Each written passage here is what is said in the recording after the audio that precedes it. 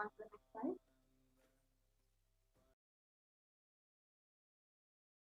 We can go on here.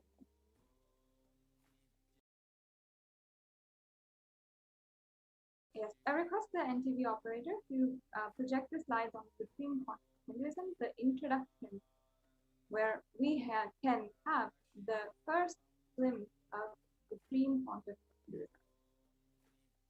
We can go to the title slide, the Supreme Pontiff of Hinduism. Out of his utmost grace and compassion, Devi PARASHAKTI is manifesting through the Supreme Pontiff of Hinduism, giving us each and every one boons, granting our boons, answering our prayers and requests, giving us the breakthrough that we want in our lives. And each and every one of you must know that it is through the Devi Baba Samadhi Darshan that brings us lasting transformation in our lives. And it is not just a single time breakthrough, but a lifetime, a breakthrough which you have been searching for lifetime. Now, let us understand, for those of you who might be new, the brief attempts to introduce the Supreme Pontiff of Hinduism and all of his contributions to the world today.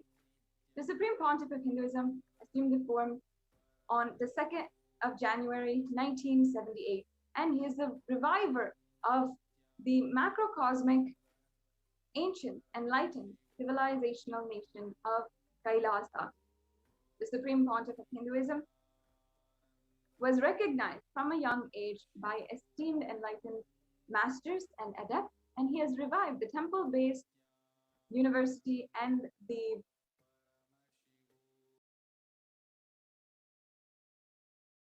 he has revived the science of power manifestation as well as science of yoga and temple-based living. The Supreme Pontiff of Hinduism has also revived the ancient Hindu indigenous kingdoms. Yes, thank you so much. You can go on to the next slide.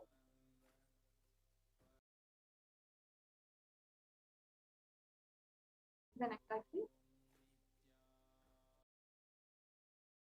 Yes, he was ordained as the 233rd Guru Mahasannidhanam or Pontiff of the Kanchi Kailasa Sarvagya Peetham or the Tonde Mandalam Adinam. He is the incumbent emperor of the Surya Vamsa Surangi Samrajyam.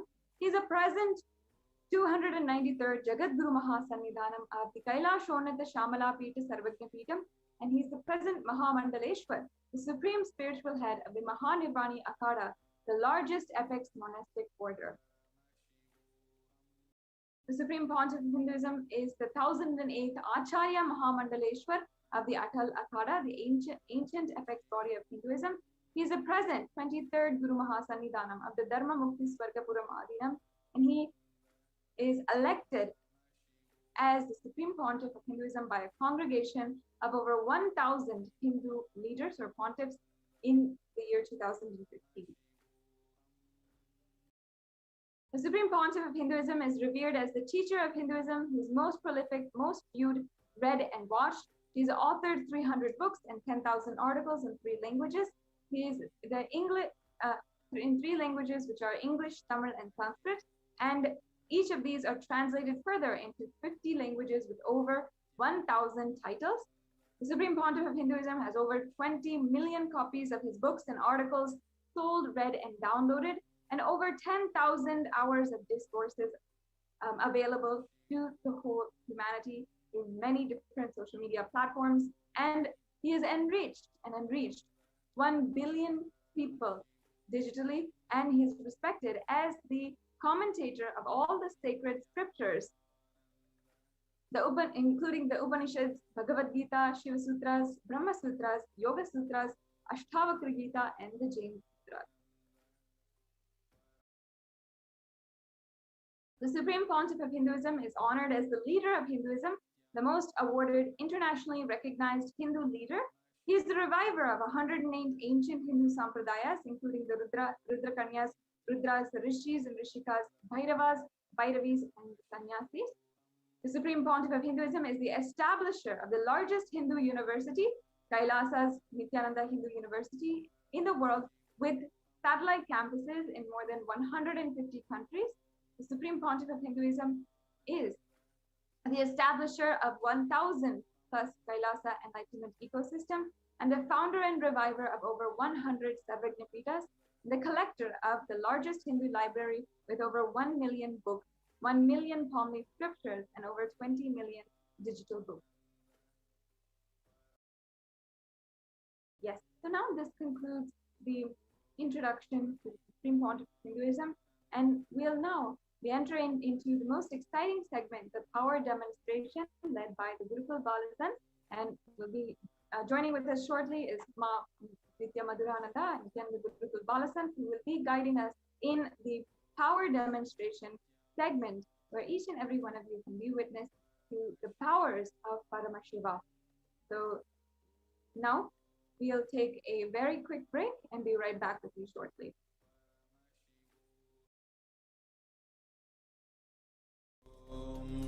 Nityananda Paramashivoham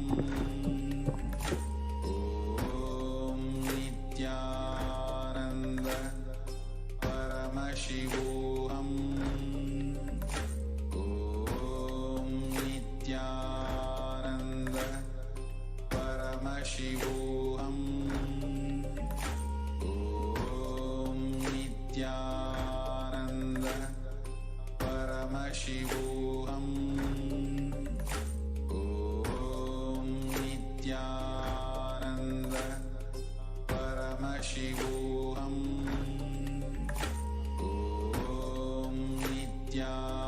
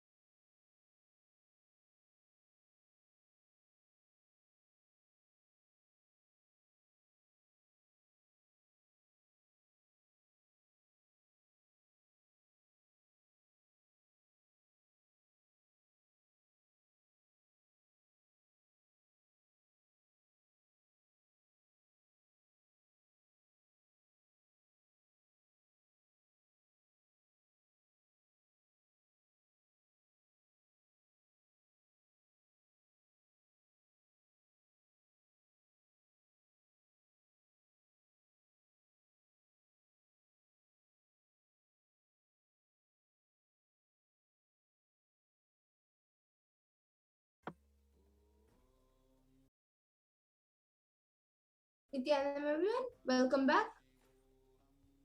And now, all of us saw who is Devi Parashakti, who is the Supreme Pontiff of Hinduism, and what we're going to get from this program. So now let's move into an exciting segment where all of us will be seeing the live demonstration of the extraordinary powers of Paramashiva.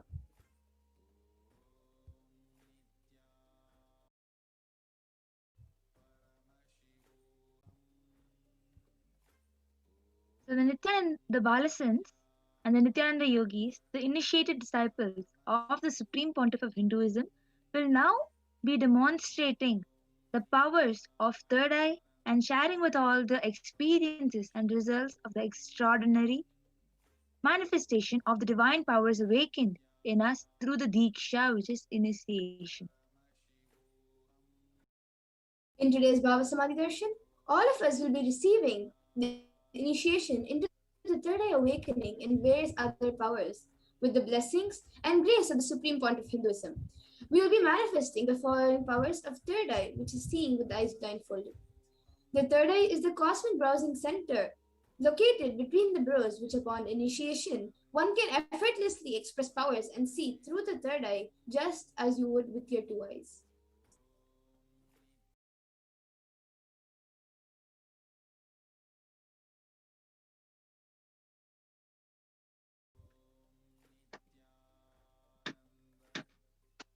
What are Shaktis?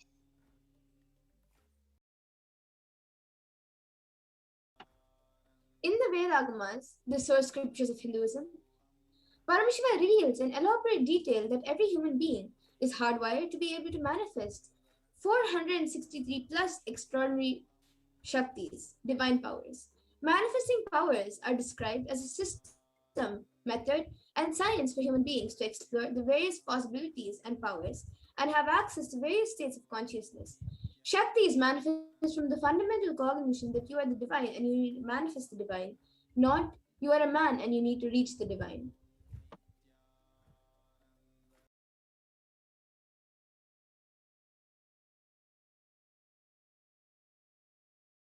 Between Shaktis and Siddhis. So Shaktis express from the space of enlightenment as a side effect of feeling connection with the divine and high integrity with the master guru. Siddhis are enlightenment. Shaktis are source of enlightenment, whereas Siddhis are on path of enlightenment. Few more differences between Shaktis and Siddhis are that Shaktis of Paramashiva manifest through ordinary human beings in an extraordinary way upon initiation from the avatar and are permanent, whereas Siddhis are not permanent and may divert you from enlightenment.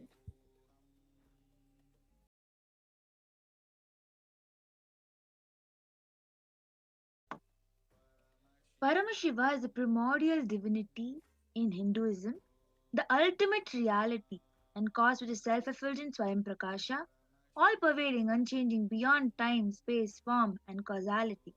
As the fundamental base of Avyakta, the unmanifest, and Vyakta, the manifest existence, Paramashiva performs the Panchakritya, which is the 5 cosmic acts of creation, Shrishti, Sthiti, the sovereign rulership and maintenance, rejuvenation, Samhara, Trobhava, pulling out of delusion, and Anugraha, liberating grace for all living entities. And now the avatar of Paramashiva, the supreme point of Hinduism, Jagadguru Mahasanidhanam, His Divine Holiness, Bhagavan Sri Nityananda Paramashivam,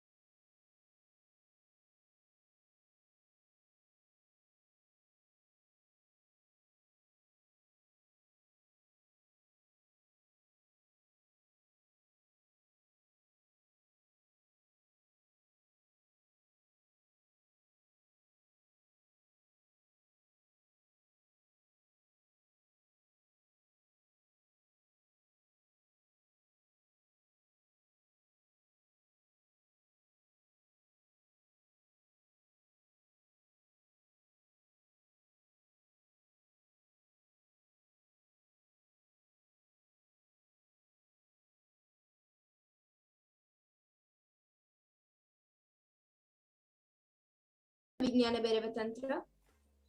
Kapalantarmanonyasya Tishtanmilitalochanaha Kramena Manasodadyat Lakshaye Lakshyamuttamam. The translation for this verse is, by fixing the mind on the inner space within the crown center and sitting stably without any movement, having the eyes closed in succession, by that stability of the mind in inner space through the power of the third eye, one directly sees the ultimate goal Lakshyam by having the vision beyond the sight that reveals any object or place, attaining the space of oneness with the source Paramashiva.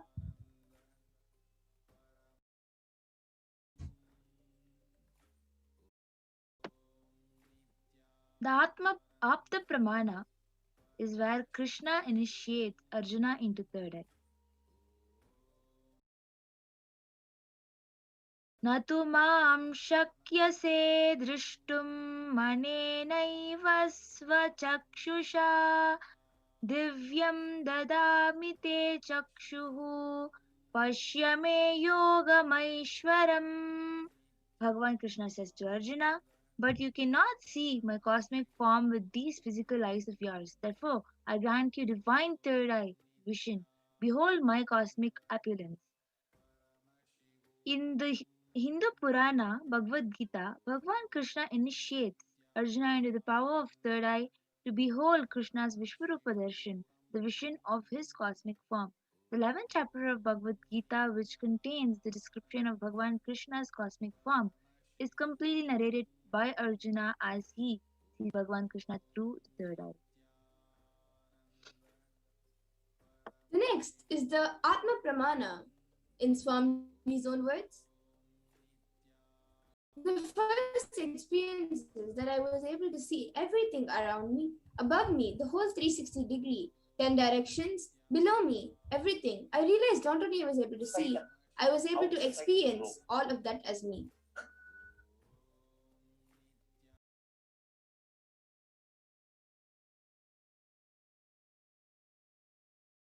Pratyaksha Pramana, the empirical evidence of observation and scientific experimentation. When doing daily activities, high activity is measured in the brain where third eye is located. In the place where third eye is located, during the research that was done with positron emission tomography, PET in short form, it was recognized that the high activity is measured in the brain where the third eye is located, and when in the space of deep samadhi state, only the third eye region is active and almost 90% of the body is at rest. Even brain is at peace. So now, let's get into the Sakshi Pramana, where all of us will be witnessing a live demonstration of the power of third eye and body scanning. So we will first get into the power of third eye in just a few minutes.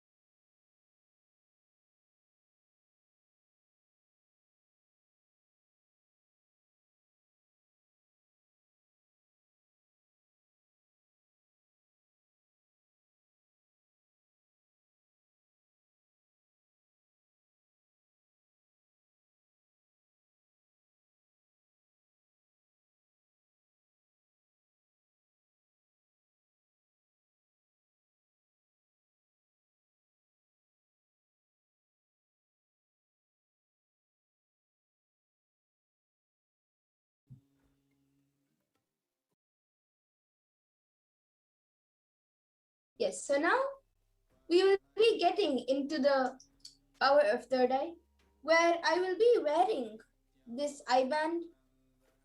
It is verified by ophthalmologists. So all of you can see this is just a thick, opaque plastic sheet, and behind that there is thick black sponge, which there is no space anywhere for any light to go in. And there are 2 sockets here for my eyes to go into. So now I have with me Manti Amritananda, who will be tying this IBAN on my eyes. And once it is done, any of you can post your comments in the YouTube comment section, and Mamata will be projecting that for me. And once that is done, I will be starting to read the comments. Mamata, you can put it on. Actually, that eye band, the hole in those eye bands will just hold the eyes together. It will not hurt us. At the same time, the sponge will stick onto the eyes, due to which there will be no light that will be entering into our eyes. And normally, it is said that without light, you will not be able to see anything. Even normally, you will not be able to see anything at all when there is no light. The same way, there will be no light. Only third eye will be the only option in which you'll be able to see after you put this mindfold on. People use this to have peaceful sleep, so that no light will enter inside and disturb them. So now Yes. now Ma Madhura's eyes have been tied by Ma Amrita. So I will be turning to all my directions, so the right, to the left, up, and down. So all of you can see that there is no gap anywhere around the eye band.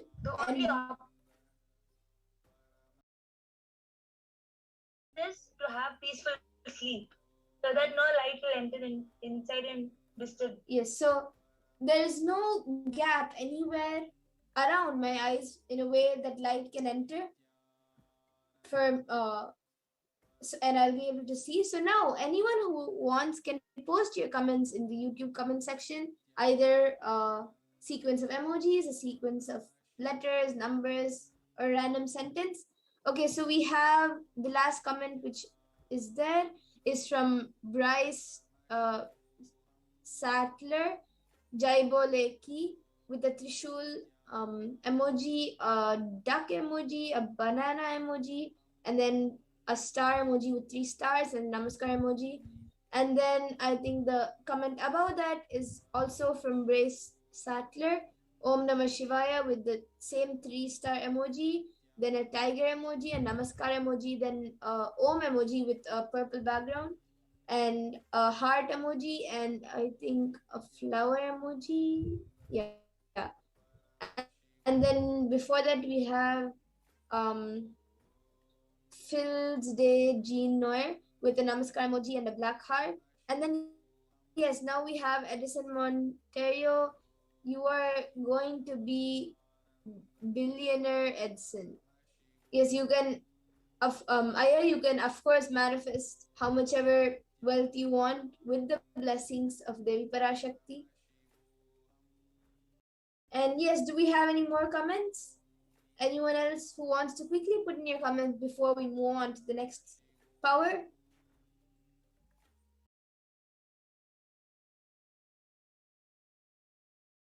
So maybe I can read. Yes, so there. Okay, so now we have Ankit Jain with a heart and a cross, with a red heart with a cross, and then he has again put unbelievable. This might right now it might be unbelievable, but after the Parashakti Akash readings and after the initiation, which you all will be getting in the Parashakti Akash readings in the live presence of Devi Parashakti, even you will be able to manifest such powers, reading through the third eye and then body scanning, remote vision, and much more. As we had told before, Paramashiva has hardwired every human being to be able to manifest more than 463 plus powers. Is there anyone else who would like me to read your comment? Again, we have Edison Monteyu. You are going to enlighten yourself, Edison. Do we have anyone else?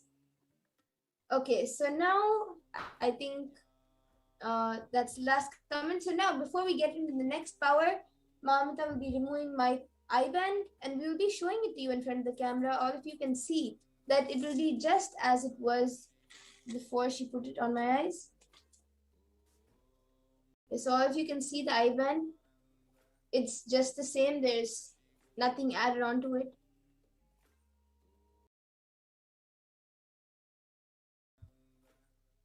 Yes. And now we will be getting into the next power of body scanning in just a minute.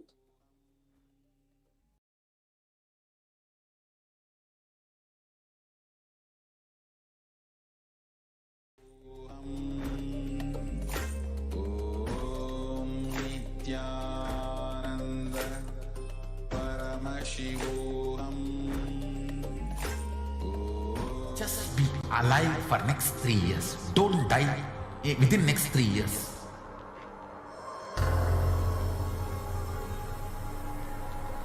Just don't die within next 3 years. Be alive, somehow be alive. I'm working sincerely. I will reach you somehow. Somehow I will reach you.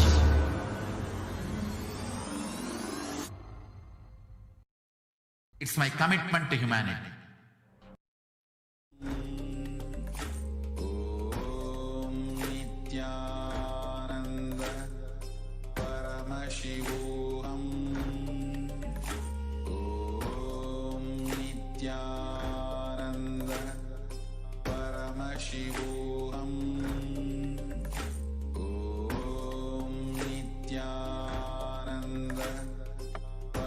Yes. Now we'll be entering into the power of body scanning.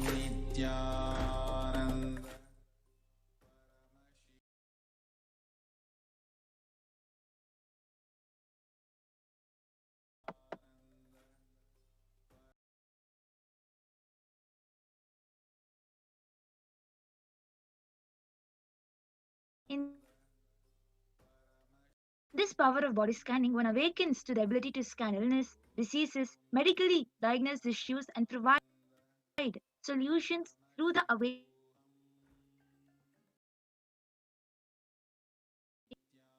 So now I will be chanting the Shastra Pramana for the power of body scanning. It is from the Vijnana Bhairava Tantra. Swadehe jagato vapi sukshma sukshmatarani cha tatvani yani nilayam Dhyatvante vyajyate para.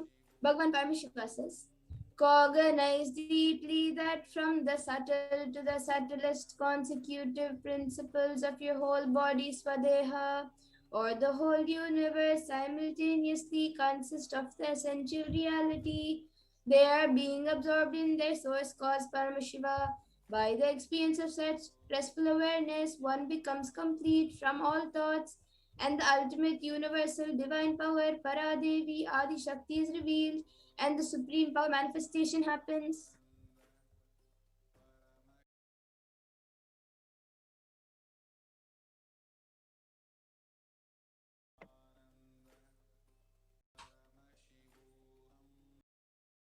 The Apta Pramana, the reference of power of body scanning from the life of a Siddha. Terayar was a Siddha and one of the prominent disciples of Agatyar. One day, a man suffering from severe headache comes to Agatyar for healing. Agatyar uses the power of body scanning and identifies the root cause of the headache. He reveals that there is a small terai, a type of frog sitting in the person's brain. Agatyar immediately instructs Terayar that his disciple to perform an open head surgery and remove the frog. After the surgery is completed successfully, the person is healed and cured of the headache. Thus, he gained the name Terayar. Yes, the next is the Atma Pramana for the power of body scanning from the supreme point of Hinduism's own life.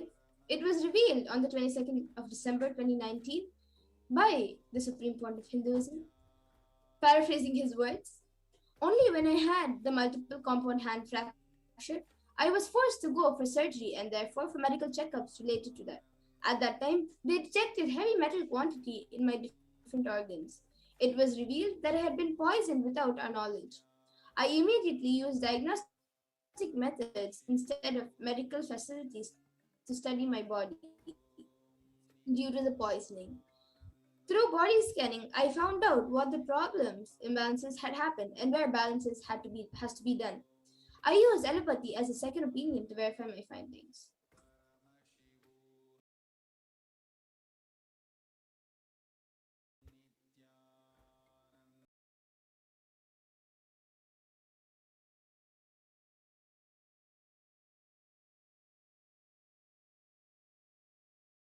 The Sakshi Pramana, the experiences and results of the extraordinary manifestation of this power through the initiated disciples of the Supreme Pontiff of Hinduism. From the Paramashivoham program, Ma Kathleen Kring has shared body scanning with partner 2 was successful. Also, Swamiji had beautiful messages for both of us. So sweet. Thank you, Swamiji. Thank you, Debbie. Erez Lozovsky has shared body scanning saw lung issues and diseases. The lady has had lung issues since birth and fainted last week. Ma Durga, Kailasas Ma Nitya Durga Nanda, has also shared, I manifested the power of body scanning by the grace of Swamiji, Nityananda Paramashiva. Deep gratitude. Yes, so all of you can see that many disciples have posted their experience of the power of body scanning. And now we will be getting into the power of body scanning, the live demonstration of the power of body scanning. So whoever would like a body scan can post your comments in the YouTube comment section, and we will be doing a body scanning for you. So if any of the viewers, if anyone of you would like a body scanning, you can post your comments in the YouTube comment section.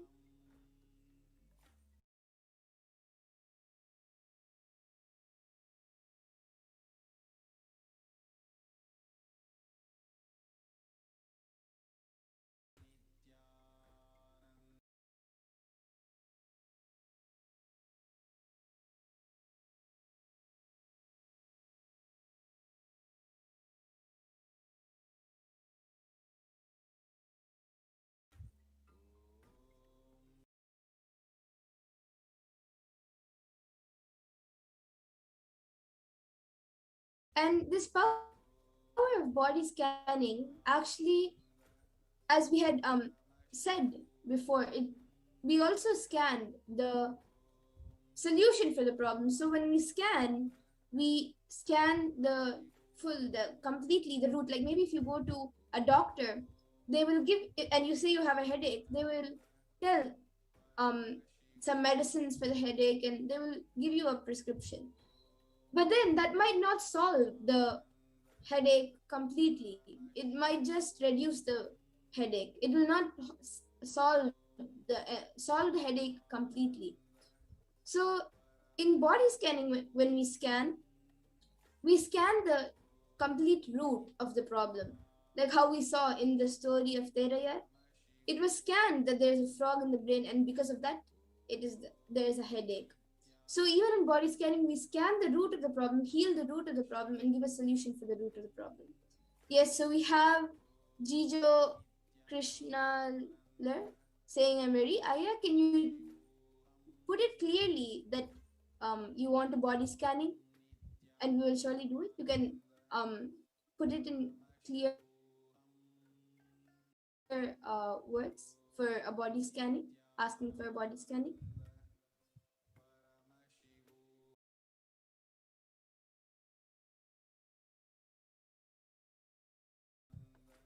Actually, it is very important that you put it in a clear manner, because we only scan with the person's consent. Sometimes people get really scared and don't want the scanning.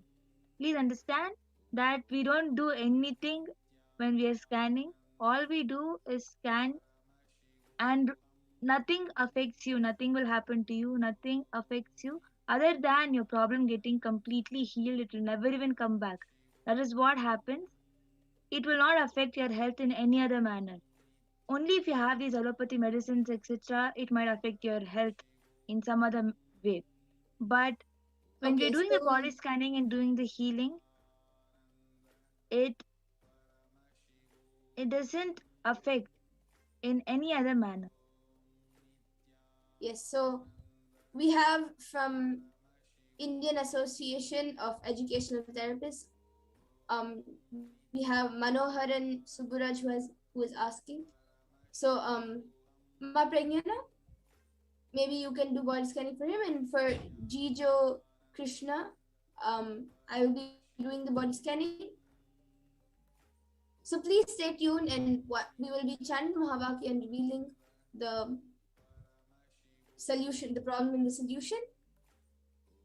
Yes. So Manohar and Subburaj has gotten back clearly stating for a body scanning. Ma Pragnana, you can start scanning for Manohar and Subburaj. And Jijo Krishna, Aya, you can put it clearly for a body scanning. Yes, Jijo Krishna Aya has asked, you're wondering how it works online without the presence? Yes, Aya, actually the power of body scanning, remote vision, all the powers which we are initiated into, it works with the Diksha which we have been initiated into, the powers by the Supreme Pontiff of Hinduism. And usually, and it's not like any magic or anything, it's the third eye which we use. So with the third eye, even far off distances, we can scan. So we can, even though it is just virtually and you're not physically present, through the third eye, we can scan how the body and tell the solution. And like this, we also have another power, remote vision, which we will not be doing today due to the interest of time. But in that remote vision, we can scan far off distances. Like if I'm sitting here in LA, I can scan somewhere in India, somewhere in Europe, somewhere in Africa, any house, office, or any place which I haven't been to or haven't even seen. The Nitya and the yogis will be able to scan and reveal every detail of that place. So all of this works just with the initiation of the Supreme Pontiff of Hinduism. Yes, Ma Pragnana, when you're ready, you can go on.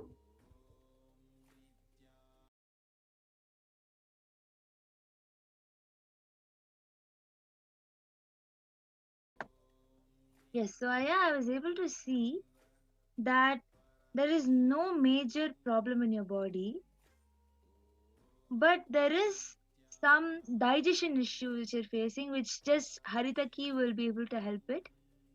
So I was only able to see you're facing difficulty in digestion. Other than that, I was not able to see any major problem. Yes.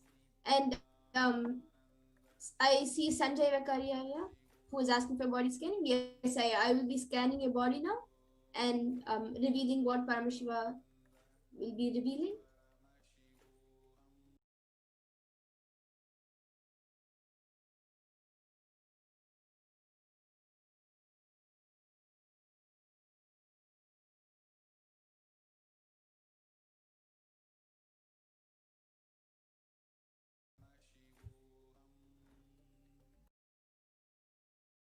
Yes, Sanjay Vakaria, I was able to see that what Paramashiva revealed to me was that in your muscles, there is a lot of, there's a lot of pressure and there's lots of stress being put on your muscles, especially the shoulder, near the shoulders and the arms. There's lots of pressure being put, and it's not because you're carrying things or anything. It is because of lack of physical activity. So like even if you carry heavy things or do your normal daily activities, every day you have to do little yoga, and mainly for hand exercises which can strengthen the hand. But along with strengthening the hand, you also have to relax the hand sometimes. So like once you do some strengthening exercises for the hand, you also have to give at least a few hours of break for the arms and the shoulders to rest. And this is what I was able to see. And yes, now I also scanned you. I was able to see you're having pressure in your head. You feel very, very, so much of heaviness all of a sudden in your head. You feel like you're holding a lots of stress, because of which you feel kind of heaviness in your head. For this, you need to consciously take the decision to drop your stress and align back to whatever you can do for the humanity. I was able to see, just like how Swamiji was telling in today's satsang, I was able to see that you should, instead of taking the stress on yourself, you should bring even people around you into integrity instead of taking the complete stress on yourself. Yes. And Sanjay Vakariaya and Manohar and Subburajaya, both of you can get back in the comment section if you were able to relate to what we revealed. And I see Alicia Sands and Jijo Krishnaya who have asked for body scanning. So Ma Pragnana, you can scan for Alicia Sands, Ma Alicia Sands, and I will be scanning for Jijo Krishnaya. And maybe before you scan Ma Alicia, maybe you can again reveal what you had sent for Manohar and Subburajaya.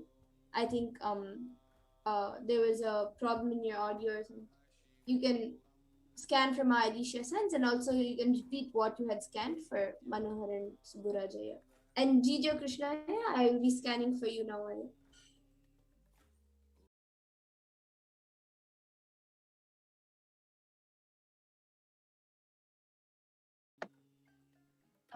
I was able to see. I am repeating for Mano Subburajaya.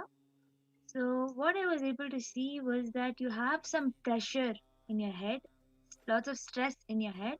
The solution I was able to see is not just aligning yourself back to integrity without having stress, but helping others also to align back to integrity. So this is the solution that I was able to see, so that you will feel relaxed and aligned to your own understandings. So Ma Alicia, I was also able to see for you that near your chest area you have a sensation of burning very frequently, and even though you are in a normal day, you feel your whole body suddenly becoming really heavy.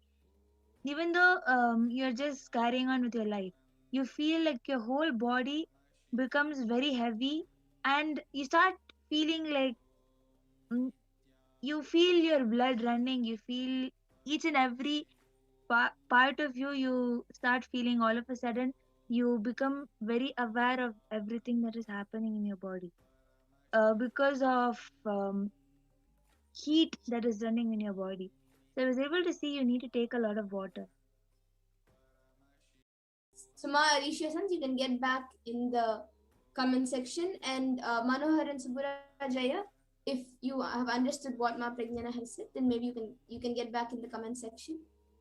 And Jijo Krishnaya, I was able to see when I scanned for you, I was able to see that in your lower back, there is a kind of tightness which is restricting you to move freely, and it is also affecting your legs. So sometimes if you sit, whether it's on a chair or whether it's down on the ground, if you sit for more than like 15-20 minutes, then it becomes really tight, the muscles, and not just the muscles but the nerves, that everything, it becomes tight. And so to again get up or to again move, even to just move your leg, if you're sitting in one position that entire time, then even to move your leg a little bit or your back a little bit, you have a little bit difficulty there. And I was also able to see that in your nasal path, like not exactly near the nose, but like after you breathe, somewhere near the neck in this region, if you in the nasal path, there is a small blockage, like it's something to do with the area you live in and the pollution near that area. So when you inhale the dust or the pollution, it goes inside and it blocks that area a little bit. So only a little bit of oxygen and a little bit of pure air goes inside fully, but the dust and everything and the pollution, it gets stuck in the nasal path. Then again, when you're exhaling, it comes out, but still everything does not come out and gets a little bit stuck in the nasal path. So I was able to see every day, if you drink hot water and do the steam inhalation with turmeric in the water. So drink hot water in the nights and also do steam inhalation with a little bit turmeric in the water for the nasal path blockage. And for the back and the legs, for the stiffness and tightness, I was able to see if every day, even if you sit for long hours and the pain is there, after you get up, walk for a few minutes. Slowly, after a few days, it will start getting healed. So this is what I was able to see. You can, so Jijo Krishnaya, you can get back in the comment section if you were able to relate. And I see Sanjay Vakariaya has posted, I have started just this week to do weightlifting on my shoulders. The muscles do have soreness. You were very exact. Yes, thank you, Aya. And he has also posted, and today's satsang definitely revealed some blind spots. I cannot say I'm feeling any type of pressures or stress, but there's a feeling of unblocked energy. The scan was very accurate. Yes, thank you, Aya. And Manohar and Suburajaya, if you're still online, you can get back on the scanning, and Jijo Krishnaya and Alicia Sons. And everyone else who is asking for a body scanning, I think click AL. You can put your original name and ask for a body scan maybe in the next power manifestation session, as now we are almost we're in the interest of time, we will have to be moving to the next segments.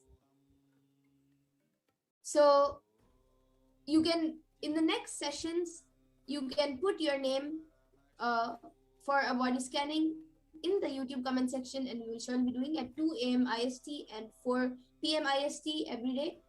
We will be having the power manifestation segment where you can put your name for the body scanning. And with this, I thank all of you, all the viewers, for joining us today for this power manifestation.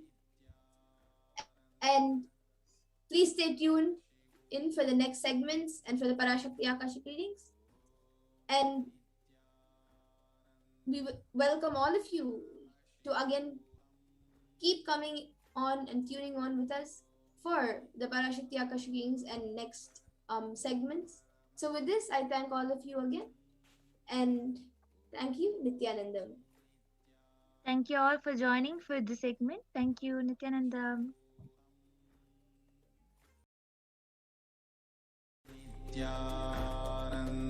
Just be alive for next 3 years. Don't die within next 3 years.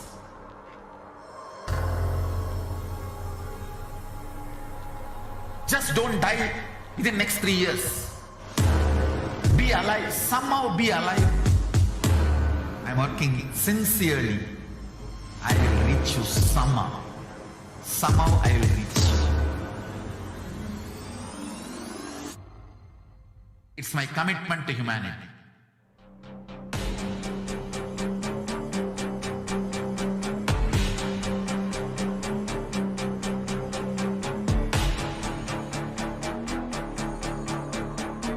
Just don't die within the next 3 years.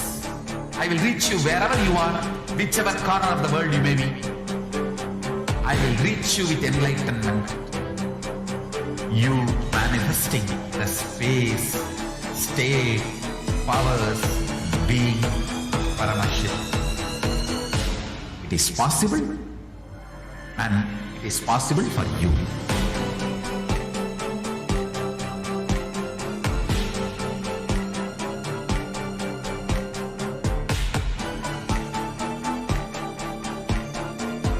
Paramashiva will reach you with enlightenment signs. I know he is going to do the job. Just be alive for next 3 years. Nothing else. Just be alive for next 3 years. Don't die within next 3 years.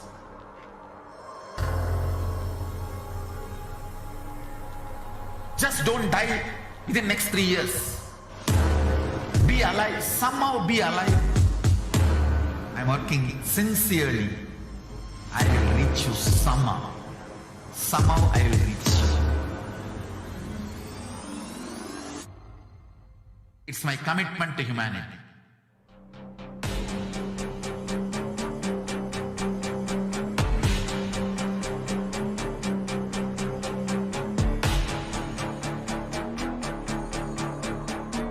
Just don't die within next 3 years. I will reach you wherever you are, whichever corner of the world you may be. I will reach you with enlightenment. You manifesting the space, state, powers, being, Paramashiva. It is possible, and it is possible for you.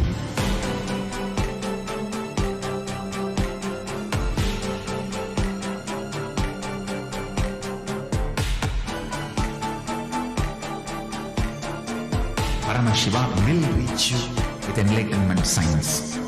I know he is going to do the job. Just be alive for next 3 years. Nothing else. What I mean by the word e-Kailasa, listen intensely. Enlightenment ecosystem, literally enlightenment itself, in your own home, wherever you are. If you cannot come to Kailasa, it's okay. Kailasa can come to you. Kailasa coming to you is e-Kailasa.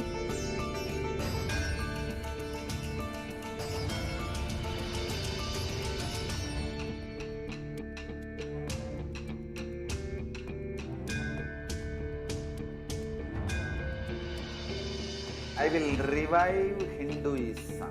I am a Hindu revivalist, not by any revolution, but by evolution.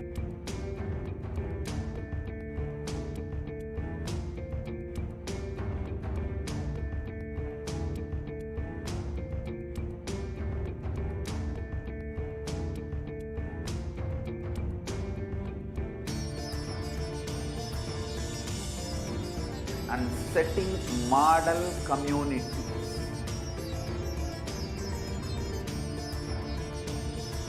Kailasas, enlightenment ecosystems, Sarvanya Pitas all over the world.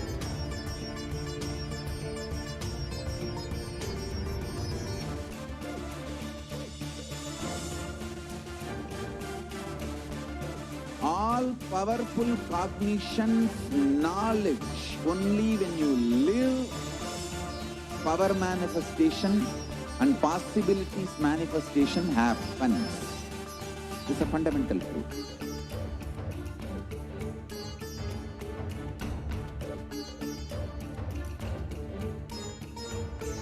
Hinduism cannot live exclusively as one sampradaya. No. All sampradayas of Hinduism is an ecosystem.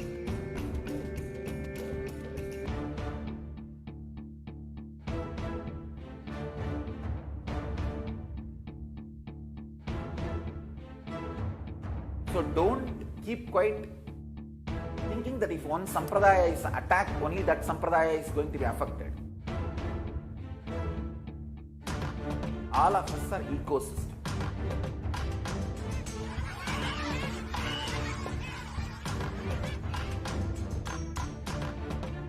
I invite all of you to get involved and enjoy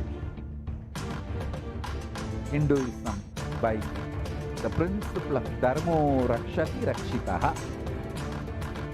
When you protect dharma, dharma protects you. We will make the whole planet Earth flourish spiritually. The spiritual prosperity will happen to the whole planet Earth. We all have to coexist together.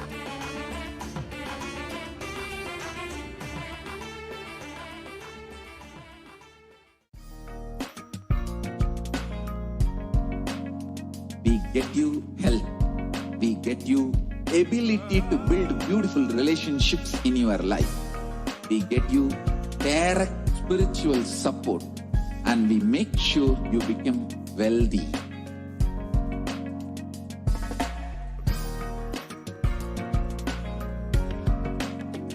We won't stop giving you just good life. We will literally not stop till you live enlightened life. Manifesting the state of Paramashiva, space of Paramashiva, powers of Paramashiva, being of Paramashiva.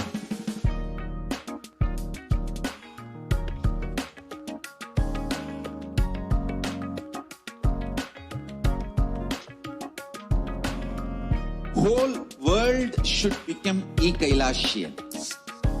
I want the whole world to know Hindus have something great to contribute to the world.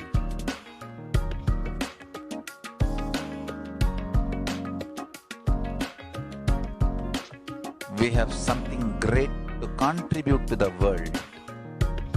Let us do that.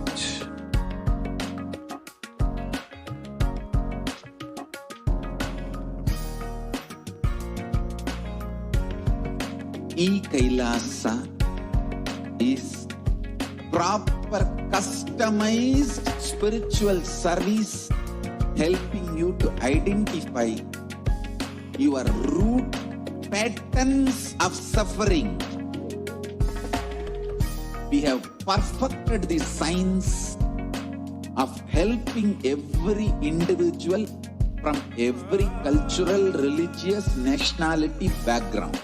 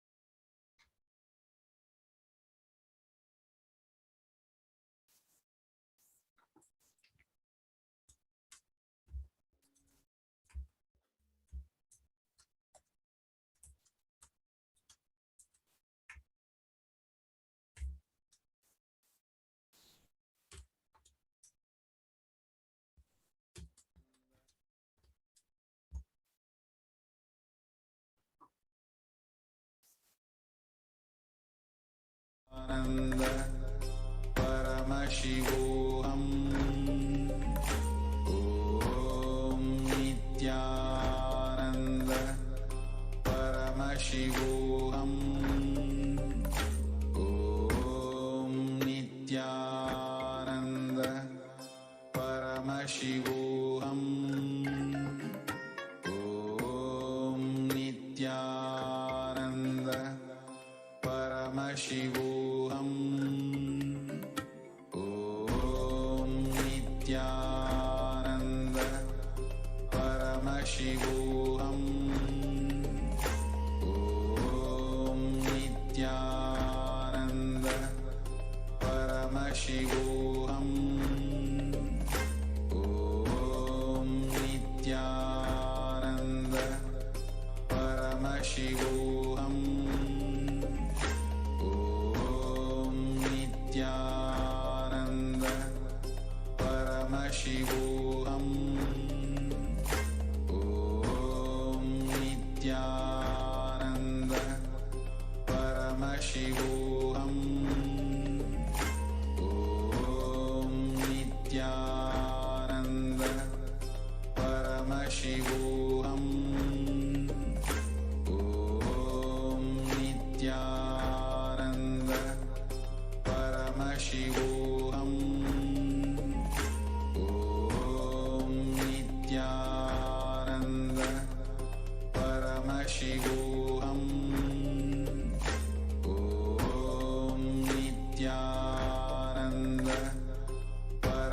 शिवो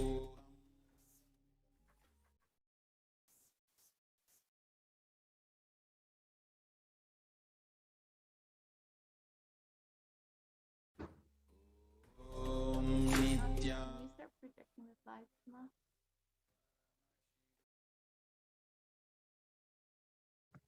What did you say, Ma? 好，现在有声音了，我们的网络应该是回来了。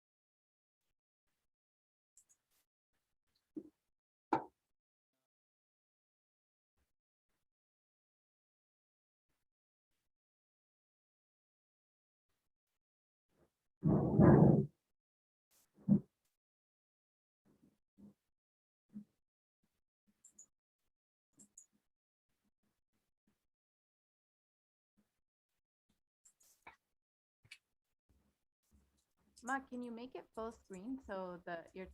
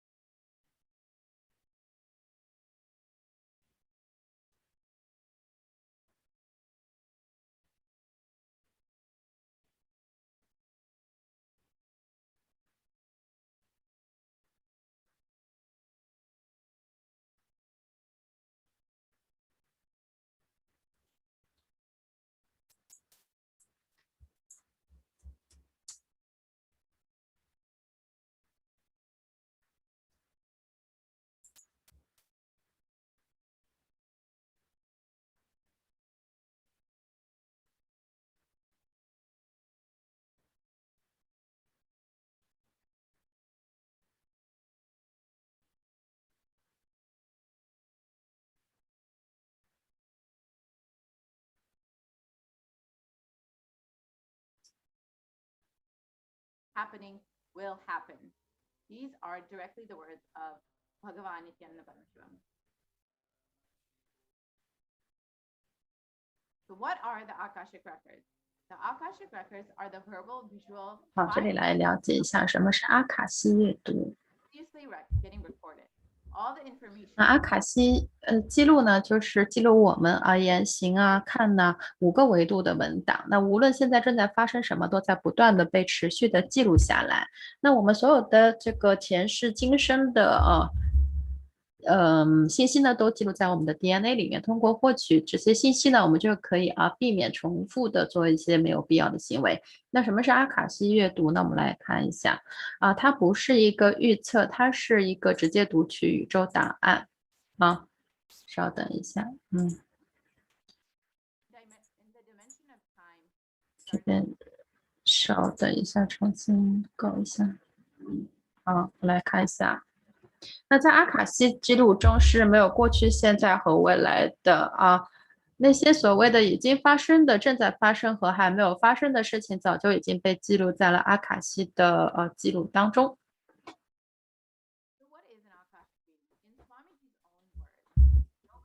那来看一下，那阿卡西阅读是什么呢？用大师的话来说呢，没有人有权利去更改评论修改、读解这些阿卡西阅读，它们是完整的。那任何人呢，如果想与宇宙保持一致获得解脱开悟，没有必要做什么特殊的练习，只需要不断的聆听这些伟大的阅读。当你聆听这些伟大的阅读，那自然的你的负面的逻辑就会被穿透打破了，这些伟大的真理呢就会入驻你内在的空间，让你活在开悟中。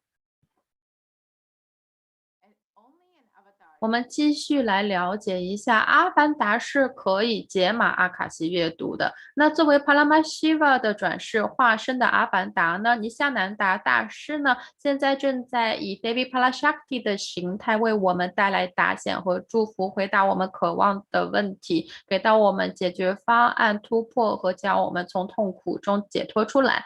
那这个不仅是一个答案，而是一个业力突破，给到每一位给到那些提问的人。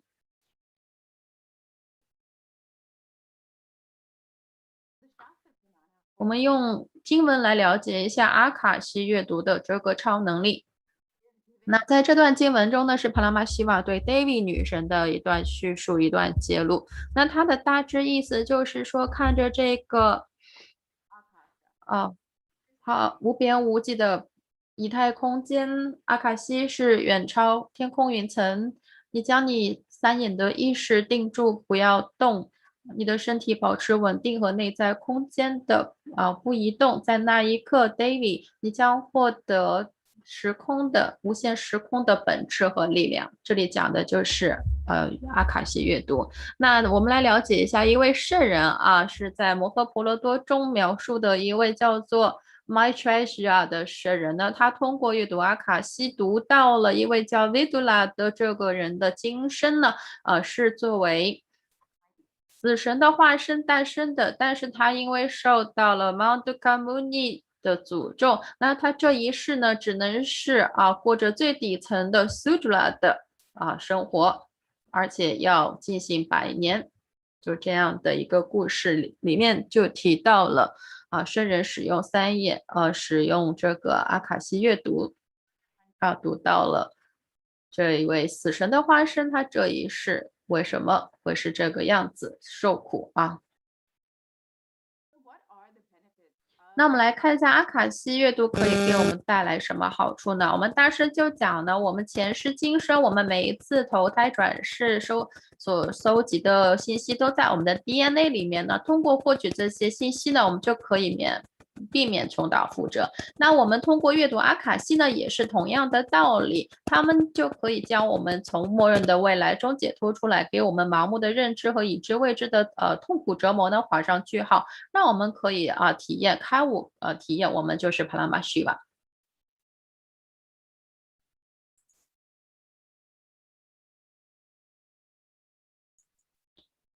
然后这里又是告诉我们，那我们大师作为神的化身阿凡达，他是唯一有资格去更改这些阿卡西记录的。那为我们做阿卡西阅读的圣童呢，是被大师点化后使用了可以使用这个超能力，但是他们只限于阅读，不能更改。那大师作为阿凡达是可以更改、升级、编辑改写的。那在达显和点化中呢，大师就根据我们的心愿，就为我们升级了阿卡西记录。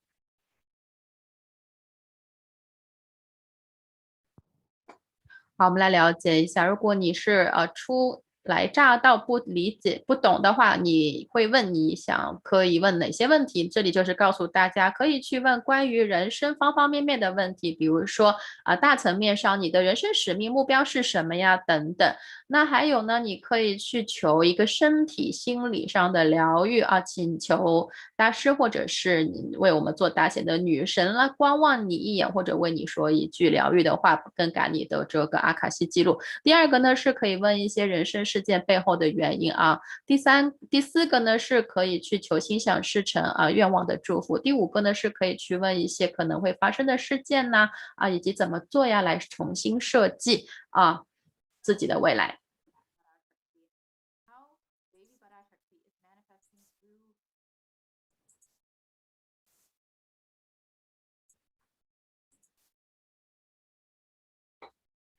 There are some great spiritual sciences unique to Hinduism. Subtle, otherworldly, but definitive sign. Manifesting. The cosmic beings in Archavatara, deities in Nijavatara, living incarnations is fasting. Understand? 这里我们来看一个推广片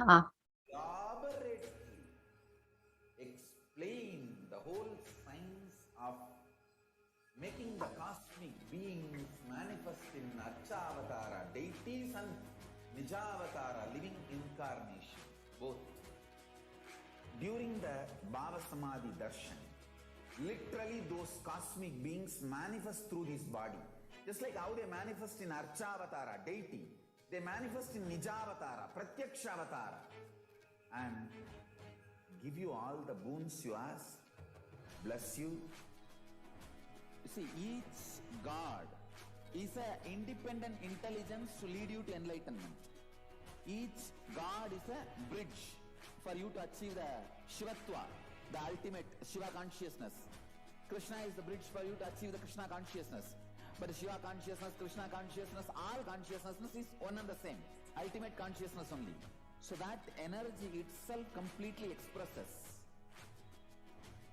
Just like Radhika, when I see my own sweetness in the mirror, I become eager to taste it. I find that the only way to relish this sweetness is through the constitution of Sri Radhika. Bhava Samadhi Darshan is a window to the infinite expanse of consciousness, allowing us to glimpse the formless in a way that we can understand. It cleanses the karmas of lifetimes. It awakens our biomemory to the space of Paramashiva, the ultimate consciousness, and creates a deep and lasting transformation in us.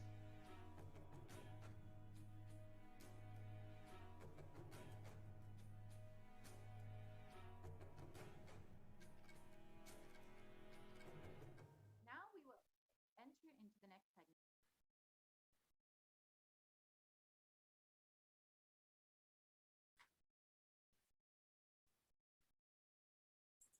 我们下面继续来学习了解 Devi PARASHAKTI 女神是谁啊？首先来看 Devi PARASHAKTI 女神呢是宇宙的母亲，那 Devi 呢就是终极纯粹的女性意识，也就是宇宙母亲，她是超能力的源头，她是宇宙的子宫，她是 Brahmanda Yoni， 从里面诞生了无数的宇宙出来进去。那源头呢是在这个源头里面，宇宙大爆炸和黑洞呢也在继续。那 PARASHAKTI 女神呢是我们神圣女性的主要的神，那她是Paramashiva 主神的神圣伴侣。那 Paramashiva 呢是印度教的主神，它代表的是至高无上的意识，终极的意识。这里来看一下我们要了解我们最首要的关系呢，就是和母亲的关系。这个关系呢，影响到我们学习，甚至呢，我们可以学习，甚至 even idea to really starts 这些学习的能力甚至是与人产生关系的，一开始呢，就是从母亲开始的，所以请明白，你要与人产生联系，是从母亲开始的，与他人产生联系是从母亲开始的，所以母亲对我们在人生中连接生活是至关重要的。那在吠陀传统中呢，我们的圣人就已经觉察到，我们与母亲的连接呢，直接影响到我们与宇宙的连接。那所以呢，现在尼夏南达大师呢，出于他的无限的慈悲和爱呢，正在显化女神本尊，并且恩典我们，回答我们所有的问题来回应我们的祈祷，给到我们恩赐，疗愈我们，向我们揭露过去、现在、未来的讯息，传递深远的灵性真理，以及给到我们终极的 Paramashiva 的体验。Paramashiva。那来了解一下什么是 Bhava Samadhi 达显感应寂定三摩地达显。首先来了解一下梵文字 Samadhi 是什么意思。Samadhi 分成 Sama 和 Adi， 那 Sama 呢是合一， Adi 的意思是源头，那 Samadhi 合在一起呢就是与源头合一的意思。那 Bhava 的意思呢有态度方面的意思， Bhava Samadhi 就代表通过这个态度这个方面呢与源头合一的意思。那达显呢，就是与宇宙面对面，与神面对面啊。达显本身的字面意思呢，就是看一眼的意思。在贝多传统中呢，它是被用来描述那一刻我们看到了神，看到了阿凡达，看到了一位圣人或上师啊，就像，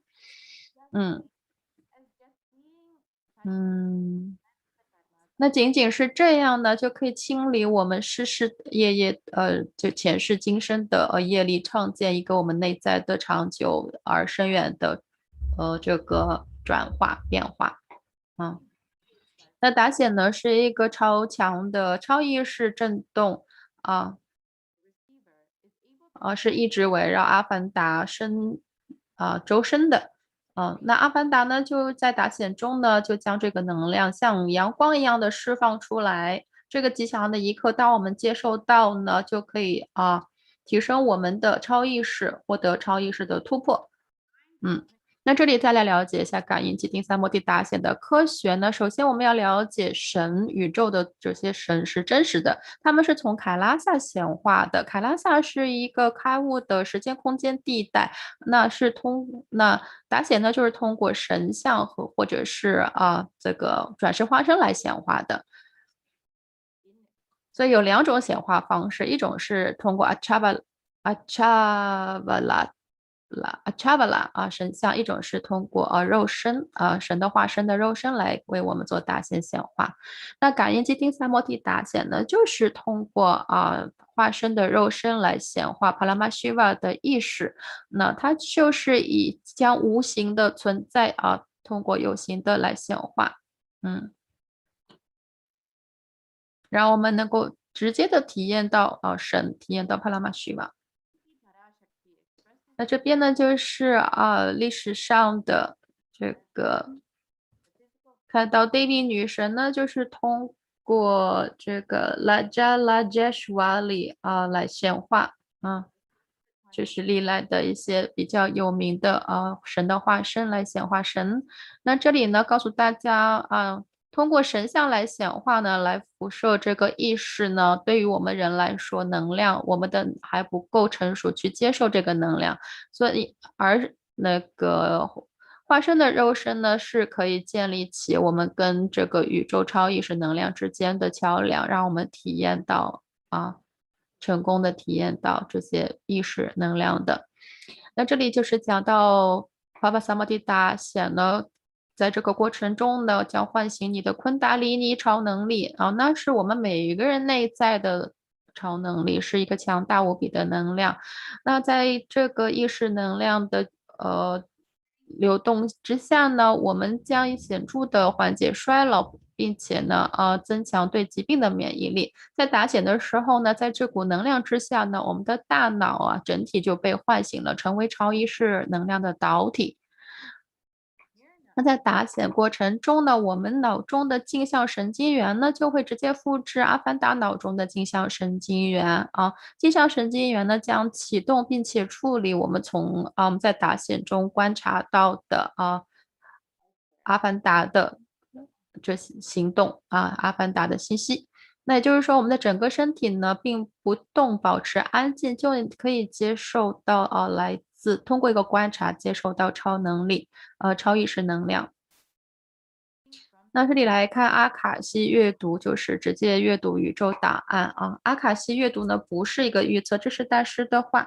那它是什么呢？它是直接阅读宇宙档案那宇宙档案是超越空间的，在那个维度里面呢，创造和毁灭是同时发生的，只有在时间维度里面发生过去、现在、未来。而阿卡西阅读呢，是储藏在阿卡夏，也就是空间维度的，所以在那里是没有时间的过去、未来这种排列的。也就是说呢，我们所认为的已经发生、正在发生、过去发生的这种排列呢，在阿卡西记录中其实是同时被记录的。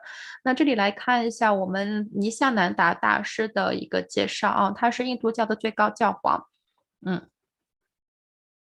那他是普世灵性导师尼夏南达大师，他是凯拉萨的复兴者。凯拉萨是宏观宇宙古老的开悟的印度教文明国度。那我们尼夏南达大师呢，是被公认为帕拉玛希瓦的第1008次转世化身了。他被他的前任的开悟大师们圣人们都是一致的认作是帕拉玛希瓦的转世化身。那他现在的使命和他现在正在做的事情呢，就是将这个以瑜伽和神庙为基础的开悟的科学带向给整个人类。那我们的大师的头衔呢有非常多，现在画面就是出现了这一系列的列表这一系列，那都是梵文字，但是每一个项目都是一个机构。那我们大师呢都是担任这个传承人教皇的职责。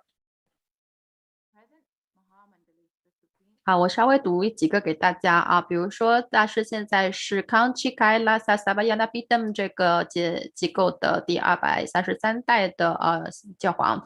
那又是这里继续这里继续是阿查利亚马哈曼达列什瓦机构的第1008代的传承人所有领袖的领袖。那现在他又是达玛穆克蒂Swagapulam Adinam 这个机构的第23代的传承人，以及呢，他被印度教的1000多名的领袖选做了最高教皇。那尼迦南达大师呢，在国际上是被广泛认可的灵性导师，他也是一位非常多产的作家和开示的，给到我们很多的开示。那他著有300本书，那主题包含了1万个主题，那以3个语言呢3个语言写成，那已经被翻译成50个语言那超过2000万册的书文章已经被下载出售或者是阅读。那他的开始讲座超过1万个小时，他已经丰富了超过10亿人在网上丰富了10亿人的生活。那他被他同时也是注解了印度教的神圣古籍，比如说奥义书博伽梵歌湿婆经梵天经瑜伽经等等这些印度教的古籍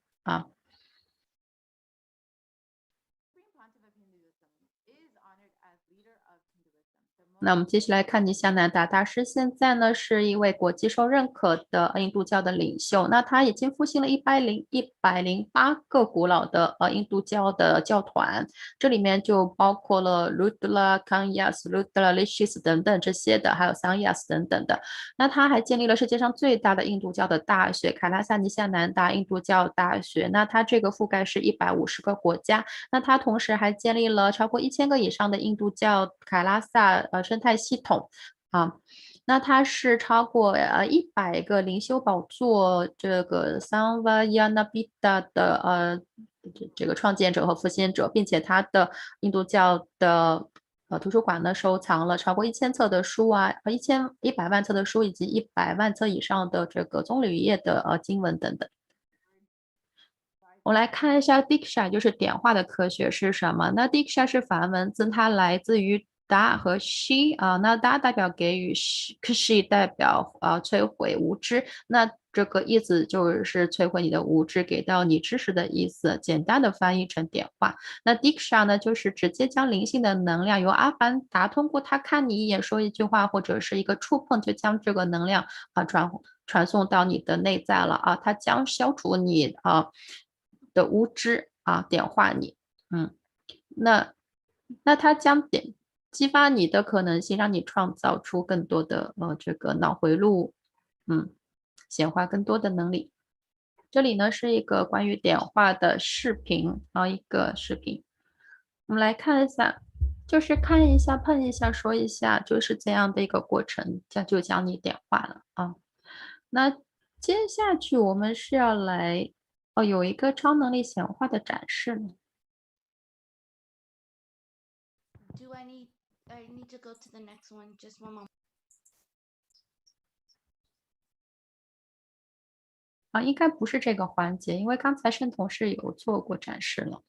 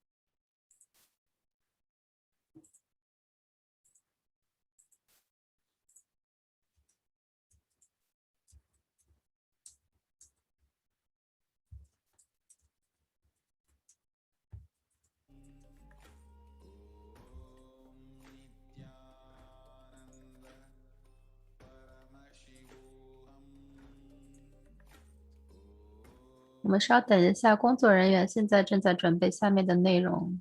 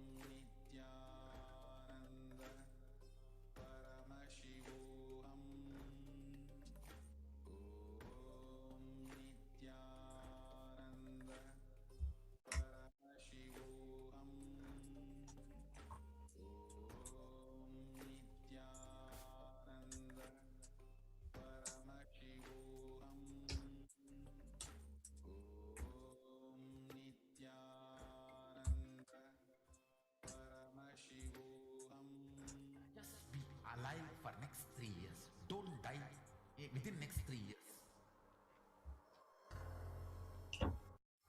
好，我们因为有一位老师啊，他的小孩生病，所以呢后面没有老师了。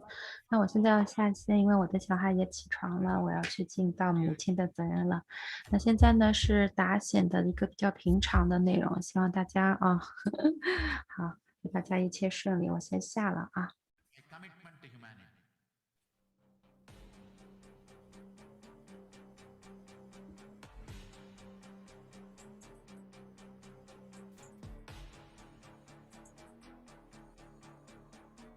Just don't die within next 3 years.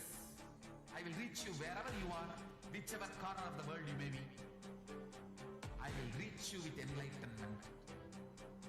You manifesting the space, state, powers, being, Paramashakti.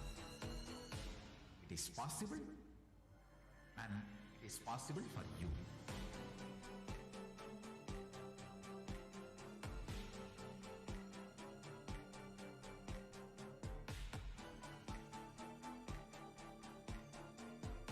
Shiva will reach you with enlightenment science. I know he is going to do the job. Just be alive for next 3 years. Nothing else.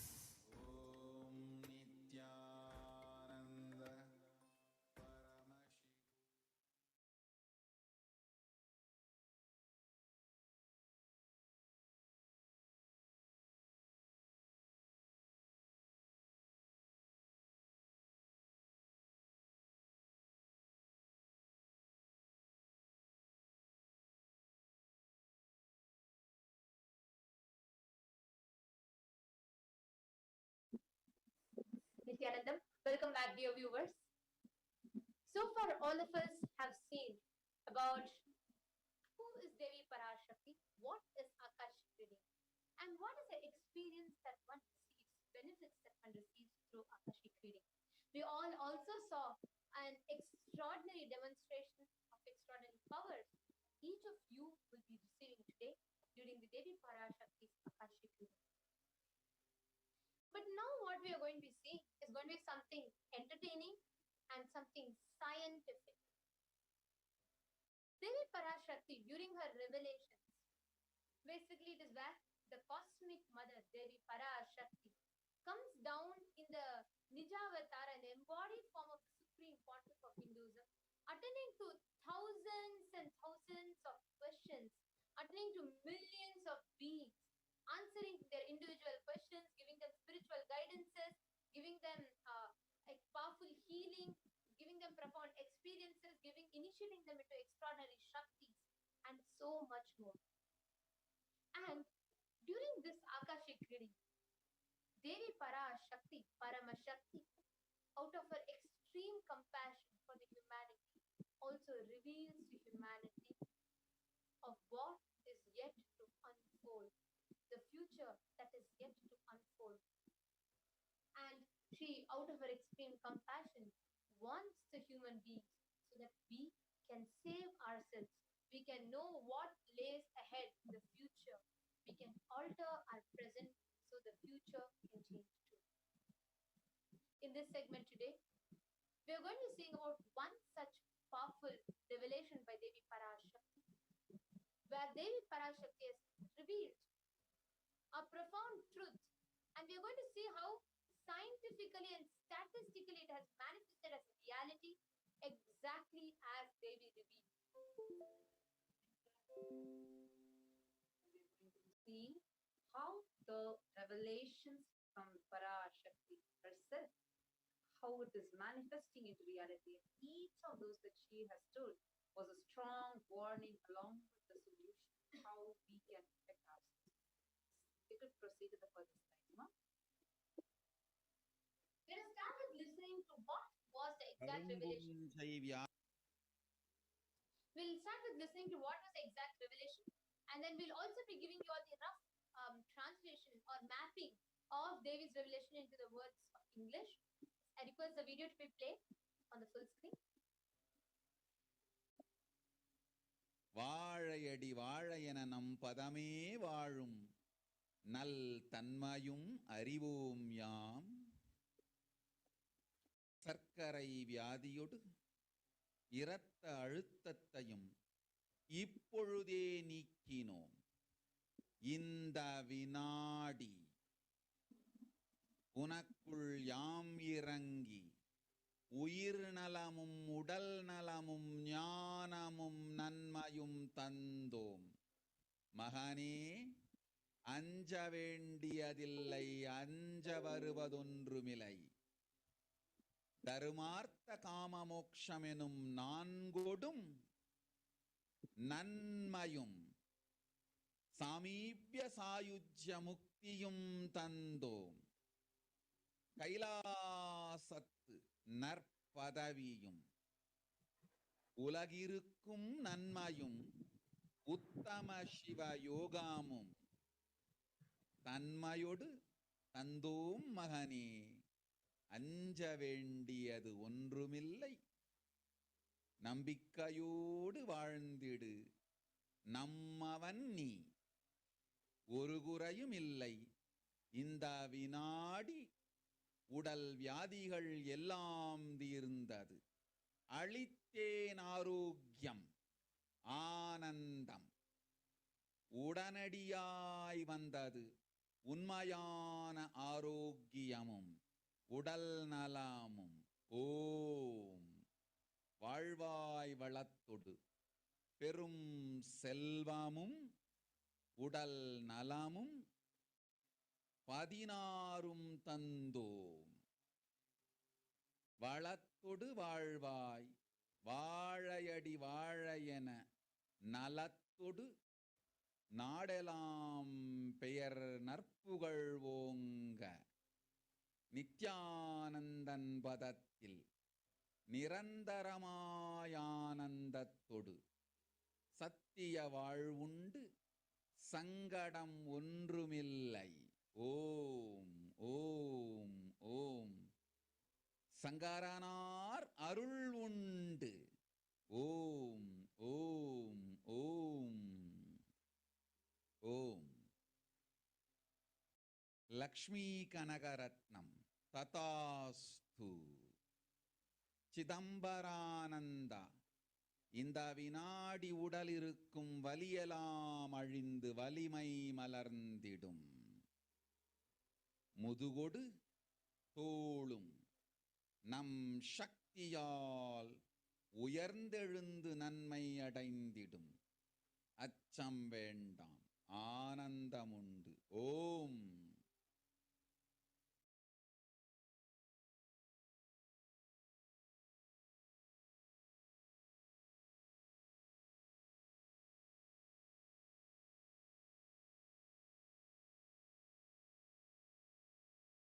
கரும்பூஞ்சை வியாதிக்கு வைத்தியம் கேட்கின்றாய், நன்றாய் தெரிந்து கொள்.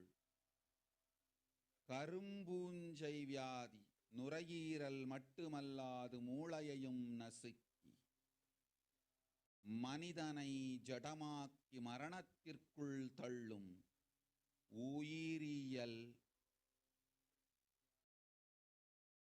ஆயுதம். மனிதர்கள் மீது நடத்தப்படும் உயிரியல் போர் இது. நவபாஷாணத்தின் மீது பொழியப்பட்ட நீரும் மஞ்சளும் பாலும் வேம்பு ரசமுமே இதற்கு மருந்து. அதை அருந்தி உடலிலே அதை ஊற்றி நீராடி இருந்தவர்க்கு காவல் அம்பிகையின் சக்தி.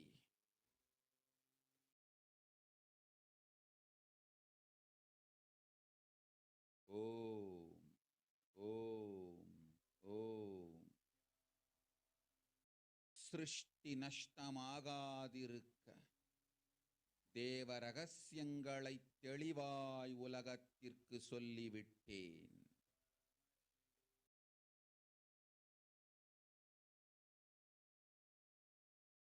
இந்த ரகசியங்கள் எல்லாம் உலகத்திற்கு நாம் நித்யானந்தன் வடிவு கொண்டு சொல்லும் பொழுது எதிரிகள் பெருங்கோபத்தோடு நித்யானந்தன் திருவுருவை அழித்திடாமல் இருந்திடவே அவன் திருவுருவை கைலாயத்திற்கு கொண்டு வந்து பாதுகாப்பாக்கிக் கொண்டு பிறகு இந்த உண்மையெல்லாம் உலகத்திற்கு சொல்லுகின்றேன்.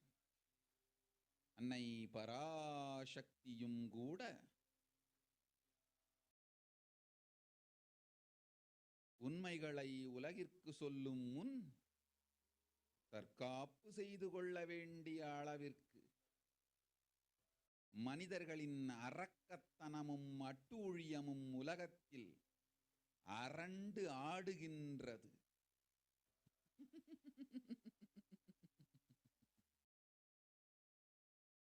ஓம் ஓம் ஓம் ஓம் ஓம்.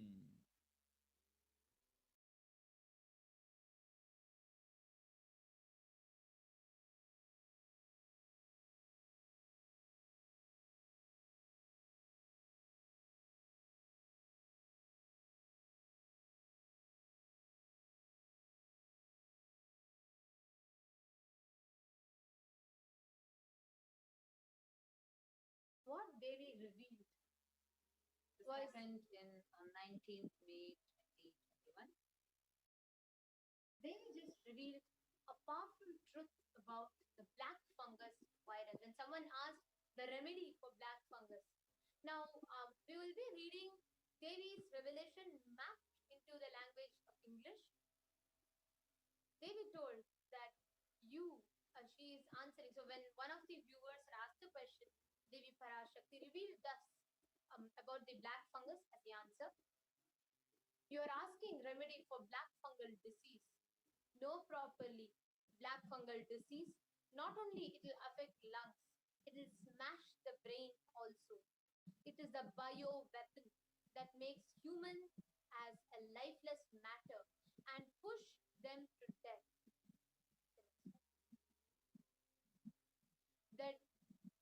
The demonishness and atrocities of humans is dancing in the world that even Mother PARASHAKTI we through self-protection before telling the truths to the world.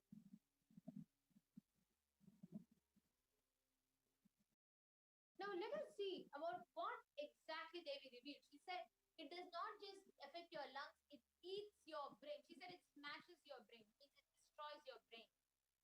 Now, let us see about what the science has discovered about the black fungus. The black fungus was denied and dismissed as rare. Then slowly, see, these are all the happenings after PARASHAKTI's revelation. First, it was denied and dismissed as rare. Then it was declared as an epidemic by several states. It was declared as a pandemic within a pandemic. Then it was found that it eats brain, it mutilates the bodies and face, eats bones, affects only COVID patients, extremely fatal, that 50% of people infected with it die. Understand? We all can see, here are some of the statistics. Black fungus already declared as an epidemic by several states.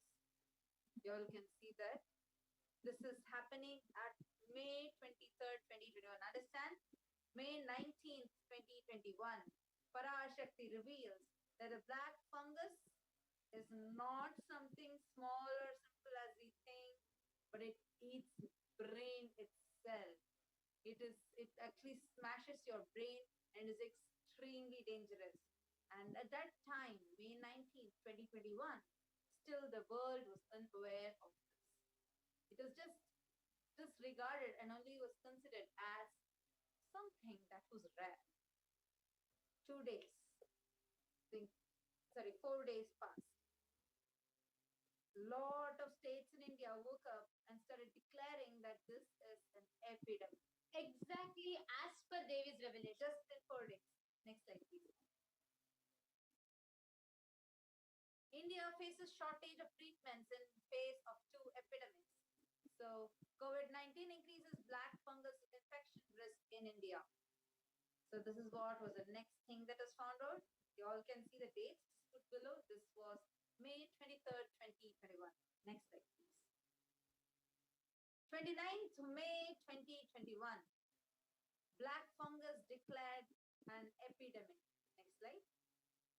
And cases climbed to 12,000 in India. And then right after that, understand, May 19th, Devi revealed. 10 days after Devi's revelation, it was declared to the world that black fungus is a pandemic within COVID-19 pandemic, which is exactly what PARASHAKTI had told on May 19th, 2021 itself. All of you can see how this is from May 29th, 2021. It was already found that 12,000 cases are already there, and this is what was considered as something rare. People disregarded it. Later found out that some states started waking up, which is after some 4 days after Devi's revelation, exactly like how Devi revealed. They started declaring it as an epidemic, and then the world woke up and started declaring it as a pandemic within the pandemic. For the slides, please. Now we can clearly see Devi's next point was she said it will smash the brain also. You all can clearly see one of the news articles quoting here, the flesh-eating black fungus killing off the patients who survived the COVID-19.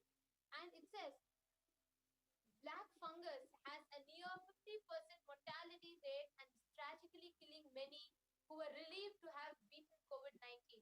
The infection can eat through skin, soft tissue, or even bone as it attacks the brain or other critical organs.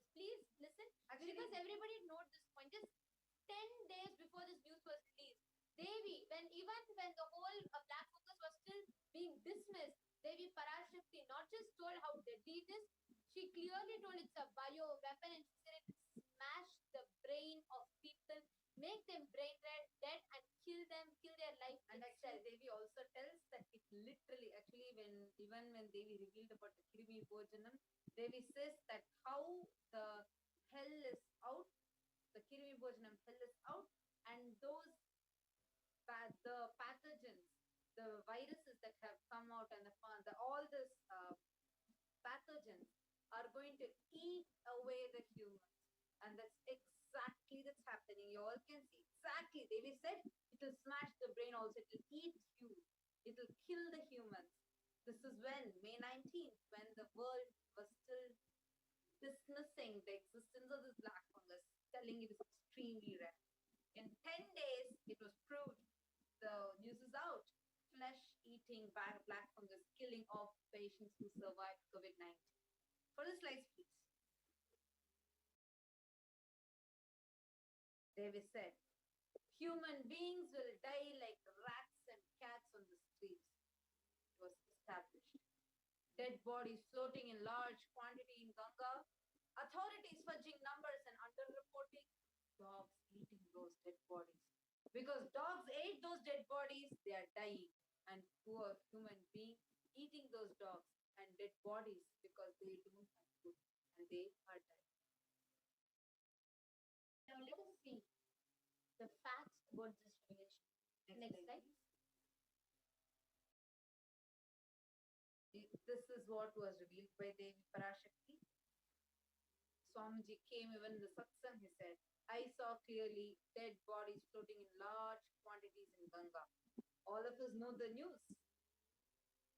Just in 2-3 days after Devi revealed and after Swamiji came and declared, this was all over. Corpses in Ganga. Buxar locals more worried about water contamination than where bodies came from. All of us can see. You could go to the further slides now. The dead bodies floating all over the place. Dogs eating those dead bodies.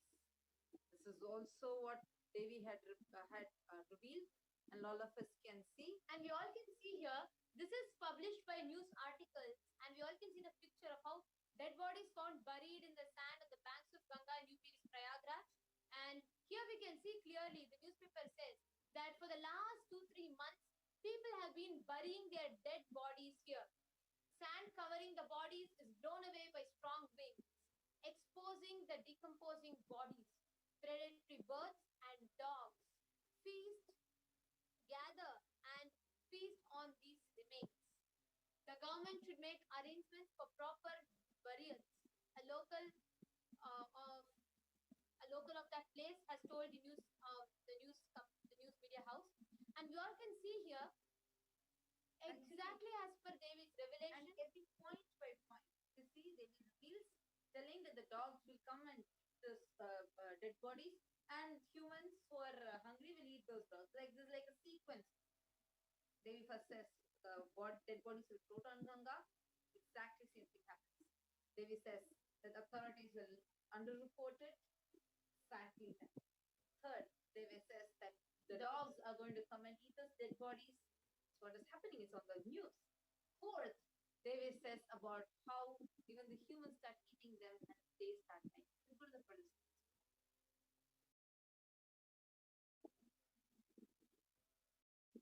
Next, the next point that Devi also told is human beings will die like rats and cats on the streets. Now, before we enter into this, I would just like to share something with the viewers. When Devi PARASHAKTI reveals, these revelations come from extreme compassion and honesty. What all of us need to note, why we share this here, why we come and share with facts and science, is not for us to get terrorized, but for us to wake up that out of the supreme compassion, the cosmic mother is sitting and attending day in and day out and warning the humanity of what is the possible danger that lays ahead. The best thing that we can do when we see of what Devi is revealing is happening is reality is wake up to it and save your lives. Here we can see when Devi said human beings will die like rats and cats on the streets. We can see shocking, and the news says several dead bodies found floating in Ganga in Bihar, Yamuna in UP as COVID-19 cases surge. As India is reeling under a massive second wave of COVID-19 pandemic, the number of deaths has also increased.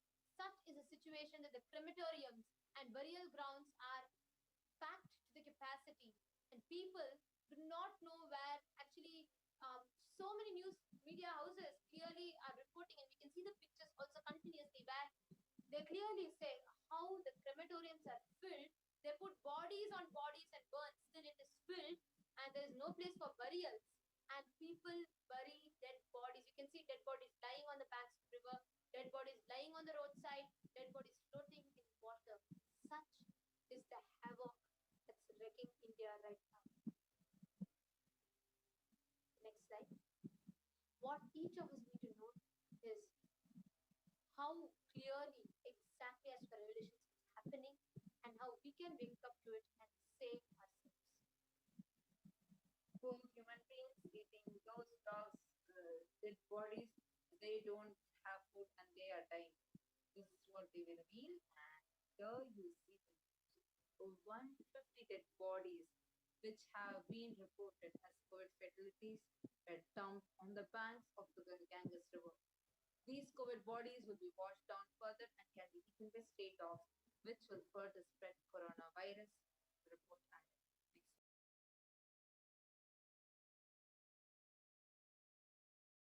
Next. See the same thing what they will reveal. Further, more and more news is coming. And here it says the dead bodies washed up on the shores of Ganga was sighted for a second straight day today. This time, Ghazipur in Uttar Pradesh. The spot is around 55 kilometers upriver from Bihar's Buxar, where more than 100 dead bodies, more than 100 dead bodies were found yesterday, evoking shock and anger. The Bihar authorities had argued that the corpses had floated down to Uttar Pradesh as their state has no tradition of consigning bodies to water.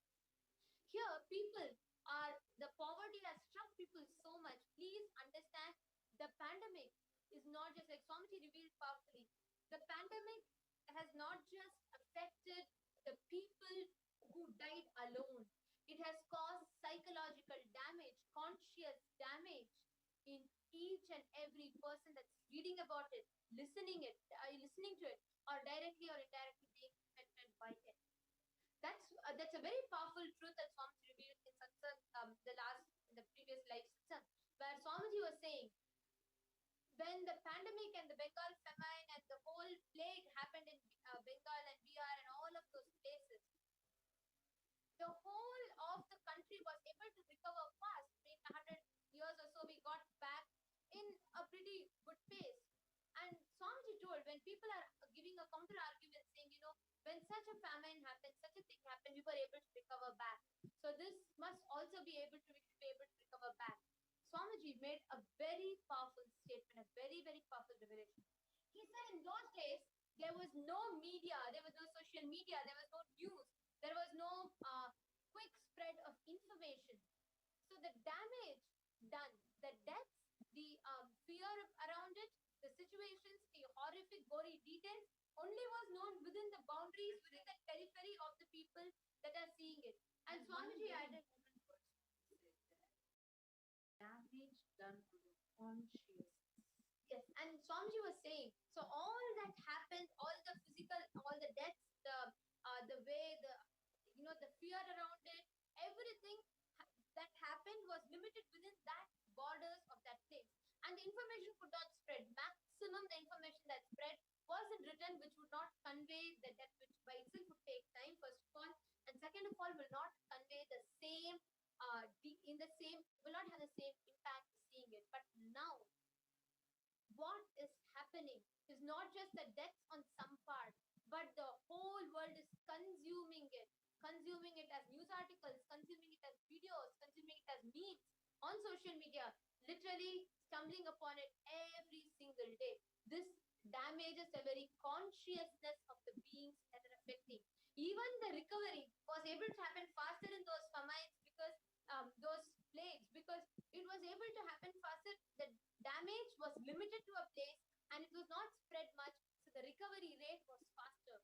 But Swamiji revealed that this whole thing has caused conscious damage, which the recovery is going to take more time because conscious recovery is not easily possible. This puts humanity back into, it takes us backward. All the progress and all the transformation that happens, it just takes our consciousness back completely. The whole evolution cycle is just reversed back.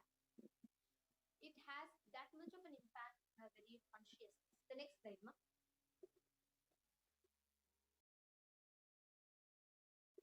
Again, they said that authorities will downplay the number, and we can see how here's another news that says clearly reports downplaying number reporting 40, while there are hundreds of bodies which are there, the reports are underplaying it. And as we saw just some time before, we saw the news article had said clearly hundreds of dead bodies were watched. Here it's only downplaying it 40. Please, we can see everything exactly. Wow. India is dying, media is lying. This is a very powerful statement that PARASHAKTI told and Swamiji told. So we can just see this news. In Kanpur, which is UP's one of the most populated states, 400 corpses were buried near Shareshwar Ghat. As per Dainik Bhaskar's report, the police covered the bodies with soil. Amid the pandemic, Unnao has become one of the largest crematoriums on riverbanks, with as many as 900 bodies were found buried on the banks of River Ganga. Bodies were buried near Shuklaganj and Buxar Ghats. As per the Dainik Bhaskar's report, human organs were seen at the site. In some instances, dogs were seen nibbling and lurking over around the body. And we just saw earlier, the same report had said 40 dead bodies. Now the number is 400. And they're clearly saying 900 is the next third. Exactly, they're clearly saying the Wow. the whole place of Unnao has turned into a crematorium. And this is a report by Dainik Bhaskar, which is one of the biggest media houses there. And we can clearly see the previous article on the same case reported just 40. Here, this article, Dainik Bhaskar, is reporting 400 dead bodies. You can see in the picture. And you all can see how India is dying and media is lying.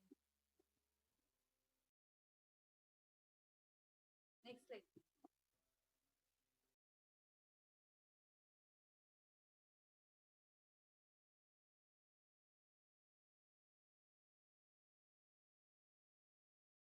India in denial of world's most deadliest disease. This, how big could India's true COVID toll be? Okay. The official counts, the reported cases is 26.9 million, and the reported deaths are 307,231. A conservative scenario says 404.2 million. Oh my God. Even conservative scenario, just saying like on an average, the report, as without counting what just the media is reporting 26.9 million.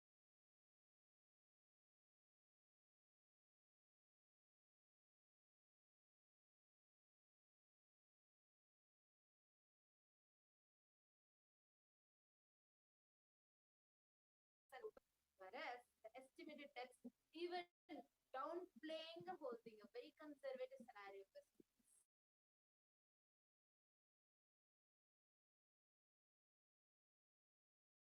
100,000. A more likely scenario, what's happening right now, it is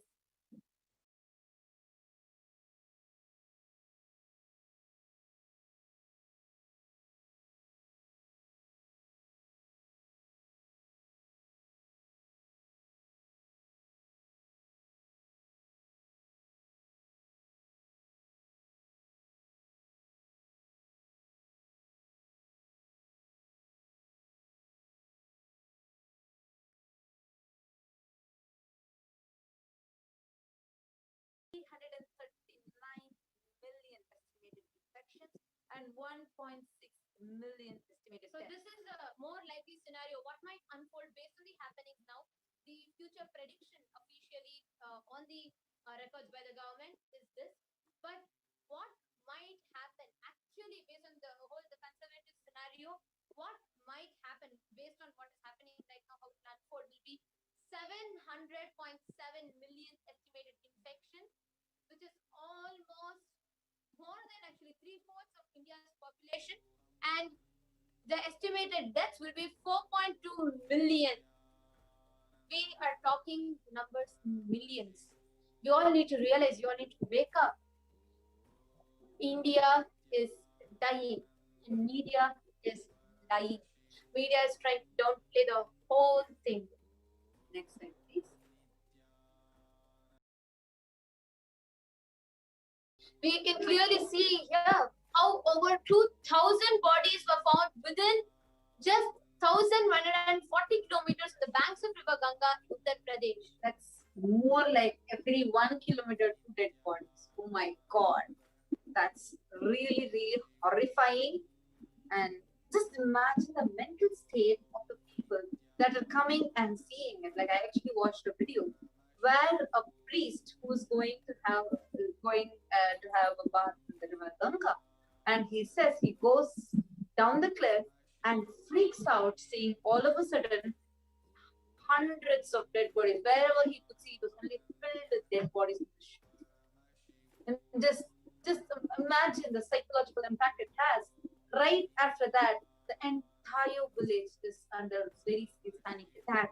People are panicking. People are afraid. People are like literally like choking, not knowing what can be happening to them, not knowing how much it can impact their lives, or whether it's like whether they can even go and drink water, because so many, understand, especially in a country like India, many people depend on to go for water. Like, so many people keep that as a source, and all of a sudden they see COVID dead bodies washing up to their shore, and they don't have access to that anymore.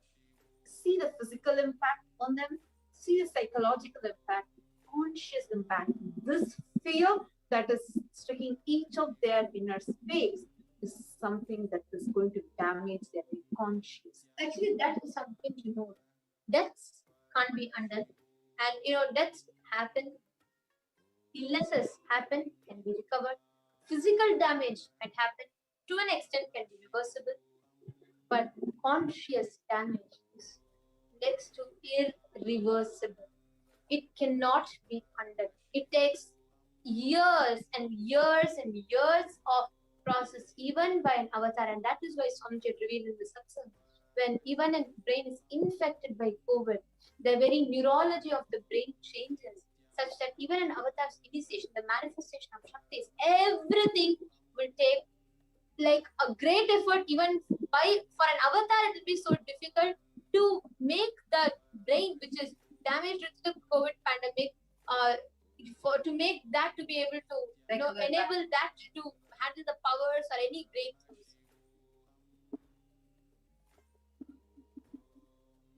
Next slide, please. The New York Times says the actual figures are likely to be much higher, with more than half of Indian population infected by the virus. All of you can see how much, actually 136.64 crores of people have been affected by the virus. This is something like, my God, out of 1.36 billion, we have 700 million infected. All of us need to know, all of us need to wake up. India is dying. The media is lying. Nobody right now might be interested in saving your life, because, like somebody said, half of them. There is a genuine group that's trying to protect, that's trying to do its best, but there's another group that's trying to use this situation to manipulate the society, manipulate humanity to gain for its vested interests. What we need to do now is to save our lives. The only way you can do it is to to keep yourself protected in a place where nothing is expected and the only agenda, the only interest is your life, the protection of your life, the care of your life. Everybody that is watching this, if you want to take a step to protect your life, if you want to save yourself, this is high time you head to Adi Kailash. Swamiji, the Supreme Pontiff of Hinduism, has opened the doors of Kailash with just one agenda, just one interest, the protection of your life. Take a few moments, sign up at kailasa.org/Kailasa Care. The link is being scrolled under on the screen as you all can see.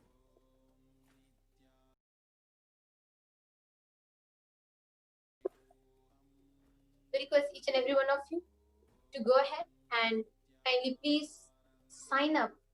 If you want to save your life, take the step. The doors are open. Now it's time for you to step in. So every media house screen telling that international media is screen telling that these numbers are extremely underplayed, whereas the actual numbers are much more. Each of you that are watching us live right now, and I'm sure by now all of us are realized what's the situation that's happening. Now the Delta variants, Delta plus, it's extremely fatal. We have been seeing in the news that people are saying this is not controllable and it's extremely fatal. Now, only solution. We can see how everything Devi has revealed has become a reality. So now what we can very clearly see is how solution Devi has given is the only solution, which is head to Adi Kailasa right away. Then whatever Devi has revealed in just a matter of days, 4 days it took for the world to realize. When Devi said about the black fungus, the entire world was believing, underplaying it, thinking that the black fungus was something that was very bad. But in 4 days, it was declared as an epidemic. Right after Devi's revelation, we saw each fact like this. At least now, let us wake up. PARASHAKTI, PARAMASHAKTI, the cosmic mother herself has said, only solution is to go to Adi Kailasa and to save yourself. If anybody who wants to save yourself, or you want to tell your family who are back in India, just tell them to sign up at kailasa.org/Kailasa Care. We request the link to be projected, kailasa.org/Kailasa Care. You all can sign up at this link and save yourself. With this, we have come to the conclusion of this segment, and we'll be moving to the next segment after a short.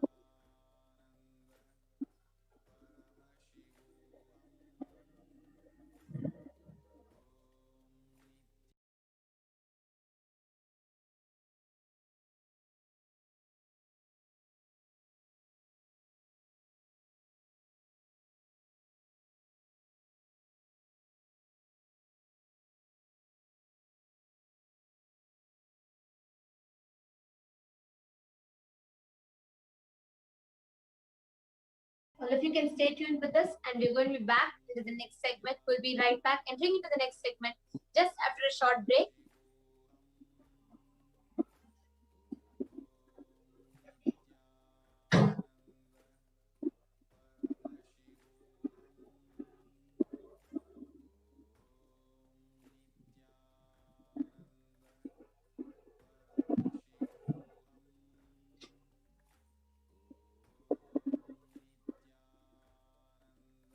For all those who are looking to sign up, you can sign up at kailasa.org/Kailasa Care.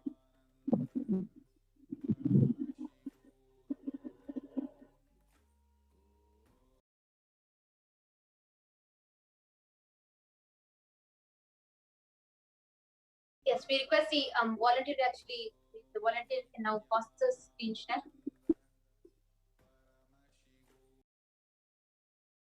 Could stop the screen share. Could stop the screen share. Now to all of the viewers that are watching us, just as we're getting back, as we are entering into our next segment, we request each and every one of you, if you have not signed up, or if your near and dear ones, your loved ones who are in India, that you want to take care of, that you want to protect, take a few minutes to reach out to them so that they can take a step towards saving their life.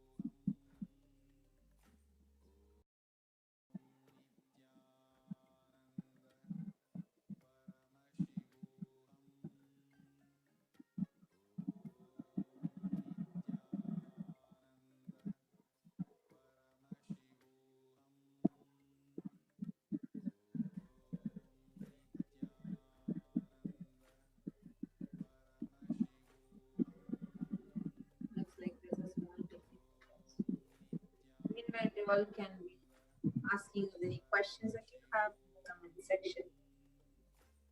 We're also seeing Robert, Manke, Krishna Mudaliar, Dimitri Buanda, Krishna Rangarajan, and Kailas of Trinidad Tobago, Paul Newman, Sanjay Vikaria, Remedy Boy, Gio Krishnanlar, and Indian Associate of Educational Therapists.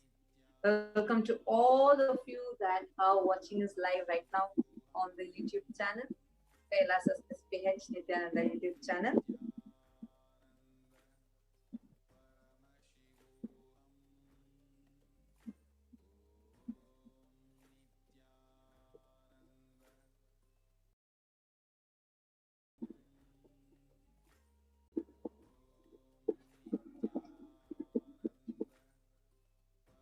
शिवोऽहम्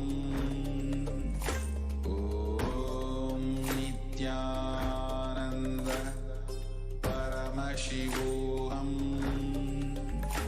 ॐ नित्यानन्द परमशिवोऽहम्. Just be alive for next 3 years. Don't die within next 3 years.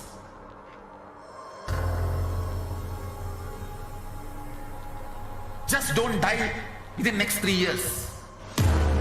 Be alive, somehow be alive.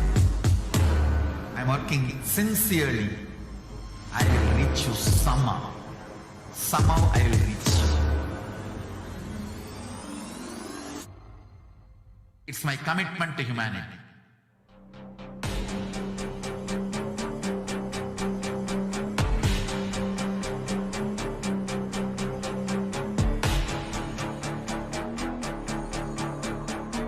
Just don't die within next 3 years. I will reach you wherever you are, whichever corner of the world you may be. I will reach you with enlightenment. You manifesting the space, state, powers, being, Paramashakti. It is possible, and it is possible for you.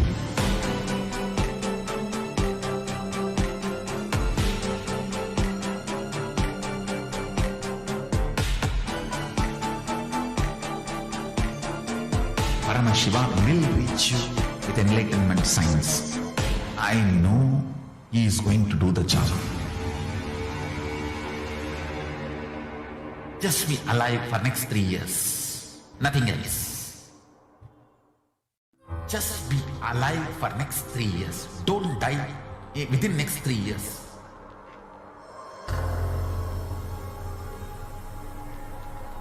Just don't die within next 3 years. Be alive, somehow be alive. I'm working sincerely. I will reach you somehow. Somehow I will reach you. It's my commitment to humanity.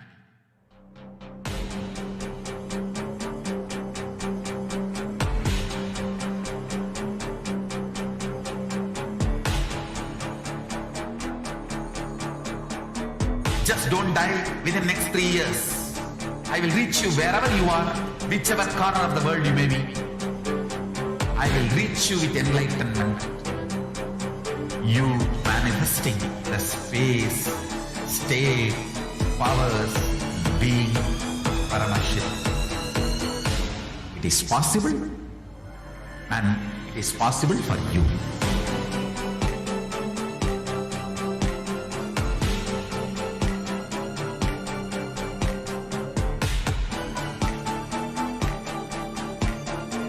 Paramashiva will reach you with enlightenment signs. I know he is going to do the job. Just be alive for next 3 years. Nothing else. Now we are going to be entering into a very special segment where we understand how to deepen our relationship, how to deepen our sincere sacred sentiments to the Devi PARASHAKTI, the divine cosmic mother manifesting through the supreme pontiff of Hinduism, Jagat Guru Mahasannidhanam, His Divine Holiness Bhagwan Nityananda Paramashiva. So I request the volunteer to share these slides for pausing for the offerings for Devi PARASHAKTI. We will now be entering into the offerings of what all we can do, the different sevas that we can do for Devi PARASHAKTI. Yes, thank you so much. So, yes. So, understand what are the best ways that we can express our gratitude to Devi PARASHAKTI, and how we can offer our gratitude in the form of seva and rituals to Devi PARASHAKTI.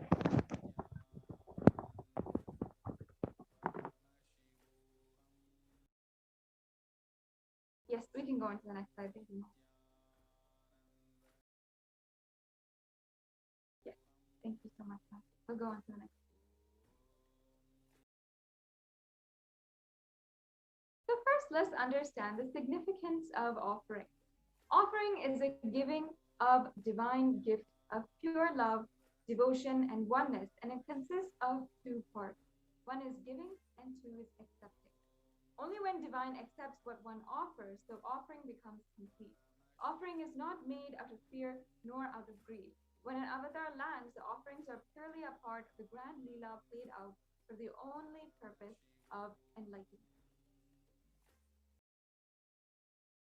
Yes, we can go on to the next slide. Next slide, please.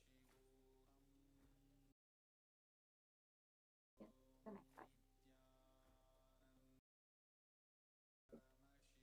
Now we'll just chant the Dhyana Shloka. Induni Vabedakaravan Nayanam Syat Pankaja Varabaya Japakshaya Sarayuktam Angahima Bhushana Vichitra Vasanam Syat Tunga Mukta Jwala Manon Maniswarupam. The next slide, please.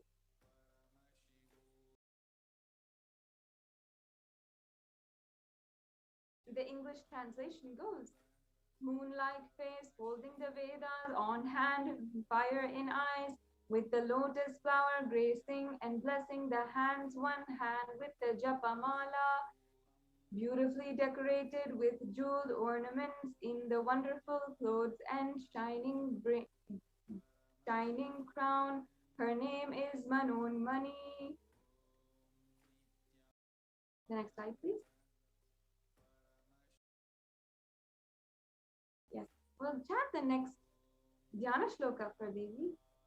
Dhyaye Devim Trinetram Shashibhavardhanam Vedahastam Dadhanam Savye Padmam Varadamappare Savayam Chakshamalam Divyerbhav Bare Nirvibhushitatanum Brahma Dibihi Ujitam Devimeva Manonmanim Pratidhinam Kamartha Datrim Shubham. The next slide, please. The meaning of this is, I meditate on Devi with 3 eyes glowing like a moon and holding the Vedas. lotus engracing with blessing and gracing hands. She is wearing beautiful ornaments and she is worshipped by Brahma and other many gods and showers auspicious boons for all actions every day. The next slide, please. Now, let us understand the significance of the divine element of gold. This reference is from the Atharva Veda, one of the 4 Vedas of Sanatana Hindu Dharma. The translation goes, triply born by birth is this gold. From the atoms of Agni is one, it becomes dearest to Agni. One fell away from Soma when it was hurt. One called the seed a virtuous and powerful Apaha, the water molecules. Let that triple gold be for your long life. Now understand that gold is a divine element. It purifies anything it touches. It is an element of spiritual significance and great spiritual power, of healing and enlightening. And the vibrations of gold has the power to infuse sattva energy and positive thought currents in anyone who wears and anyone who sees or operates in its vicinity. And further, gold is present in all of the scriptures of the Agamas, Vedas, Shrutis, Smritis, the Itihasas, and the Puranas. In all the Hindu scriptures, it is abundant that gold is the most auspicious and purest metal which purifies the being. In the Hindu civilization, everything was built in gold, and rituals, feasts were offered in gold bricks. When one is to be saved from life-threatening illnesses, gold was the offering as a ritual fee. And gold is in abundance and used for weighing equivalent amounts of commodities, including cows. Kingdoms were built with huge doors of gold, and the streets would have huge columns and huge archways made of gold. And even the horses and the cows were all dressed in gold.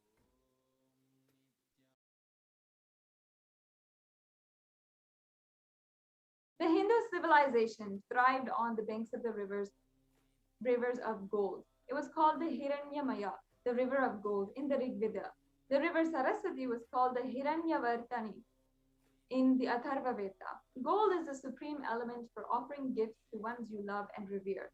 And temples are constructed and paved in gold. Deities are made in gold and decked and adorned in gold because it preserves the enlightenment energy for thousands of years, and it actually lasts forever. Now, let us understand the first offering for today, for the e-hundi offering that we can make to Devi PARASHAKTI. So I'll now chant the pramana. Bhakti Priya Bhakti Gamya Bhakti Vashya Bhayapaha Shambhavi Sharadaradhya Sharvani Sharmadayini. Devi is fond of true devotion and is realized through true devotion. She can be won over through true devotion and she removes all fear. The next slide, please. If there is any fear in the minds of the devotee, Devi is sure to remove that fear.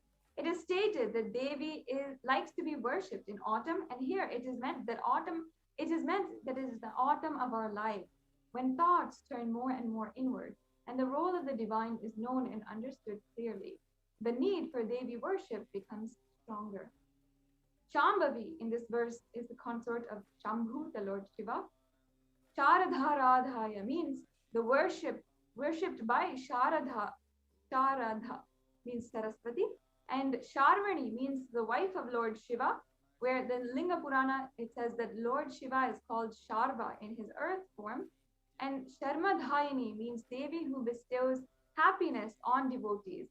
You can offer the Uihundi offering, to offer your gratitude and devotion to Devi PARASHAKTI by offering your Kanika and your name. It shall be chanted during puja to Devi.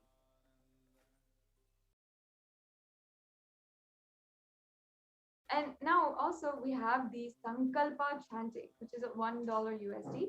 Now anyone who wants to offer the e-hundi offering or the Sankalpa offering can go to tiny.cc/Devi offerings, and you'll be able to make your payments. Or if you want to, you can learn more about these offerings. So let's now observe the pramana for the Sankalpa.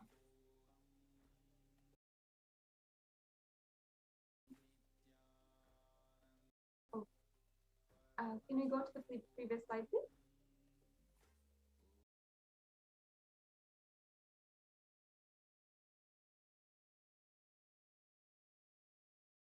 Yes. In this, the English translation goes, the goddess enchants the universe and she herself gives birth to this universe. That goddess, being prayed without interest in anything, gives that knowledge that leads to the salvation and gives wealth in the materialistic sense. This is from the Devi Mahatmya from chapter 12, verse 34. And you can offer the Sankalpa, the conscious resolution, which blesses the person with offering of all fruition and all of the desires and wishes he is yearning for. The next slide, please.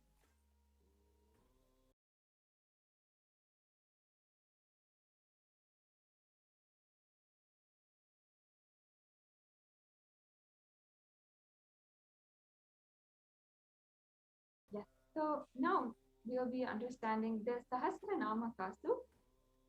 In the Lalita Sahasranama, in verse 731, Lalita is described as Nama Parayana Prita, which means she who loves the repetition of her name, of her various names. And this is the offering of 1008 names of Devi Parashakti. It's a very special and unique archana offered to Mahameru of Devi Parashakti. And you can offer a gold coin inscribed with 100 or 1008 names of Devi Parashakti and receive the blessings to have the Ananta Kalyana Guna, all the divine qualities of Devi Parashakti. Once again, this offering is for 75 USD and you can find it at, you can make your offering at tiny.cc/Devi offering. Yes, now I'll be chanting the Pramana for the next offering, the Mukta Anguti. Muktaharanala Satkar Kirita Ruchiram Purnendu Vaktram Prabham Chinjapura Kinkini Manidaram Padma Prabhasuram Sarva Veda Palapradam Dirisutam Vani Rama Sevitam Meenakshi Pranatosmi Santatamaham Karunyavaram Nidim. I bow down to the goddess Meenakshi, whose crown and garlands of pearls and the face shining like the full moon. She wears the anklets that are studded with the gemstones and has small bells, who is shining like splendor of lotus, who grants all the wishes, the daughter of the mountain, who is worshipped by goddess Vani and Rama. I remain ever bowing to the goddess Meenakshi, the ocean of compassion. So you can offer the pearl finger, the pearl ring, and receive the blessings to be showered by the compassion and the pure love of Devi Parashakti in all your business endeavors. The next slide, please. And now we'll understand the offering to Devi Parashakti of this Varna Padma Pushpam, which is 600 USD. Now there are hundreds of scriptural references for using the lotus in the worship of Parashakti. Almost everything in the worship of the ultimate involves the consecration of deities, of the worship of meditating on, or the mudras and asanas used during the worship, which involves the lotus flower, the lotus petals, the caracarp, and the lotus leaf. And the lotus is considered a divine flower. Shakti is Paramashiva and is also considered a lotus and called a lotus.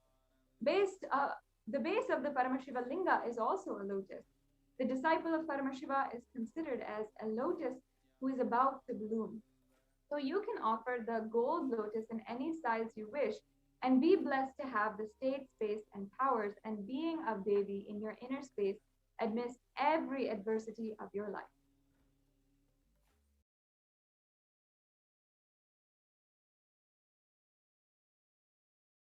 Yes, we go to the next previous slide, sorry.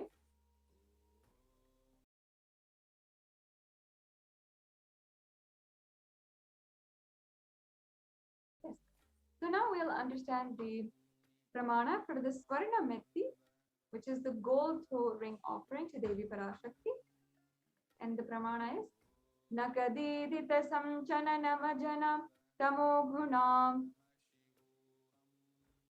padhadvaya prabhajala parakarta taroruha. You whose brightness from toenails destroy the darkness of ignorance, from the minds of your devotees who prostrate at your feet. You whose brightness from your 2 feet overpowers that of the lotus flower. The next slide, please.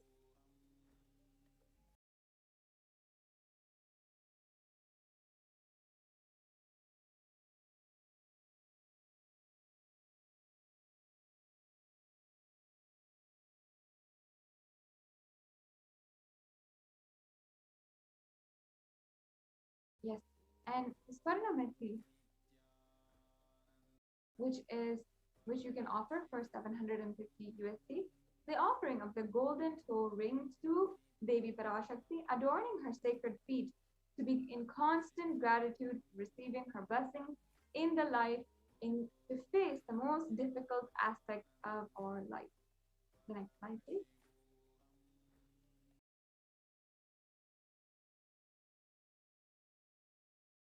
Now, the Swarna Mangtika is referenced in the Lalita Sahasranamam, where the Devi Parashakti is described as Shuddha Sarabhi Varshani, meaning she who makes the nectar flow from all of our nerves from the Sahasrara, she who gives a very pleasant experience of the ultimate.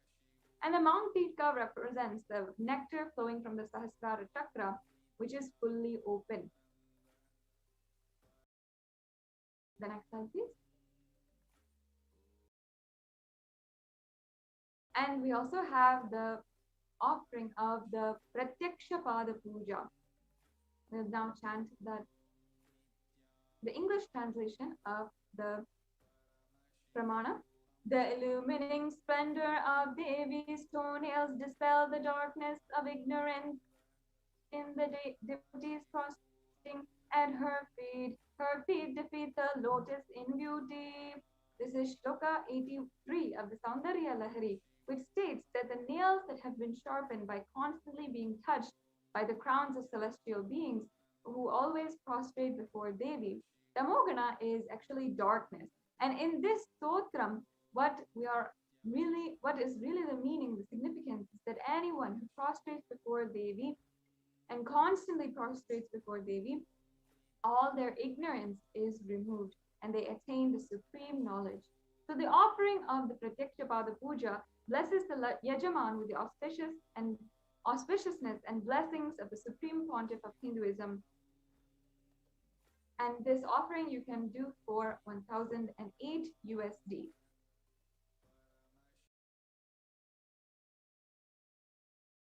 Yes, so now we have a table for you to see all of the summary of the offerings to Devi Parashakti, which you can do. We have the E-Hundi offering, the Sankalpa chanting, the Devi Sahasranama Kasu, the Mukta Ankuti, the Swarna Padma Pushpa, the Swarna Meti, the Swarna Mangtika, and the Pratyaksha Pada Puja, and the Vastra Seva. The next slide, please. Now let's go over the details of how you can make these offerings. So first of all, if you go to the links provided to tiny.cc/Devi offerings, you can do this if you are in 2 categories. One is if you're ready to offer today, or if you want to make an intention to offer any of these specific sevas. So even if you are interested in offering, or you need help in manifesting to make this offering, or you just want more details, please go to the registration form at tiny.cc/bhavasamadhi, and you can proceed for your online payment. If you are ready to make the seva by online payment, you can go to tiny.cc/Devi offerings. And then after the payment, make sure that you are submitting the details for the puja at tiny.cc/Sankalpa 2021. The next slide, please.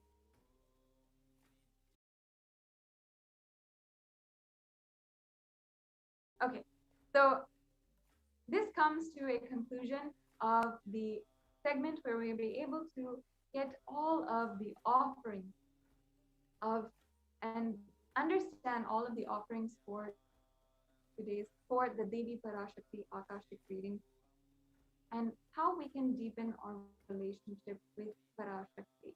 So now we will move on to the next segments in today's program, and be right back with you after a very quick break.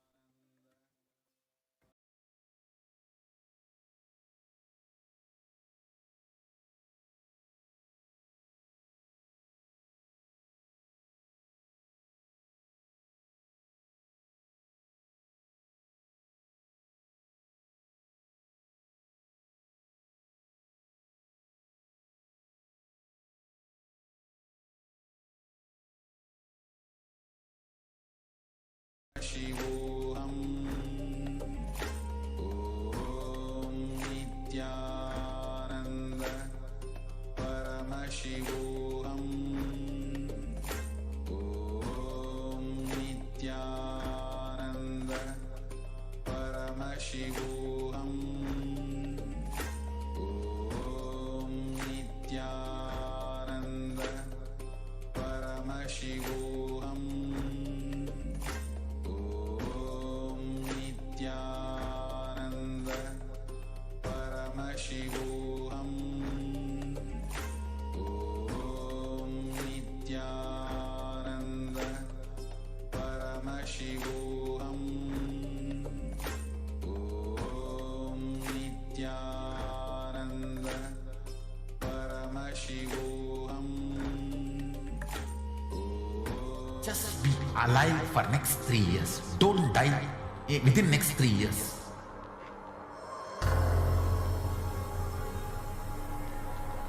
Just don't die within next 3 years. Be alive, somehow be alive. I'm working sincerely. I will reach you somehow. Somehow I will reach you. It's my commitment to humanity.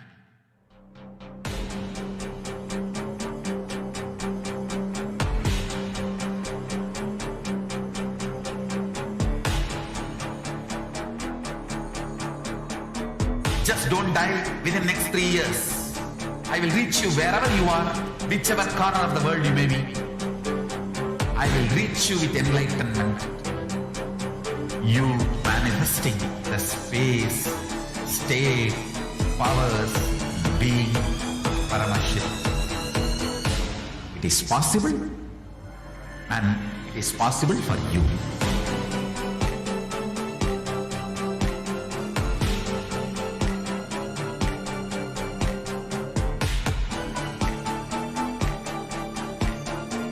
Paramashiva will reach you with enlightenment science. I know he is going to do the job. Just be alive for next 3 years. Nothing else.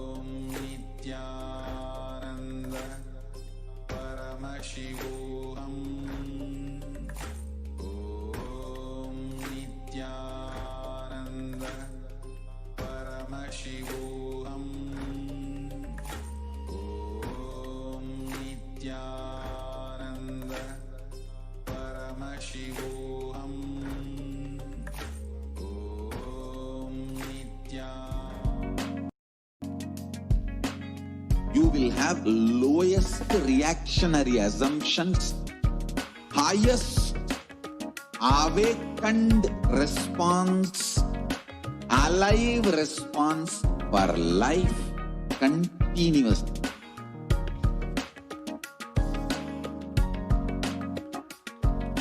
E-Kailasa is enlightenment ecosystem, literally enlightenment itself in your own home, wherever you are. Proper customized spiritual service helping you to complete with your life negativity. withdrawal from life, self-hatred, self-denial, self-doubt, so much of tiredness, laziness. We can support you, aligning your diet, your attitude, your aptitude, your understanding about life. We can help you with everything.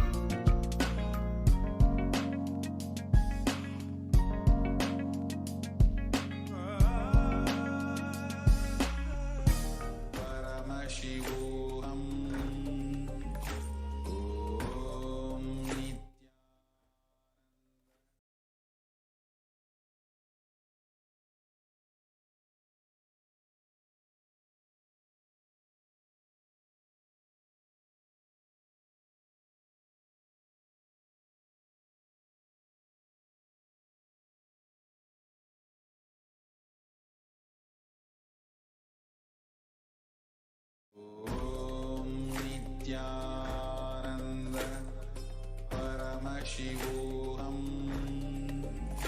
Om Nityananda Paramashivoham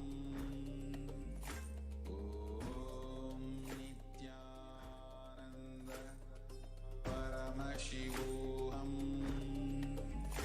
Om Nityananda Paramashivoham Om Nityananda Paramashivoham Om Nityananda Paramashivoham Om Nityananda Paramashivoham Nityananda Paramashivoham Om Nityananda Paramashivoham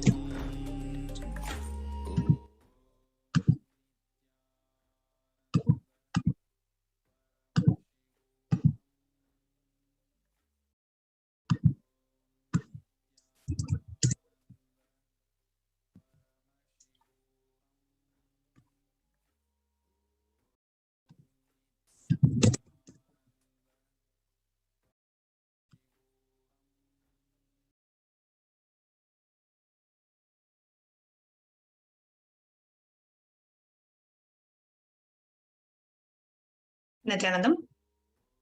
Welcome back, dear viewers. So we would now like to take you through a walkthrough of how you can make the offerings to Devi PARASHAKTI Bhava Samadhi Darshan offerings. So if you go to tiny.cc/Devi-offerings, this is the web page that you will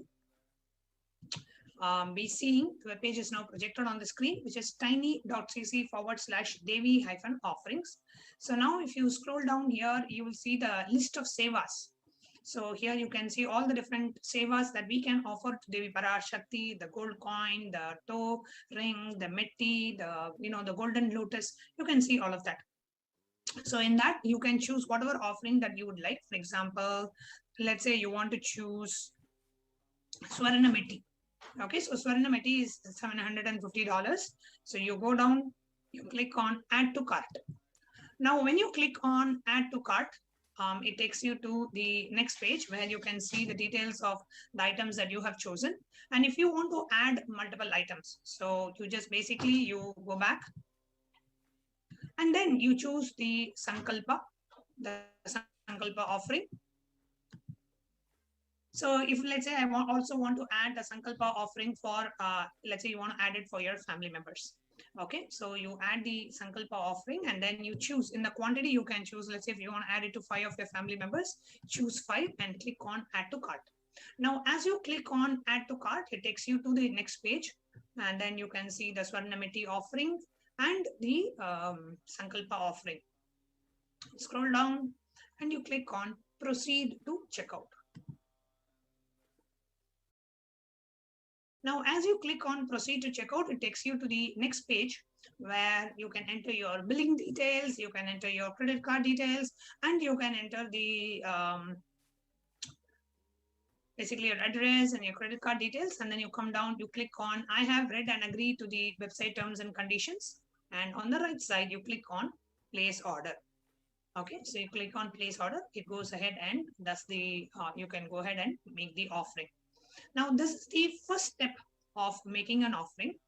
Now, the second step of making an offering. So the first step is you go to tiny.cc/Devi-offerings.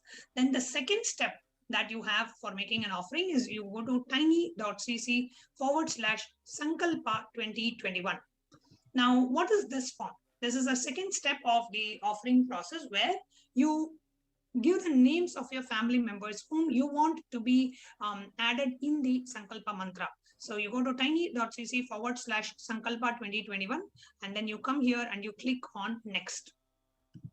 Now, when you click on next here, it takes you to the page where you have some disclaimers. You go ahead and accept them. You enter your payment details, other details, and then you come down and then the bottom you choose Devi PARASHAKTI Akashic reading, because this is an offering that you're doing towards Devi PARASHAKTI Akashic reading. You come down and you click next. Now, in the next page, you go ahead and you enter your details. You go ahead and enter your what is the offering that you're choosing to offer, what is the offering that you're paid for. You choose that, and then you also enter the names of your family members whom you want to be benefited by making this offering. So you click on next and go ahead and fill the form. Then the last way, one of the other ways you can make your offering, or you want to do the Guru Dakshina, or you want to make the e-hundi offering, where you are making this offering out of your gratitude to Devi PARASHAKTI, out of your gratitude to the Supreme Pontiff of Hinduism. So you go ahead and go to YouTube Live. Now, in the YouTube Live, on the right side of the YouTube Live screen, you will actually see a live chat option. Okay, now in the live chat option that you're seeing, below the live chat, you will see two emojis, which is basically two symbols. One is an emoji, and then the other one will be a dollar symbol. Okay, now in that emoji and then the dollar symbol, when you click on that dollar symbol, it will give you three options. And now those three options, I'll just take a moment. I request the interview operator to please go ahead and show the fallback as we go ahead and fix the screen. There's some small technical glitch. So you please go ahead and we'll be right back.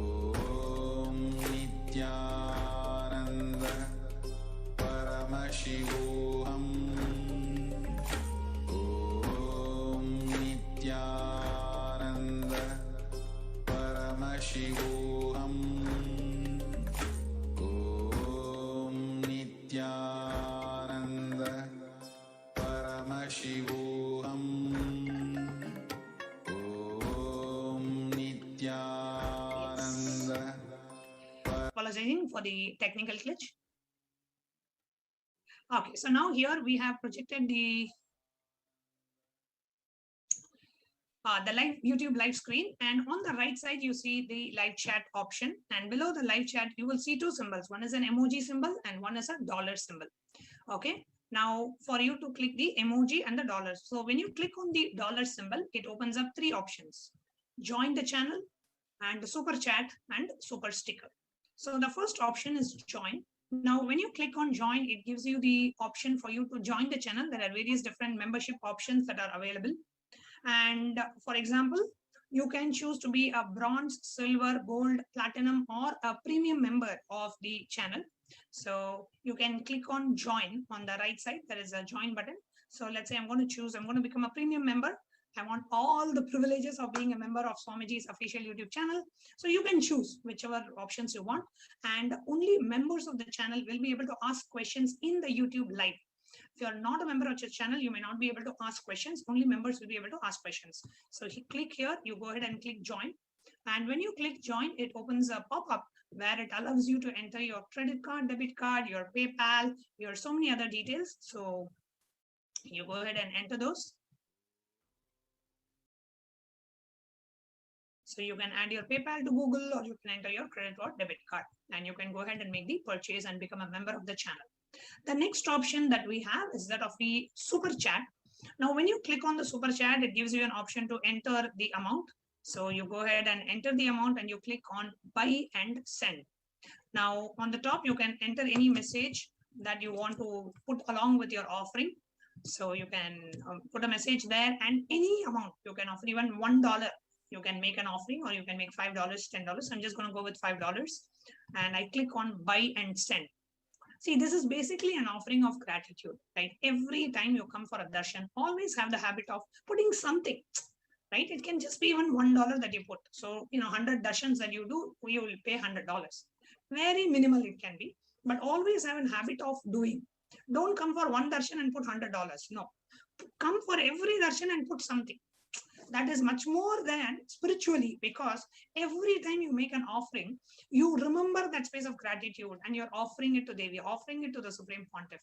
So more times you offer, the more times you remember. It can be the same amount. Instead of offering $10 one day, you can offer $1 10 days. That's fine. But every time make it a habit to make the offering. So here you come and you choose, you can add your credit card or a debit card, or you can add your PayPal details, and you can go ahead and make your e-hundi offering. The next offering that we have is that of the super sticker. So when you click on the dollar symbol, the third option that you have is that of a super sticker.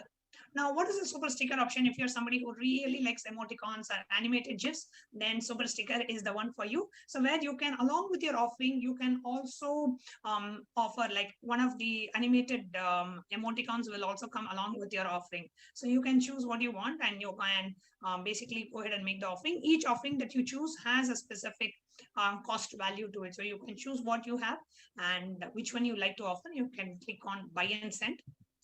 Now, let's say send for $20. It again opens a pop-up. You can enter your credit debit card, or you can enter your PayPal details. And with that, we are able to make the offering.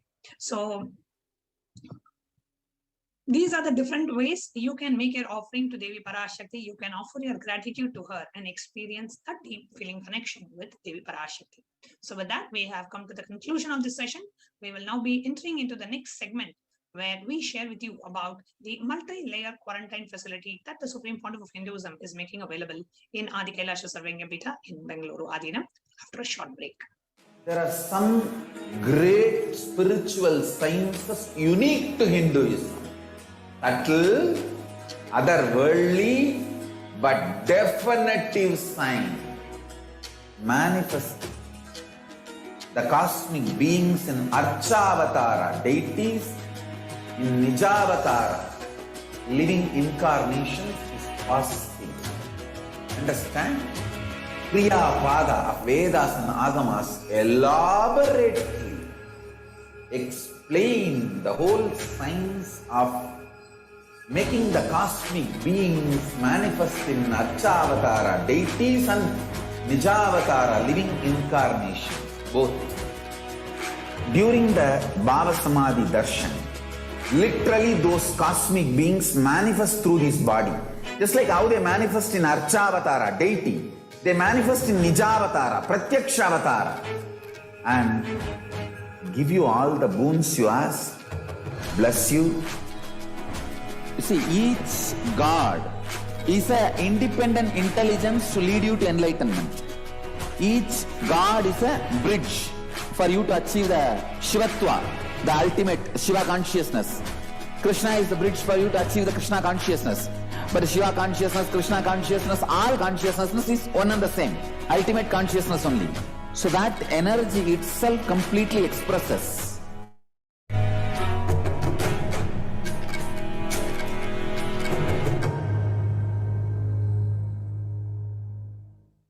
There are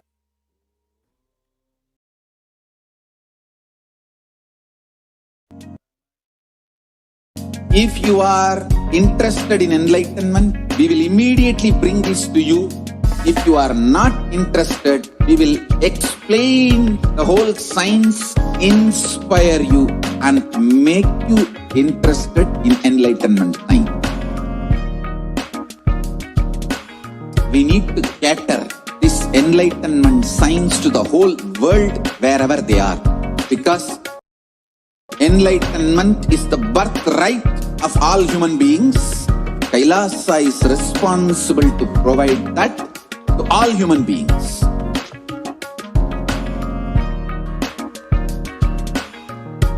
Kailasa is the totality of the knowledge I received from my gurus and practice manifested in my life, perfected by teaching millions of people from all cultures, time zones, backgrounds, genders, nationality, race, from every creed.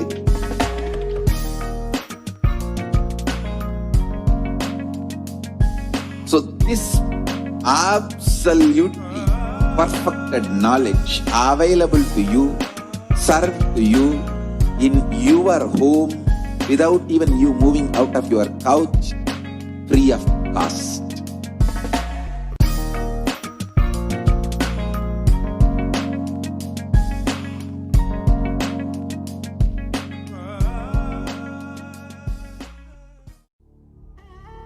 What I mean by the word E-Kailasa, listen intensely.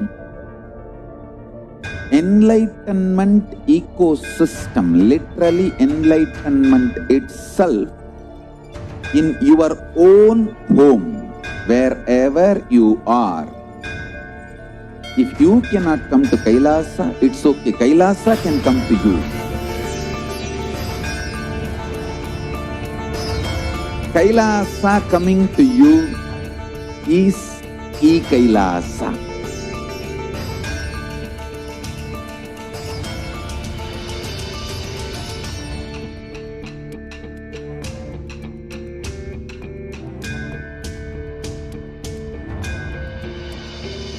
I will revive Hinduism. I am a Hindu revivalist, not by any revolution, but by evolution.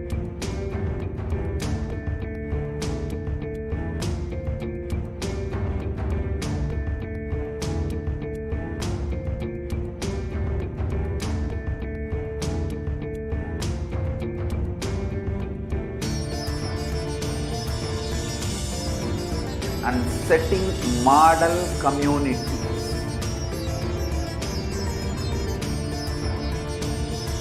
Kailasas, enlightenment ecosystems, Sarvanyapitas all over the world.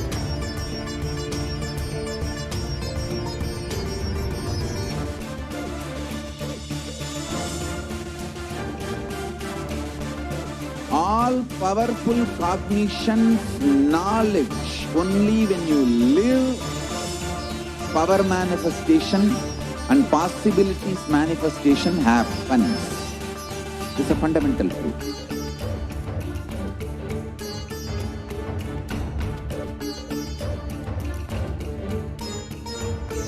Hinduism cannot live exclusively as one sampradaya. No. All sampradayas of Hinduism is an ecosystem.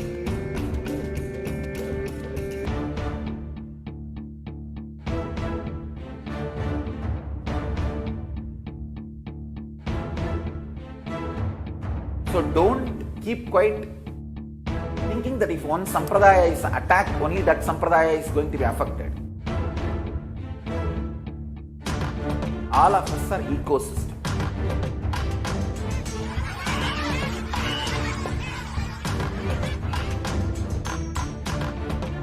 I invite all of you to get involved and enjoy Hinduism by the principle of Dharmo Rakshati Rakshitaha. When you protect Dharma, Dharma protects you. make the whole planet Earth flourish spiritually.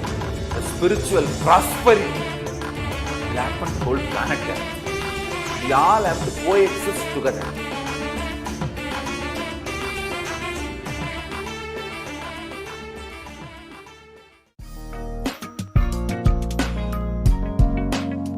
We get you help. We get you ability to build beautiful relationships in your life. We get you direct spiritual support, and we make sure you become wealthy.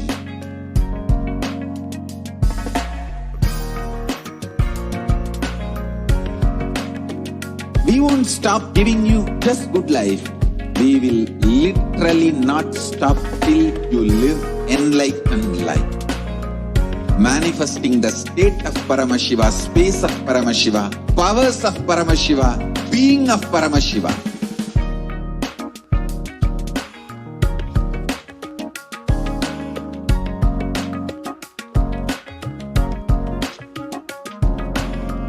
Whole world should become e-Kailashians. I want the whole world to know Hindus have something great to contribute to the world.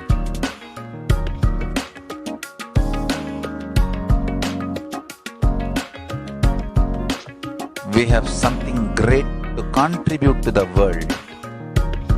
Let us do that.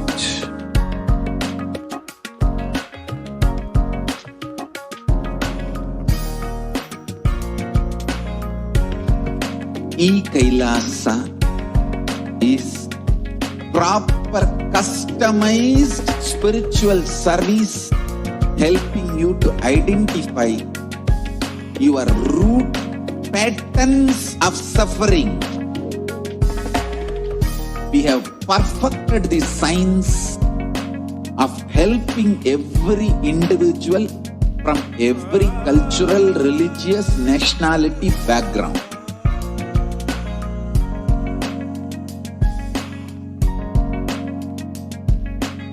You will have lowest reactionary assumptions, highest awakened response, alive response for life continuously.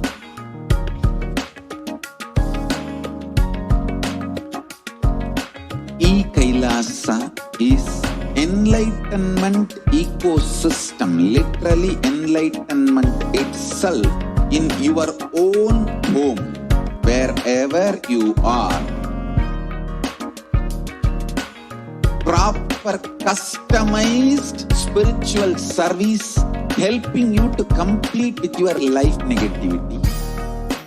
Withdrawal from life, self-hatred, self-denial, self-doubt, so much of tiredness, laziness. We can support you aligning your diet, your attitude, your aptitude, your understanding about life. We can help you with everything.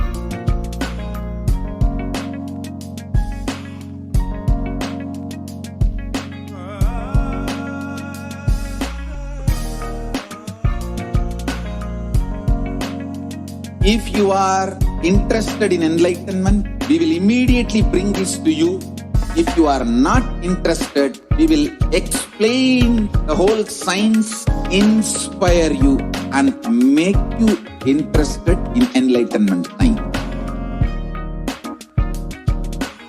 We need to cater this enlightenment science to the whole world wherever they are, because enlightenment is the birthright of all human beings.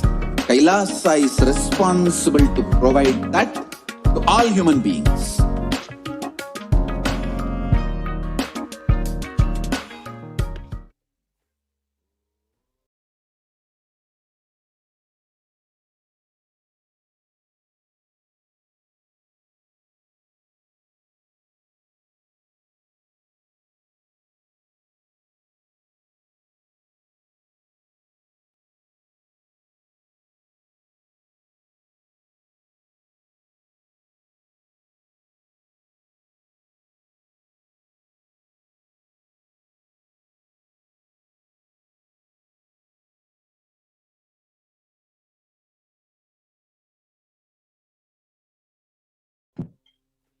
Yes, Nityananda. The next, we have Kailasa's de facto spiritual embassies as COVID care protection centers. Now let's look at the stats today.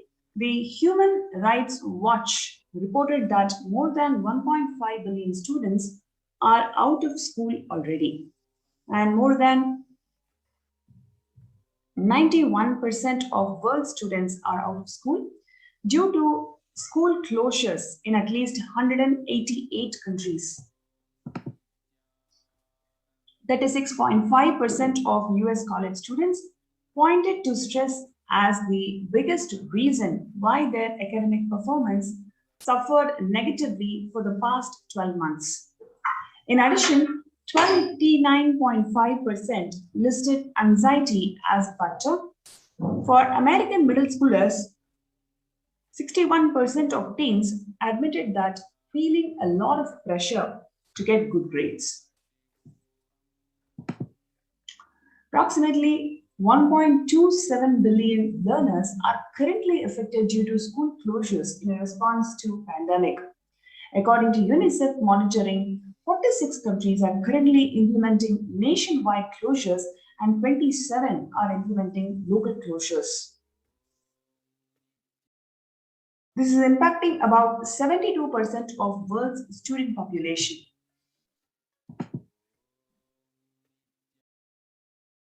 In a survey by the mental health charity Young Minds, which included 2,111 participants up to the age of 25 years with a mental illness history in the UK, 83% said that the pandemic had made their conditions worse. 26% said that they were unable to access the mental health support. Peer support groups and face-to-face services have been cancelled. And support by phone or online can be challenging for some young people. The COVID-19 pandemic has disrupted or halted the critical mental health services in 93% of countries worldwide, while the demand for mental health is increasing according to a new World Health Organization survey. Recently, a study also found that 18% of individuals, including people with and without a past psychiatric diagnosis, who received a COVID-19 diagnosis, were later diagnosed with a mental health disorder, such as anxiety or mood disorders. Surveys also found that the substance used and suicidal ideation are particularly pronounced for young adults, with 25% reporting they started or increased the substance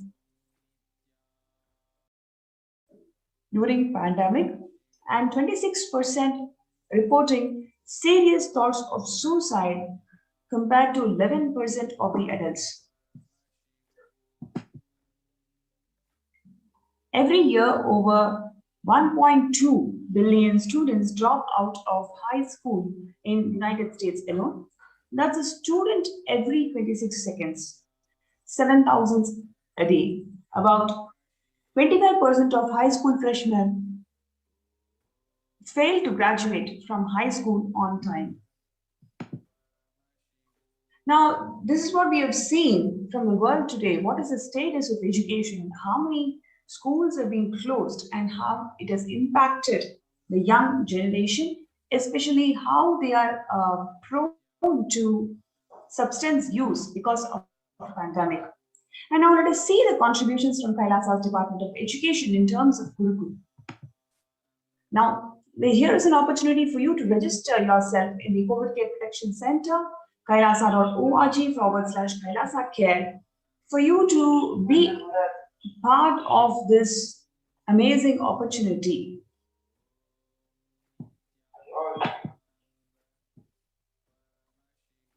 Kailasa's education. The whole Gurukul, real Gurukul education, the Hindu atmosphere that the Supreme Pontiff of Hinduism, had in 1970s in Tirunelveli is what he's trying to reproduce all over the world to Nityananda Gurukul and online Gurukul. Gurukul is a place where the celebration begins with right words in the blossoming minds, creating a gateway of possibilities, creating an enlightened civilization with young body and Vedic mind. The Nityananda Gurukul is a mystical Vedic school established by the Supreme Pontiff of Hinduism. Here, students live their highest potential and manifest various spiritual powers. The Gurukul functions according to the Supreme Pontiff of Hinduism's vision that education is for all, but life itself is not for education. The Gurukul brings to the world the right kind of education that empowers you.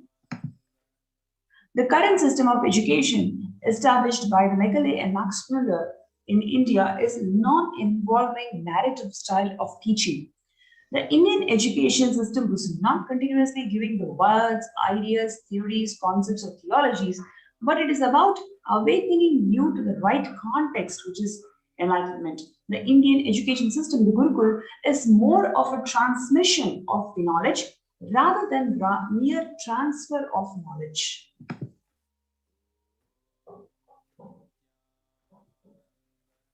Whether others educate you or you educate yourself, if it is based on the weakest link, it is called generalization, dilution to generalization. Whether others educate you or you educate yourself, if you plan everything based on the best of you, it is called specialization. The Gurukul ambience is for specialization and not for generalization.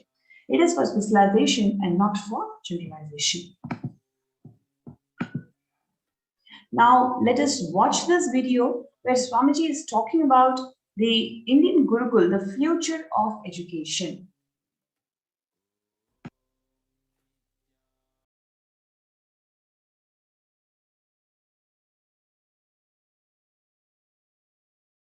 Now it is time, as per the astrology, no theory can rule any human society which is imposed on that society more than 60 years. Now 60 years is over for the non-involvement narrative education system. I am telling you, future is Gurukul system. The future of education is where the teachers and students live together in one place. If needed, let the parents also stay there. But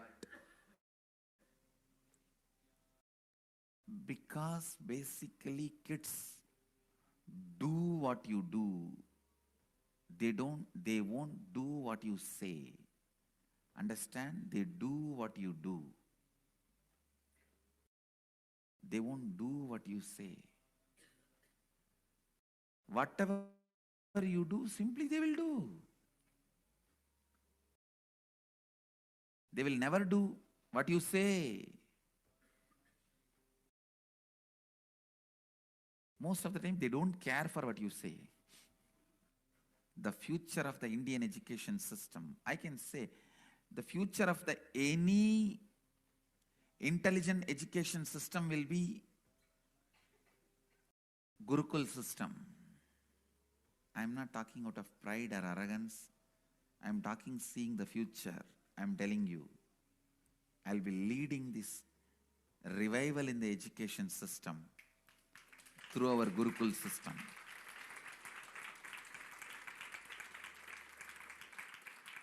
Through our Gurukul system. It is going to be the Gurukuls. In Indian education system, complete involvement is required from the side of the teacher and the student. Student need to study the teacher. Teacher need to study the student. Understand? After thoroughly studying the student, teacher identifies the right subject in which the student will be successful. Few things are basic for everyone, like science of completion and enlightenment. Other than the science of enlightenment, all other things, master selects the subject in which the student will be successful. And then student is trained specifically in those fields with the knowledge of enlightenment, with the science of enlightenment, with the truth of enlightenment as the context. Even if you learn the archery, enlightenment is the context. If you study administration, enlightenment is the context. If you learn about business, enlightenment is the context. If you learn plumbing, building houses,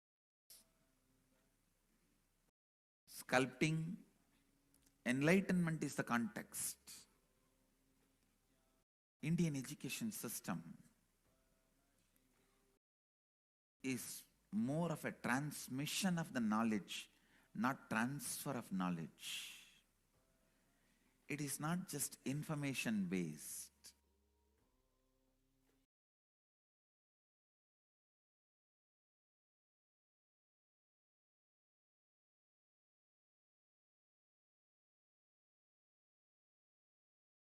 Now it is time, as per the astrology, no theory can rule.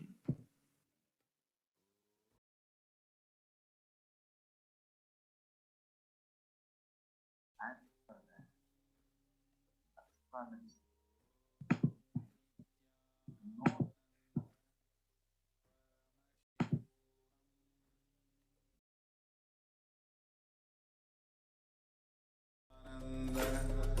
Paramashivoham Om Nityananda Paramashivoham Om Nityananda Paramashivoham. Today, the education is known to be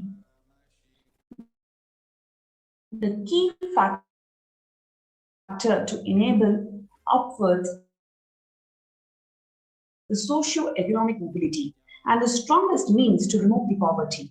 The right education is crucial to the well-being, stability, and growth of not only every child, but to the humanity as a whole. The Gurukul education system is known to be a knowledge transmission system of Hinduism, one of the pillars which kept the Sanatana Hindu Dharma alive and standing as the world's most ancient tradition. Through Kailasa's Department of Education, the Supreme Pontiff of Hinduism, Jagadguru Mahasaridanam, Swamiji has revived the Gurukul system in its entirety. The Gurukul living in the Guru's home. Gurukul system is rooted on Guru Sishya Parampara, or the living lineage of Guru-Sishya relationship. After decades of study on the physical, chemical, and biological uniqueness of meditative states and enlightened beings, it has been found that in normal waking state alone, their brain waves show that they are in a complete meditative state despite being fully active and engaged. In the world of athletics, this state is known as being in the zone, a glimpse into the peak of focus, cognitive and function, attention and coordination, to name a few. Rather than a glimpse, enlightened beings casually walk, talk, and engage with life settled in this peak. Recent studies have found that we imbibe the body language, behaviors, and patterns of those in our environment, not just on the behavioral level.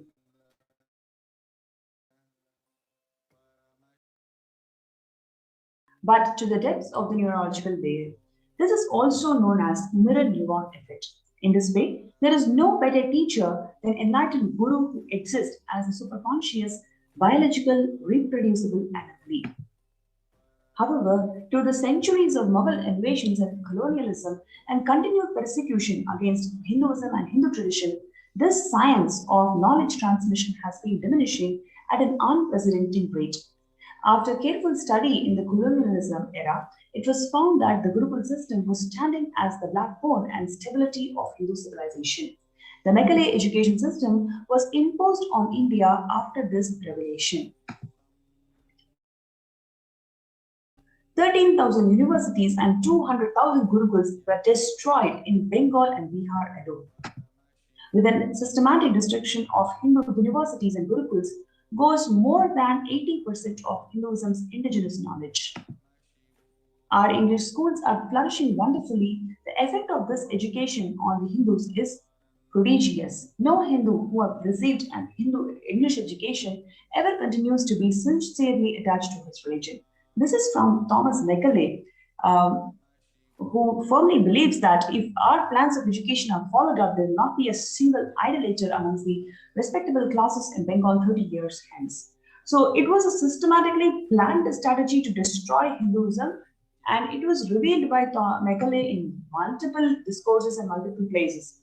Now let us see how Swamiji has revived this Nityananda Gurukul, that he has revived the grand revival of all the Hindus, Gurukuls and universities. It was officially inaugurated by Swamiji in 2006 in Biridi. And you can see how all the students beautifully performing the yoga and meditation under the sacred banyan tree. 50% of Gurukul Balasans are ahead of their age group, scoring 10 to 20% of Mensa at the age of 14. Gurukul Balasans learning standard academics along with the indigenous Hindu scriptures.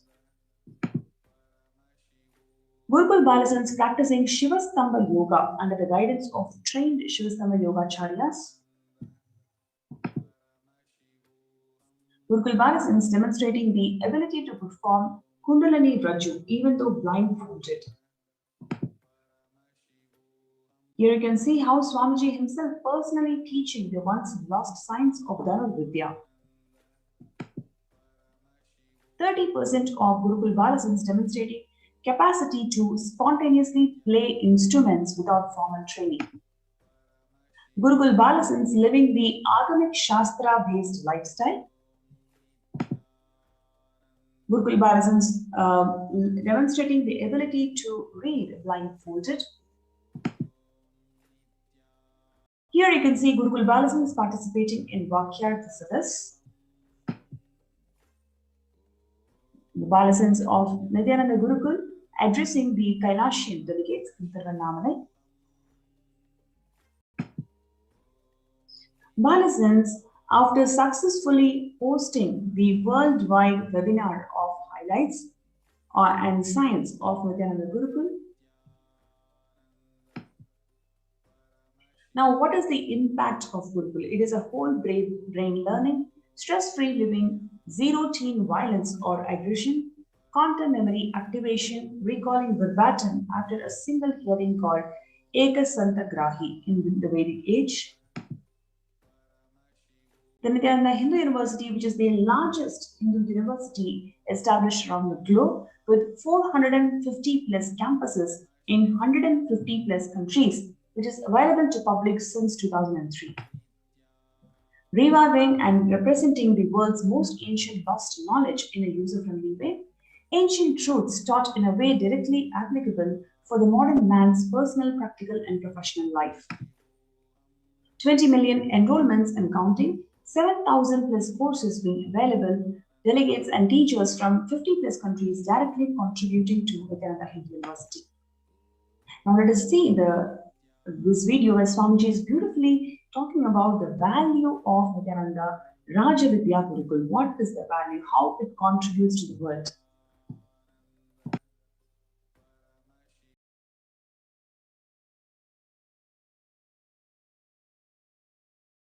Long rituals are not useless or unnecessary as a modern brainwashed Hindu thinks. Long rituals are the most powerful method, science, kriya,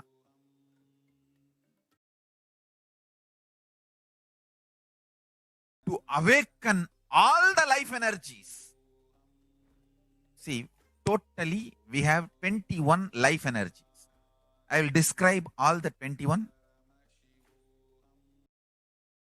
like a fundamental principal forces of life, like gravity, how all these are fundamental forces, principal forces externally. Internally, there are 21 life energies. Ability to visualize, ability to make decision. All these 21 is given to you, but you use them accidentally. That is why your life is full of accidents. Your marriage is accident, wealth is accident, life is accident, money is accident. Very less is planned, much is accident. And I tell you, I have seen people become thieves by not knowing the power of their life energy. I tell you, thief is the cheapest way to exist. I tell you. Because you do not know you own trillions. That is why you steal millions. If you know you own trillions, why will you steal? Listen, asteya, non-stealing, comes to a person who mastered his life energy. Each of my Gurukul kid is $1 trillion economy. I tell you, each of my Gurukul kid, the powers they can manifest. Understand, Gurukul is not a joke. It is a powerful science. Especially, see, normally, one child plus one child is a two child. But in the Gurukul ecosystem, one child plus one child is 11. 1, 1. Not 1 plus 1. 1, 1, 1, 1, 1. If there are 3 child, it is not 1 plus 1 plus 1, 3. No. It is 1, 1, 1. 111. The energy multiplication. Because the ecosystem, understand, that is why Gurukul has to be with the ecosystem. I have always seen, whenever I download a power on one child, when the group sits, I can share that power on the whole group.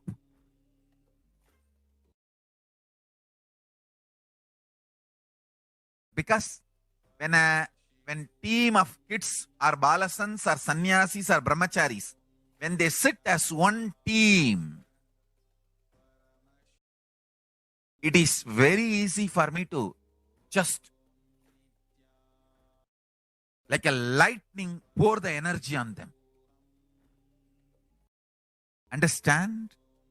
The Sankhya of life energy is different. The multi-dimensional logic of life energy is different. People cannot understand this Sankhya.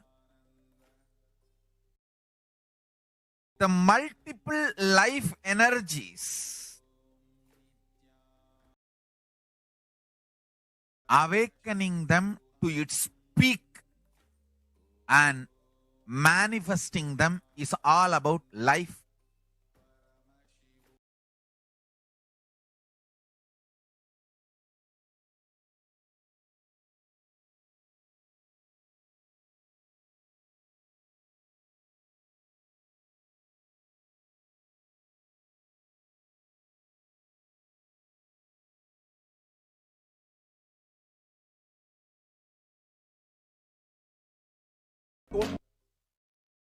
totality of the knowledge I received from my gurus and practice manifested in my life, perfected by teaching millions of people from all cultures, time zones, backgrounds, genders, nationality, race, from every creed.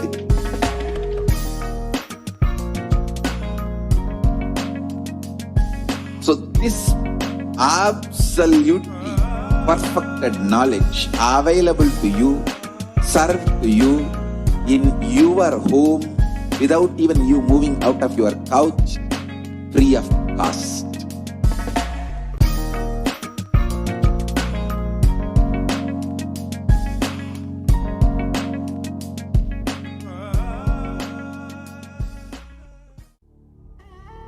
What I mean by the word E-Kailasa, listen intensely. Enlightenment ecosystem, literally enlightenment itself in your own home, wherever you are. If you cannot come to Kailasa, it's okay. Kailasa can come to you. Kailasa coming to you is E-Kailasa.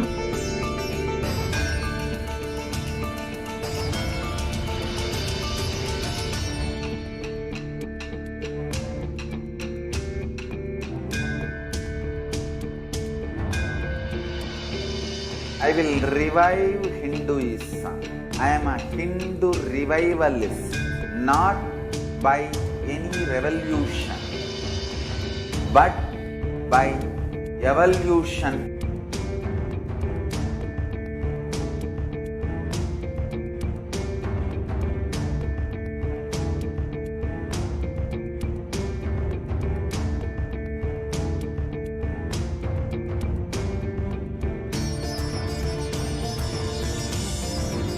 And setting model communities.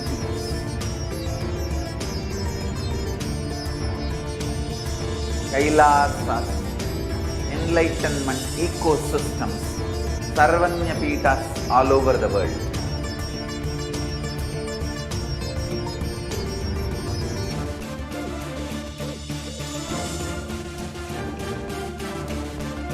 All powerful cognitions, knowledge, only when you live power manifestation and possibilities manifestation happens. This is a fundamental truth.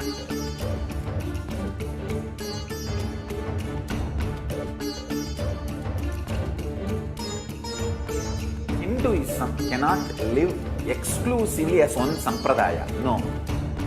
All sampradayas of Hinduism is an ecosystem.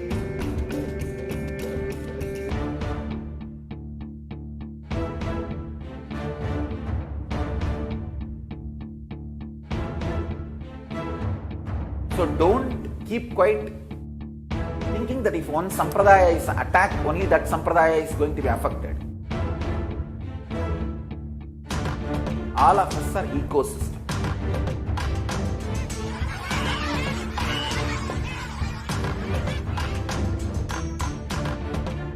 I invite all of you to get involved and enjoy Hinduism by the principle of Dharmo Rakshati Rakshitaha. When you protect Dharma, Dharma protects you.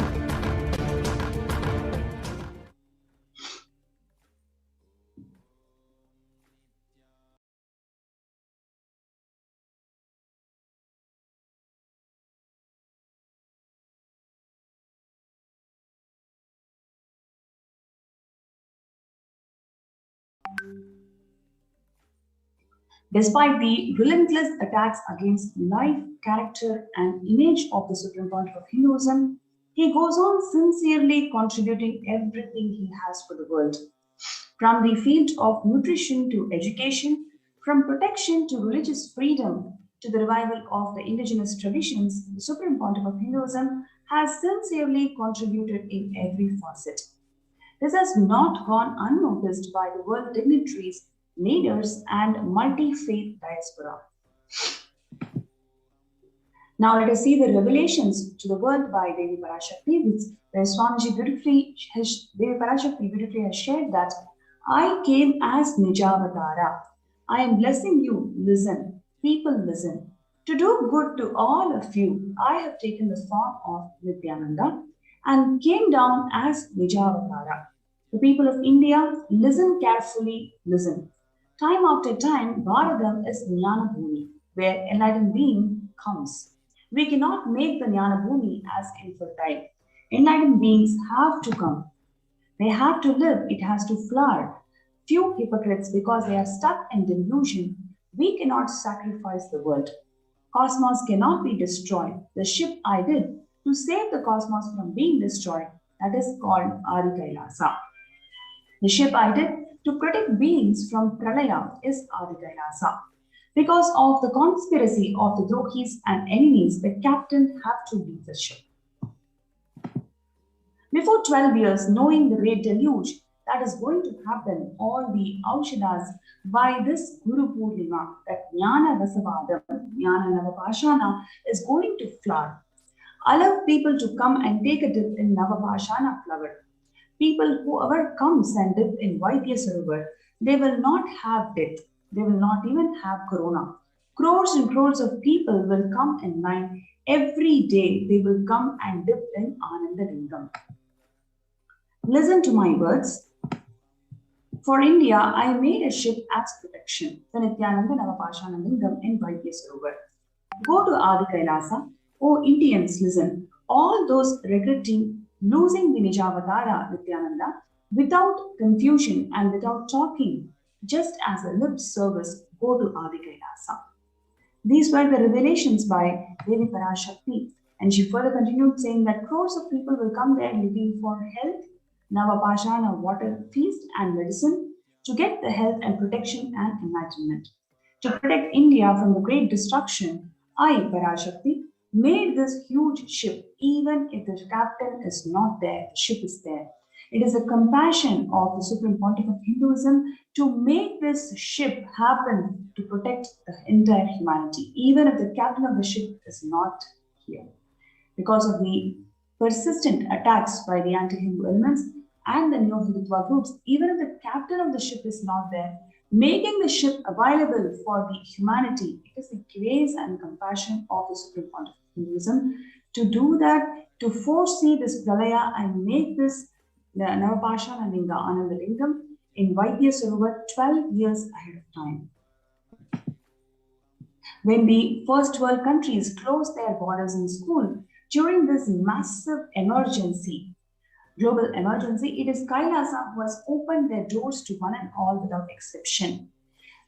We can see how every single place the borders and schools are closed during this massive emergency.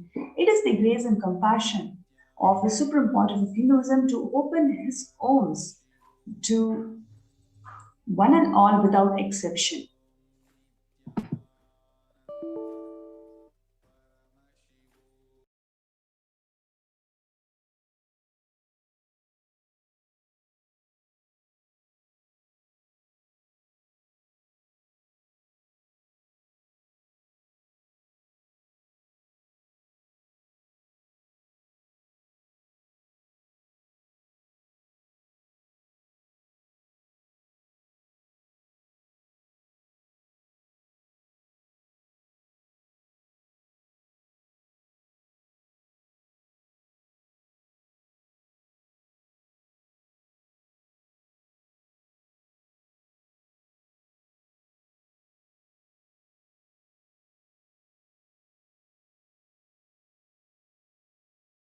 Just be alive for next 3 years. Don't die within next 3 years.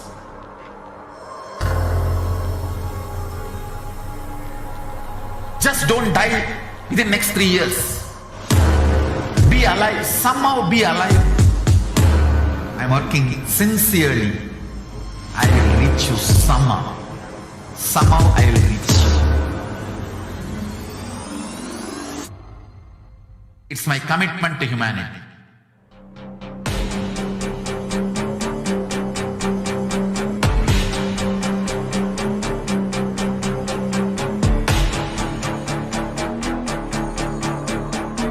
Just don't die within next 3 years.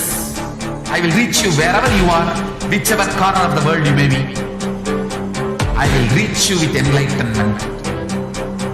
You manifesting the space, state, powers, being, Paramashakti. It is possible, and it is possible for you.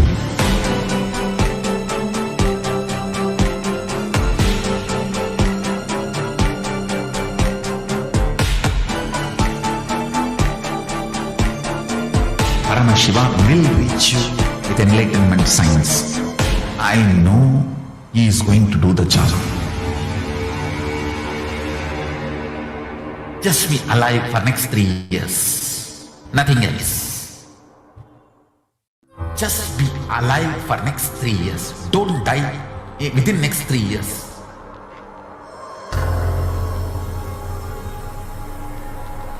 Just don't die within next 3 years. Be alive, somehow be alive.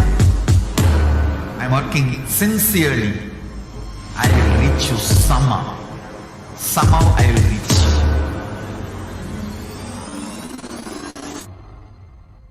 It's my commitment to humanity.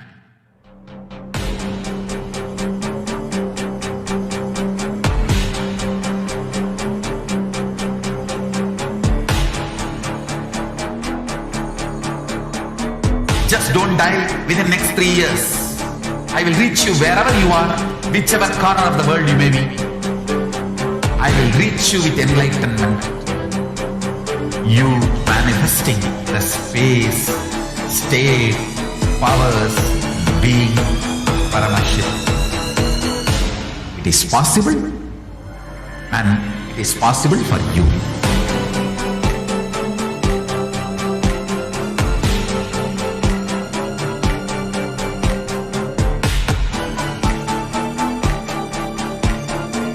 Paramashiva will reach you with enlightenment signs. I know he is going to do the job. Just be alive for next 3 years. Nothing else. Just be alive for next 3 years. Don't die within next 3 years.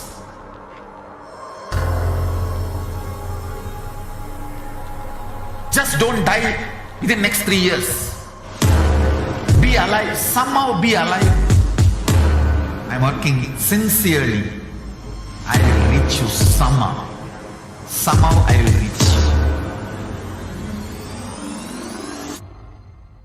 It's my commitment to humanity.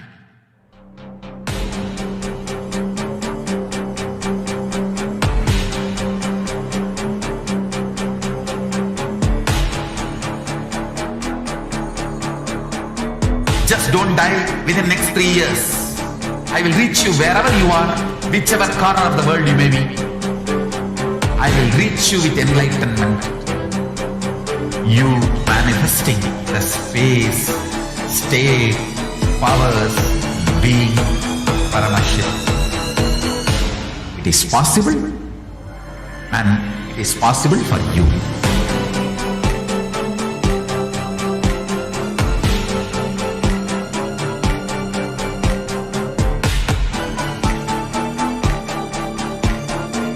Paramashiva will reach you with enlightenment signs.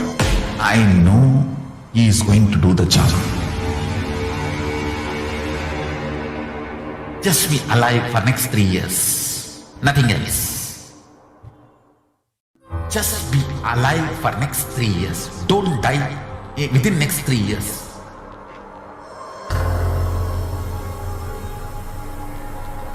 Just don't die within next 3 years. Be alive, somehow be alive. I'm working sincerely. I will reach you somehow. Somehow I will reach you. It's my commitment to humanity.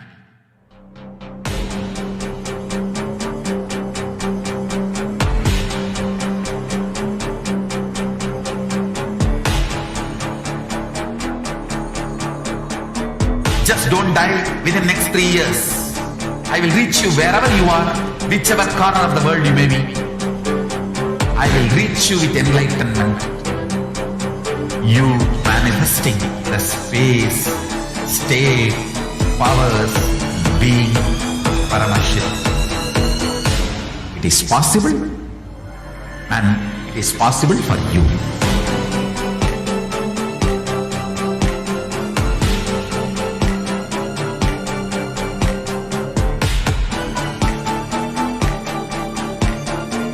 Paramashiva will reach you with enlightenment signs. I know he is going to do the job. Just be alive for next 3 years. Nothing else. Just be alive for next 3 years. Don't die within next 3 years.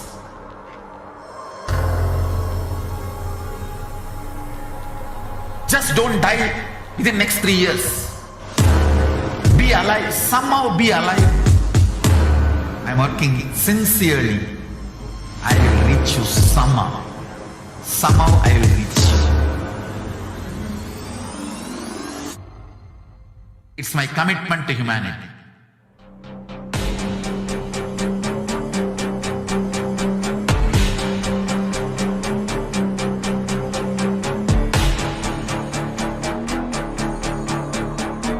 Just don't die within next 3 years. I will reach you wherever you are, whichever corner of the world you may be. I will reach you with enlightenment. You manifesting the space, state, powers, being, Paramashakti. It is possible. Yes. So a number of free COVID care centers that are opened across India, which includes Adi Kailasa and Vidadi, Salem Adinam in Tamil Nadu, Tiruvannamalai Adinam in Tamil Nadu, Rajapalayam Adinam in Tamil Nadu, Puduvai Adinam in Puducherry, Pattanam Adinam in Tamil Nadu, Sirakapadi Adinam in Tamil Nadu, Sripuram Adinam in Hyderabad, Madurai Adinam in Tamil Nadu, Avathipalayam in Erode, Hosur Adinam in Tamil Nadu, Baroda Adinam in Gujarat. So these COVID care protection centers offer both spiritual services, social services, and more than everything else, the cosmic revelations from Devi PARASHAKTI that helps them to prepare for the pandemic. And a number of social services that includes the medical care, infrastructure, free accommodation, free internet services, emergency services, personal protection, medical equipment, food security management through food banks, and organic farming. So you have this opportunity to join us in these COVID care protection centers. Go this link below, kailasa.org/kailasa-care.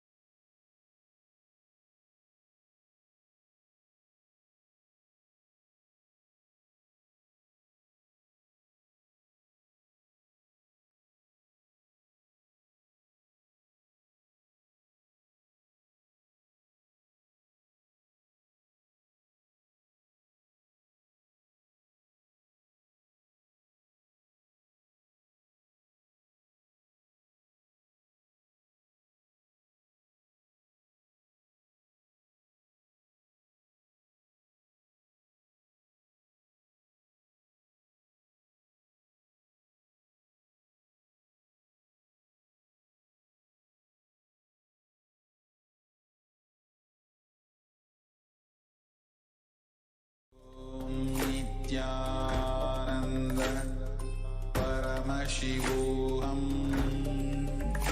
Om Nityananda Paramashivoham Om Nityananda Paramashivoham Om Nityananda Paramashivoham Om Nityananda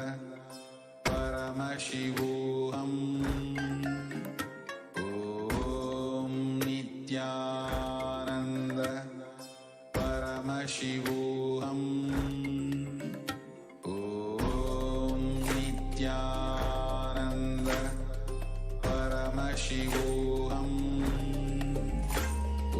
Om Nityananda Paramashivoham. Om Nityananda Paramashivoham. Om Nityananda Paramashivoham. Om Nityananda Paramashivoham. Om Nityananda Paramashivoham. Om Nityananda Paramashivoham. Om Nityananda Paramashivoham. Om Nityananda Paramashivoham.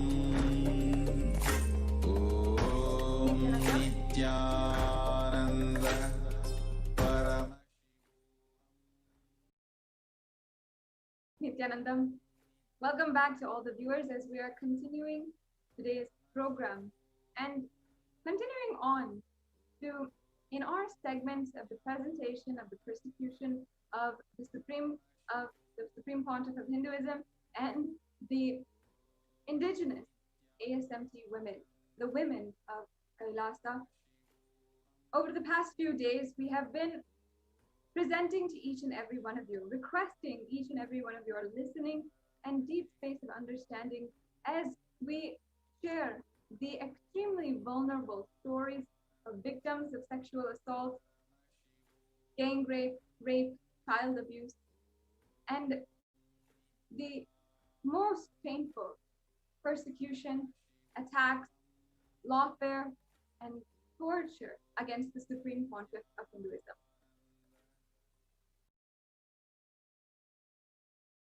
Over the past few days, we've heard the stories of victims who have been brave enough to come forward and share their story, share how they have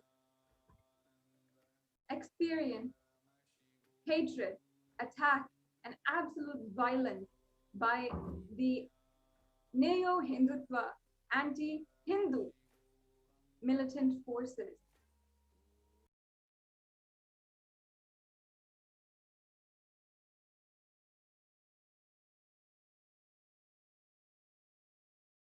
Ethnicities, against different religious backgrounds and races, how these terrorist forces, even though they might be against different cultures and backgrounds, when it comes to violence, they use certain strategies in order to ensure the destruction of an entire ethnicity and its population. We had discussed the strategy of using child rape and the rape of women as a tactic in genocide.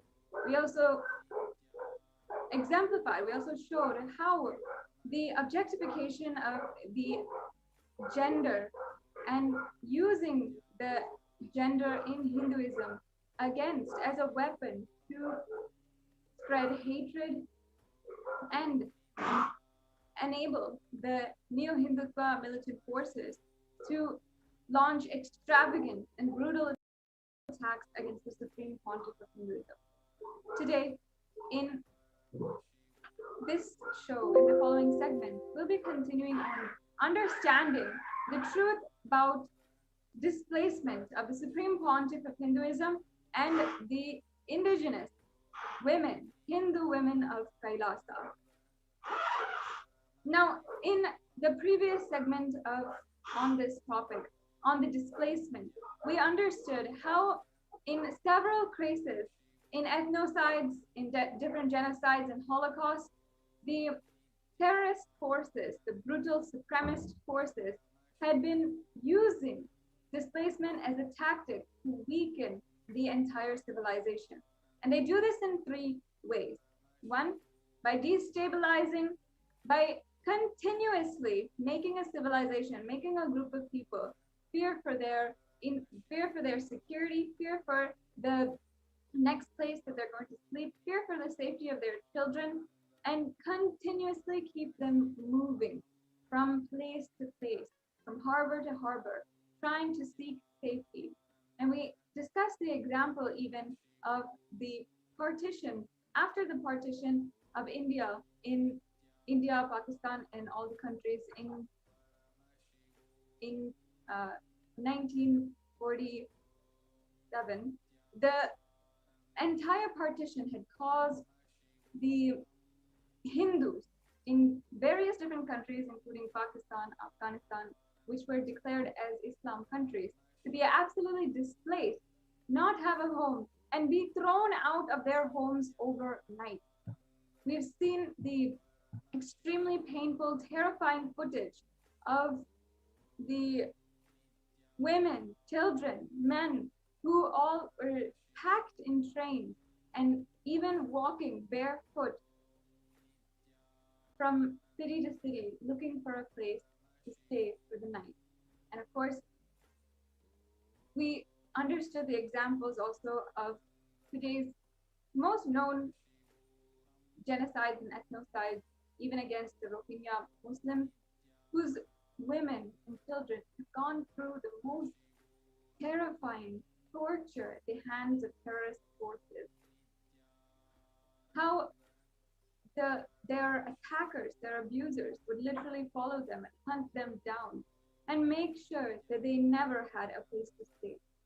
This tactic is a successful way of ensuring that the entire population, an entire ethnicity, is disabled from growing because they don't have a chance to have a stable foundation, grow stably and move forward. And they also ensure that the women and children, the people who take care of their community, the leaders, the women leaders of the community, and the children, the future of the community, are all extremely unable and even terrified to go about their life in a normal way, much less in a way with higher ambition or even to contribute to the world, but at least to protect their normal human dignity and to live a basic lifestyle, basic human lifestyle. They're not even able to do this. In the Hindu Holocaust, in several records, we have seen how the Islamic invaders, the Mughal invaders, 5,000 years back as they started, had enslaved the women and children of the Hindu civilization and even moved them in their own prisons, in moving prisons, in shackles, and ensured that they were entirely enslaved. In this day and age, we continue to see the displacement of the indigenous Hindu women of Kailasa, the disciples of the Supreme Pontiff of Hinduism, and ultimately even the Supreme Pontiff of Hinduism himself. And it is not just a single attack against two women and children, but an entire minority, an entire indigenous group, which represents the oldest group a part of Hinduism, and much like in the ways that His Holiness the Dalai Lama, the known and recognized leader of the Tibetan Buddhists and leader of the nation of Tibet according to the original Tibetan policies and religious order, how he was entirely exiled from Tibet, removed from his status as a leader, ensured that he could not go back to Tibet, and the entire Tibetan Buddhists, the families, and the monks were all left unable to protect themselves from terrorist forces that were attacking them. Worldwide, we have seen the footage and the pictures, the horrific pictures of monks being set on fire, the Tibetan Buddhists being set on fire the women and children running and screaming away from their attackers. And in the same way, on the 2nd of March of 2010, the Neo-Hindutva militant forces attacked the Adi Kailas Sarvagnipeetam, the kingdom of the Supreme Pontiff of Hinduism, and they attacked his very quarters, his headquarters in the Adinam. On that very day, the Supreme Pontiff of Hinduism had to flee to ensure the protection of his self, leaving all of the sannyasis and the Hindu women and all the Balasins and needing to protect himself. The attack raged on that day in 2010, where literally they had set buildings on fire, and the entire Adinam, the monastery, which was purposed to give superconscious breakthrough to the world, was set on fire and blazing in every direction. We heard in the previous segment the story, the recollections of Ma Nitya Bhaktikananda Swami, who recalled how overnight on this day, the women and children of Kailasa, the sannyasis who were residing in Adi Kailas Sarvagnipeetam, on one hand, worrying deeply and concerned. The only thing going on in them is, where is Swamiji, our Guru, our God? On the other hand, being attacked literally by the anti-Hindu militant forces. And all of these women had to flee within a matter of hours. They were informed of more and more attacks and more, Hindutva forces raiding the Adinam and trespassing. And they had always seen and witnessed the rapes and brutal assault of their brother and sister sannyasis. So they needed to immediately leave the monastery.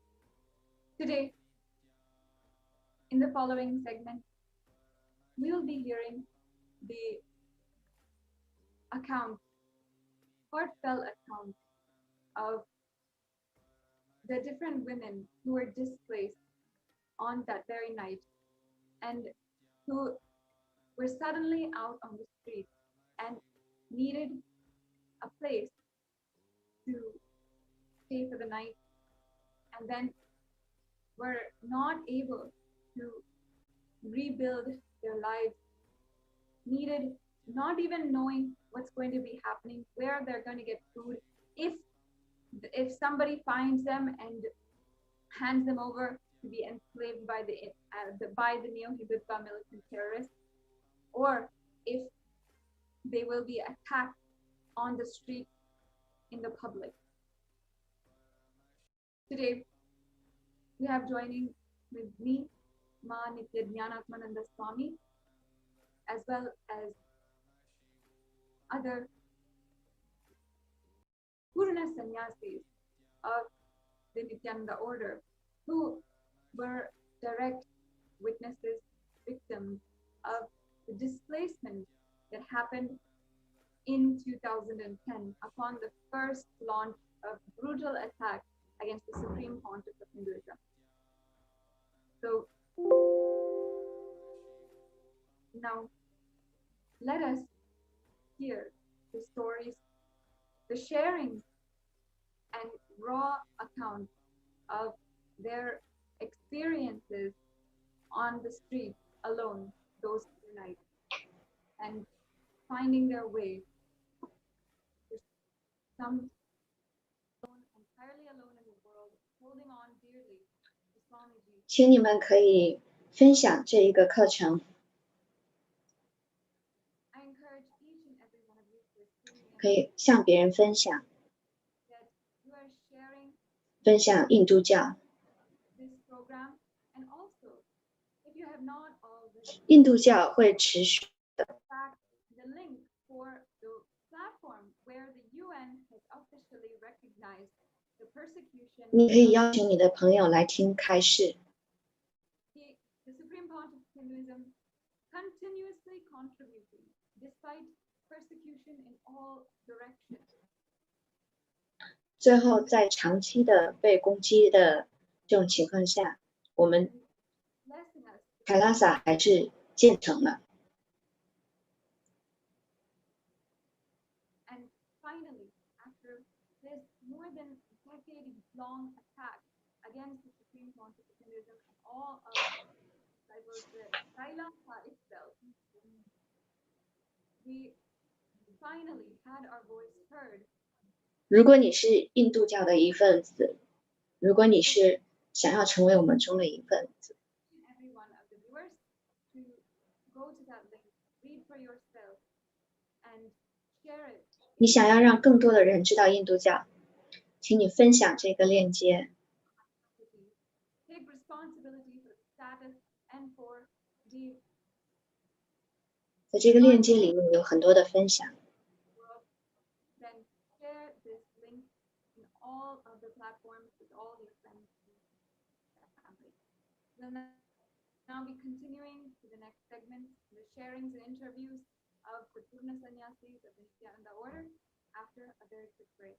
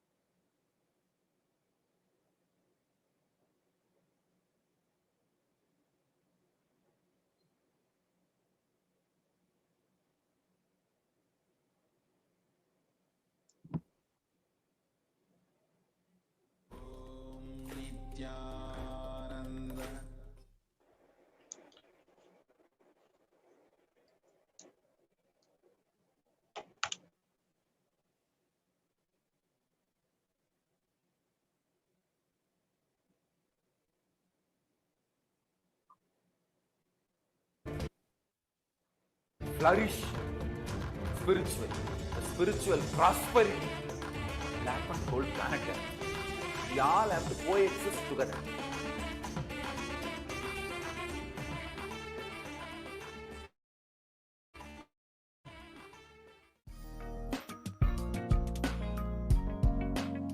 We get you health. We get you ability to build beautiful relationships in your life. We get you direct spiritual support, and we make sure you become wealthy.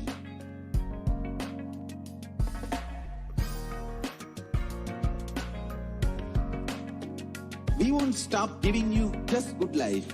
We will literally not stop till you live enlightened life.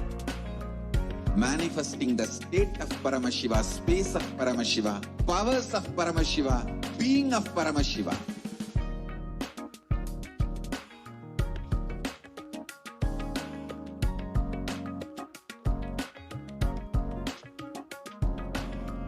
Whole world should become e-Kailashian. I want the whole world to know Hindus have something great to contribute to the world.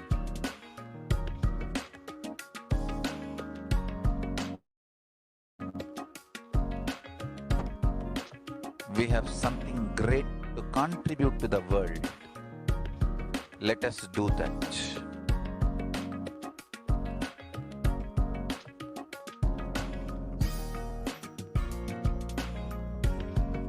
E-Kailasa is proper customized spiritual service helping you to identify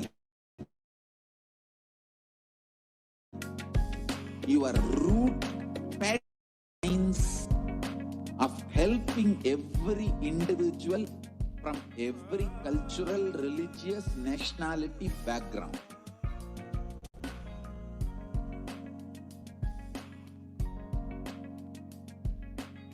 You will have lowest reactionary assumptions, highest awakened response, alive response for life continuously.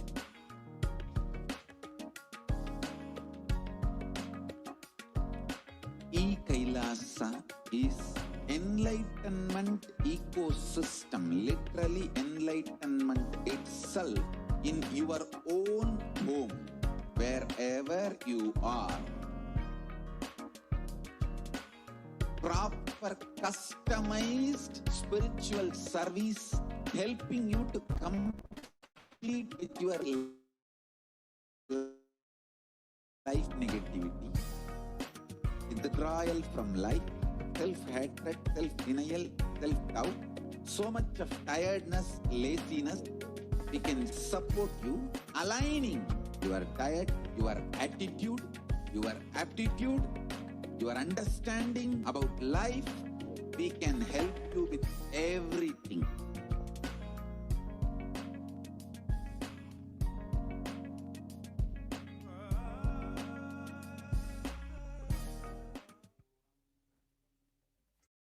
Yeah. 我想要来分享这一个体验。在这20年被攻击的时间里，究竟发生了什么？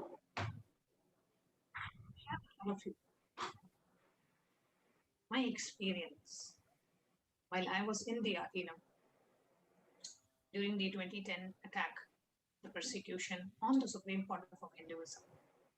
What really happened? And how, 这些年他们做了 as 什 the 么？ women of Kailasa, being a part of the Kailasa Uniting Nations, the sovereign order of Kailasa, how the female monks, such as me, had to go through so much of pain and suffering and trauma because of what they did to the 我 Supreme 曾 Pontiff 经 of 在美 Hinduism 国 and 这 Kailasa, 个 the 工 attack 作， by the anti-Hindu element and the new Hindutva militant gang. So, just to give a brief overview or just a quick background about myself.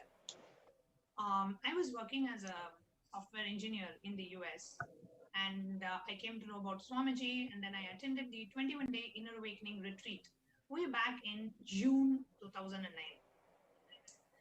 Swamiji 应该， When I was attending the Inner Awakening retreat, the Supreme Pontiff of Hinduism 我很确定那没有问题。 revealed the purpose of my birth.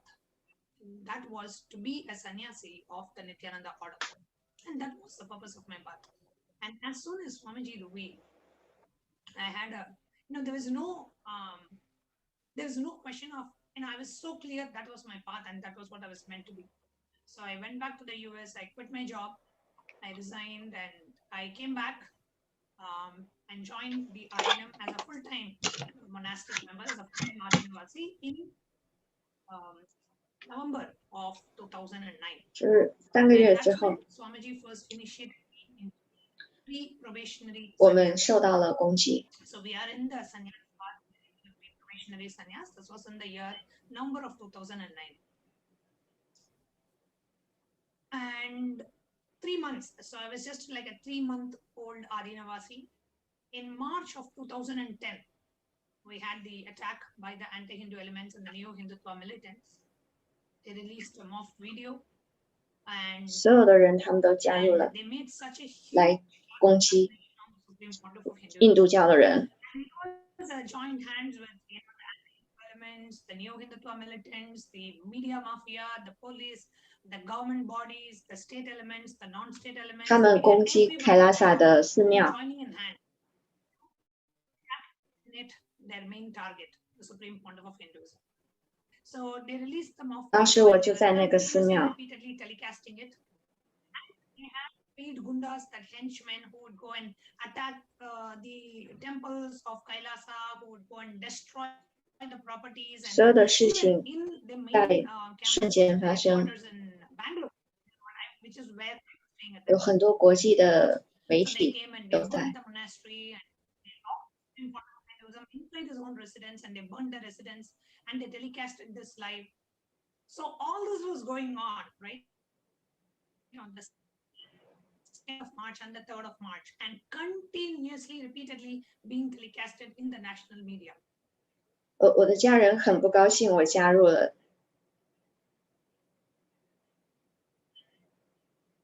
The monastery at that time, I was getting frantic calls from my pre-monastic family. 印度的 And 上 they, 师 first of all, they were not happy that I quit my job as a software engineer and I'm taking up this monastic lifestyle. They at that time they 非 were 常 not 多的人被 my 洗脑， pre-monastic parents were not devotees of Swamiji at that time, and they thought to the great 所以他们 lavish 非常的反对 brainwashing of Tamil 印度 Nadu, 教。 where the Hindu gurus are shown to be and pretty much all the Hindus in Tamil Nadu are so brainwashed against the ancient Guru Sishya Sampradaya because of the anti-Hindu elements and the Dravish gang continuously putting false news and rumors against the Hindu gurus in the media. So my pre-monastic parents were not very open and they were actually very upset that I quit my job and I joined as a, in the monastic order. So when they heard this news and that they heard that the ashram, people were coming and rampaging the ashram and the ashram was burning on one side and gundas were coming and the women in the ashram were portrayed as prostitutes and whatnot. So I was getting frantic calls from my pre-monastic family saying, get out of the ashram and come back to Chennai immediately. I said, because actually at the gate and at the entrance of the ashram, these anti-Hindu elements were barging and doing all of this. And we were inside in one of the, apartment complexes and we were quite safe. I told, do not worry, we are good, we are safe, don't worry, we are fine. And they said, no, the entire ashram is under attack. 看他们在 You have to get out of there right now. 在媒体上 And 播放出来的这些内容， in that, there was one person in the military. 他们根本就在那个时候并不了解 Swamiji， 他们只是从这个媒体， Because look at what 他们烧了 Swamiji 的照片， happening and 烧了很多东西，这是一个非常大的一个攻击。 anything at the time, the only thing they came to know about what's happening is through the media. And 我就在那里，但是我没有要任何哪里。 so much of attack. So they continuously were 这 calling 是我的地方，我知道 Swamiji 在这里，我哪儿都不要去。 out of there, getting you out of there. And I was very clear, I am not going anywhere. This is my place. Swamiji is Paramashiva. I am going to be here no matter what. This is my house. I have come here and I know Swamiji will take care and I am not going anywhere. 他们一直在攻击这个窗户。 And this was on the third the residence of Supreme Pontiff was burnt with 我 Supreme 可以 Pontiff 通过这 being 个 outside and we were all in the monastery. We could see the 屏幕上的这个影片看 the 到， policemen who were 他们的攻击太疯狂了，我们什么都做不了。 residence being burnt. And the couple of sannyasis inside the Supreme Pontiff's residence at the time were shouting. And all the sannyasis and adinavasis and myself, we were there in the monastery at the time and we couldn't do anything to stop it. We could not even take a bucket of water to throw because we were stopped by the police. And that was when it struck me. 我们知道他永远不会保护这些攻击我们的人。 And that was the first time I realized, oh God, the police, at least that was there in the monastery at that time, they were not to protect us. They were there to protect the people attacking us. 我们在那天晚上得到这个消息，新的印度教的问题。 The victims of the attack. Of Hinduism and all the monastic members at that time. 他们烧了整 So 个 then what 的 happened was, 整个的这个地 and 方， we got the news later. 大家可以通过这个屏幕看到这个房子在熊熊的燃烧。See, 这些反对印度教的人， they are decided to burn down and bring the whole thing into ashes, and somehow they wanted the neo Hindutva elements wanted to take over the organization from Supreme Pontiff. They wanted to run the organization themselves and assassinate Supreme Pontiff. The anti-Hindu elements, all they wanted was that Supreme Pontiff should be assassinated and he should not be no longer continuing to revive Sanatana Hindu Dharma, because that is completely against their political agenda and vested interest. Now this new Hindutva gang, what the militants, what they had planned was they were going to come into the monastery and throw the drugs. They themselves are going to bring drugs with them and they are going to implant that in the monastery, and they themselves will come with the media and take a video recording and show live that, you know, illegal activities are going on in the ashram. So let us go ahead and arrest all the inmates and let us lock down the ashram.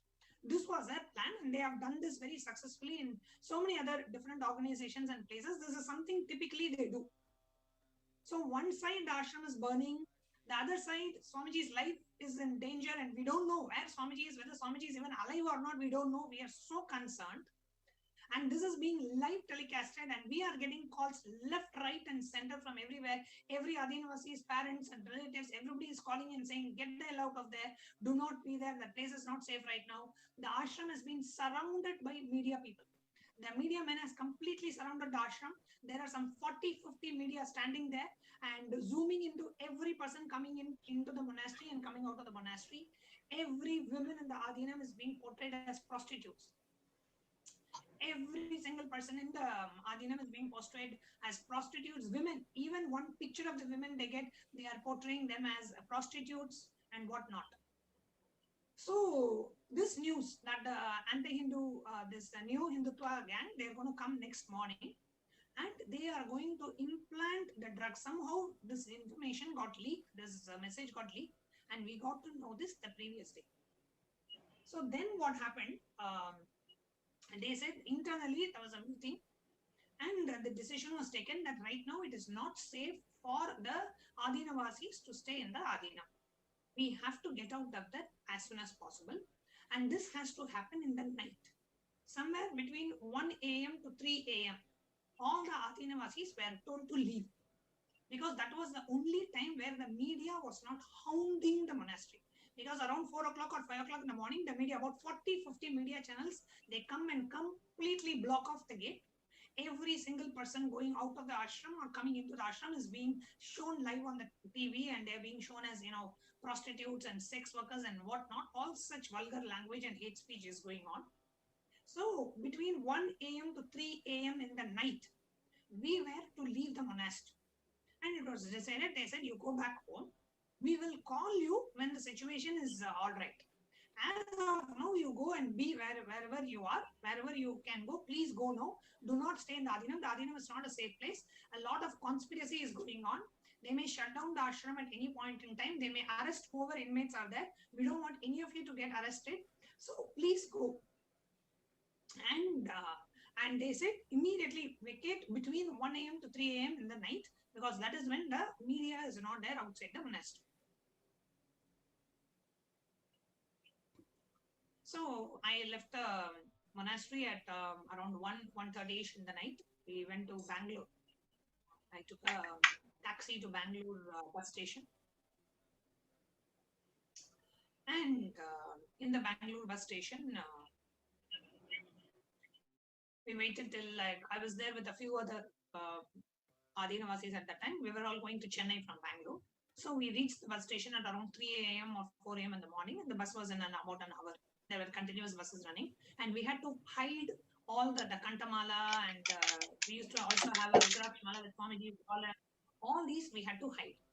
We could not show any symbol that we were disciples and followers of the Supreme Pontiff of Hinduism, because any symbol you show, because of the hate speech that's continuously shown in the media, and Swamiji is being shown in the wrong limelight. All the Adinavasis and Sannyasis were being shown in the wrong limelight. Even if they see a mala with Swamiji's dollar, the men will come and behave so vulgarly, as if you are a prostitute waiting for a business. That is exactly how they will treat women if they see you with the dollar of Swamiji because of the continuous airing of the mocked video and the news footage where they are showing such, sharing such vulgar information and completely character assassinating the Supreme Pontiff. So then the next morning I reached Chennai, and my pre-monastic family, see at that time they were not disciples of Swamiji. And later on, after they met Swamiji and they took the initiation, they became, of course, they became disciples of Swamiji. And in my pre-monastic home is now Kailasa. They have a temple there. Kailasa in Tambram is my pre-monastic home, and both my pre-monastic friends were disciples of Swamiji. And recently, my pre-monastic father passed away, and Swamiji gave the ultimate liberation, Sayujya Mukti, to my pre-monastic father. Completely grateful to Swamiji for that. So when I was this was in 2010. So when I was going back from the monastery, at that time, my parents were so elated that they thought that my expedition into this sannyas life is finally over. I have come back to my senses, that I have come back home. And they were so happy and so elated that finally their daughter is back home. All her craziness is gone. And now that the ashram is also under attack, there is no way I'm going to go back to the ashram. You come back and you lead your whatever. They wanted me to take a job and lead a life and continue what I was doing. So they were so happy and they welcomed me back home, and it was like, somehow their whatever all their wishes came true. They felt like that. And they thought that my whole thing, because of the way they were showing, the ashram is closed and Swamiji is, is going to be arrested and what not nonsense that they were spreading in the media. So they thought, okay, my whole expedition is over and I'm back. And for me, the whole thing was, when can I go back to the ashram? When are they going to allow us back into the ashram? When can I again go back? And for my pre-monastic parents at that time, it was like, okay, everything is over. She's back and she's going to continue her job or whatever I was going to do. They were happy that I was over. This is one side. From my perspective, what had 就 happened. 不仅仅是我，还有很多的人都没有地方可以去。有一些人回来， But it was not just me. The other Adinavasis 他们进入到这个村庄里面， and the other Adinavasis. It was that, 有一些女人， when somebody went back from one of the female Adinavasis, the entire village kept her, wouldn't accept her back into the village because she was from Swamiji's ashram and they saw her as a prostitute. Some of the women, they had to take pregnancy tests. Their family wouldn't accept them back. They had to prove that, they were not living this, whatever the nonsense that media was spreading, they had to prove that that was false. One of the Adinavasis, as he was leaving the monastery, was beaten with chains.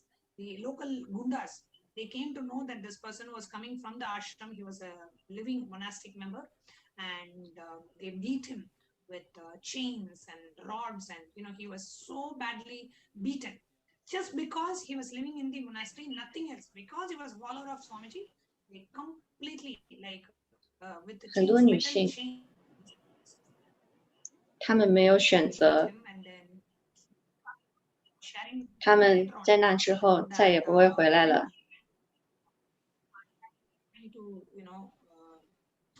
她们永远都回不来了。 Because no choice, they had to go back to their families, and they could never come back after that.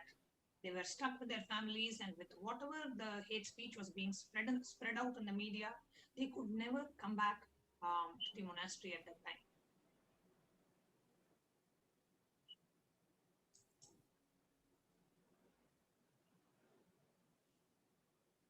那我们现在看到另外一个人进来了。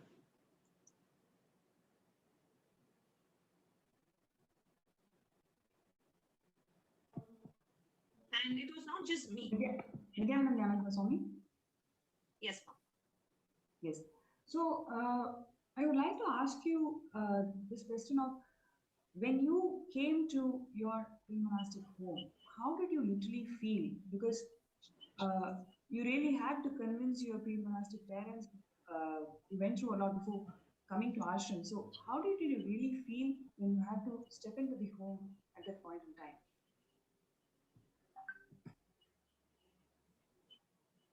To be honest, when I had to go back home, I came into the monastery. I came in saying, like, finally, I'm going to live the purpose of my life. This is what Swamiji revealed as a purpose, and I was so sure because the job and the outside world was not giving me the fulfillment that I was looking for. And finally, I have quit everything. I have now come and living there. Now I have to go back home. It was like, the future was uncertain. I don't know what was going to come next. I don't know when I'm going to be coming back to the Adinam. I don't know when I was going to see Swamiji. And I was just so new. I was just 3 months into the Adinam. So at that time, when I was going back, the thoughts that were there in me is, I need to get 从 back. 2007年开始，我开始跟着 Swamiji。 To get back there as soon as possible. I have nothing to do in Chennai. Swamiji 被攻 And 击 one 了， thing that I felt was, even though I joined in 我必须要 November 2009, 去 I 那 have been 里。 following Swamiji since 2 years. I've been following Swamiji, and so many changes I have experienced, in that time frame. And I felt like, when Swamiji is being attacked, see, if any of your family member is being attacked, 我 or 想要在 going 那 through 里， something, that is when you will be 我 there. 想要做所有我力所能及的事情去帮助他，但那连一个机会都没有， Started that 因为这一个攻击非常的强烈。 Swamiji at that time, and I had to, go away and be somewhere. Even though I was so new, just I wanted to be there. I wanted to 就 do 当你 whatever I 去那 could 里的 to 时候， help 你 the 是 cause of 怎 salvation 么 or to be 遇 a 到 part 你 of 的 it. But 家 I 人的 was not given a chance. Because by the 你怎么去解释？ militants. 事实上， So when you are going through this kind of, how did you make sure that 就 your parents 在我的父母身上发生了什么？在那个时候， force you back into your homes? What was it 这个事情突然出生， to them that this is what you're planning? A very interesting incident happened that brought me back to the monastery. So what happened was my parents 他们突然冲进我的房子， and they wanted to do some to remove my brainwashing. So they had called 他来了， Vedic priest to come and do some ritual like the Vedic fire ritual Homa. They wanted to perform in my pre-monastic house so that my mind will change and I will not feel like going back to the ashram. So this Vedic priest who came, he came and he was supposed to perform some ritual. He came and he was a disciple of Swamiji. He was a follower of Swamiji. And he had come to my house and he was reading, he had read Swamiji's Jivan Mukti book. And he said that whatever attack was happening on Swamiji, and he was so sympathetic. And he said that, when my pre-monastic parents were asking, that all this attack is happening on her guru and she feels like she says she wants to go back. He only said one thing, this Vedic priest who overcame, I'm so grateful to him even now. He said, only a guru should judge a disciple. A disciple should never judge a guru. So this person who overcame told this to my parents. 我非常清楚的知道， Didn't know what to do. 只有 Swamiji。 I wanted to go back. And now I have the support of this person who came. So anyway, I know very clearly Swamiji only sent that person. And the very next day, I was there in Chennai. 凯拉萨在被攻击， When this person had explained, and then I knew very clearly that it was only Swamiji who made it even 我选择相信我的上司。 back. That separation at that time when the entire Kailasa was under attack, I wanted to be a part of it, but I was forcibly displaced. That was extremely difficult for me to take, and I felt like I betrayed my guru. I was not there. I betrayed my guru, and I was not being available when it was needed the most. I always felt like that. Anyanatma Swami, so when exactly, actually, I know I was very much in Adi Kailash when you came back, but my memory is failing me right now. When exactly and how did you make your way back to the Adinam? Because every step that each person went through at that time of the persecution, 每一个人都要怎么做 it should be 为他的自己，为这个社会，尤其这个通过媒体。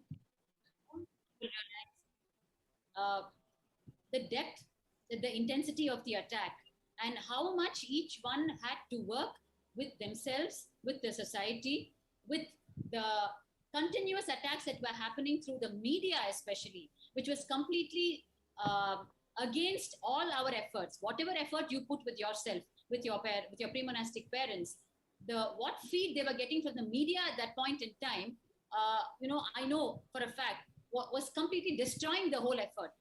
Because see, when people are not able to be physically in the ashram, they obviously look only to media to find out what is going on for news, right? And every line of news was completely false, and the visuals they were showing were gory. So the whole cunningness. 他们不在乎究竟是谁在攻击谁。 Was the attack going on? While they were capturing that for the visual TRP, the lines they were feeding as the commentary for the gory visuals were their own false lines. They were not telling really who was attacking who. Instead, they were saying that Bhagwan and his sannyasis are the bad people, and therefore these things are happening in the Adinam, and the whole world is against them, which is complete false news. So literally, people, your pre-monastic parents are part of the people, the innocent public people who are looking to media for news. And when they're being injected 500% with this, and you're one person who's actually come out of the campus about which they're showing, and you're speaking the truth to them, they are finding it so difficult to go with what you're saying. That was the strategy of the media mafia at that point in 如果你 time. 有一些简单的逻辑，只要把逻辑放旁边。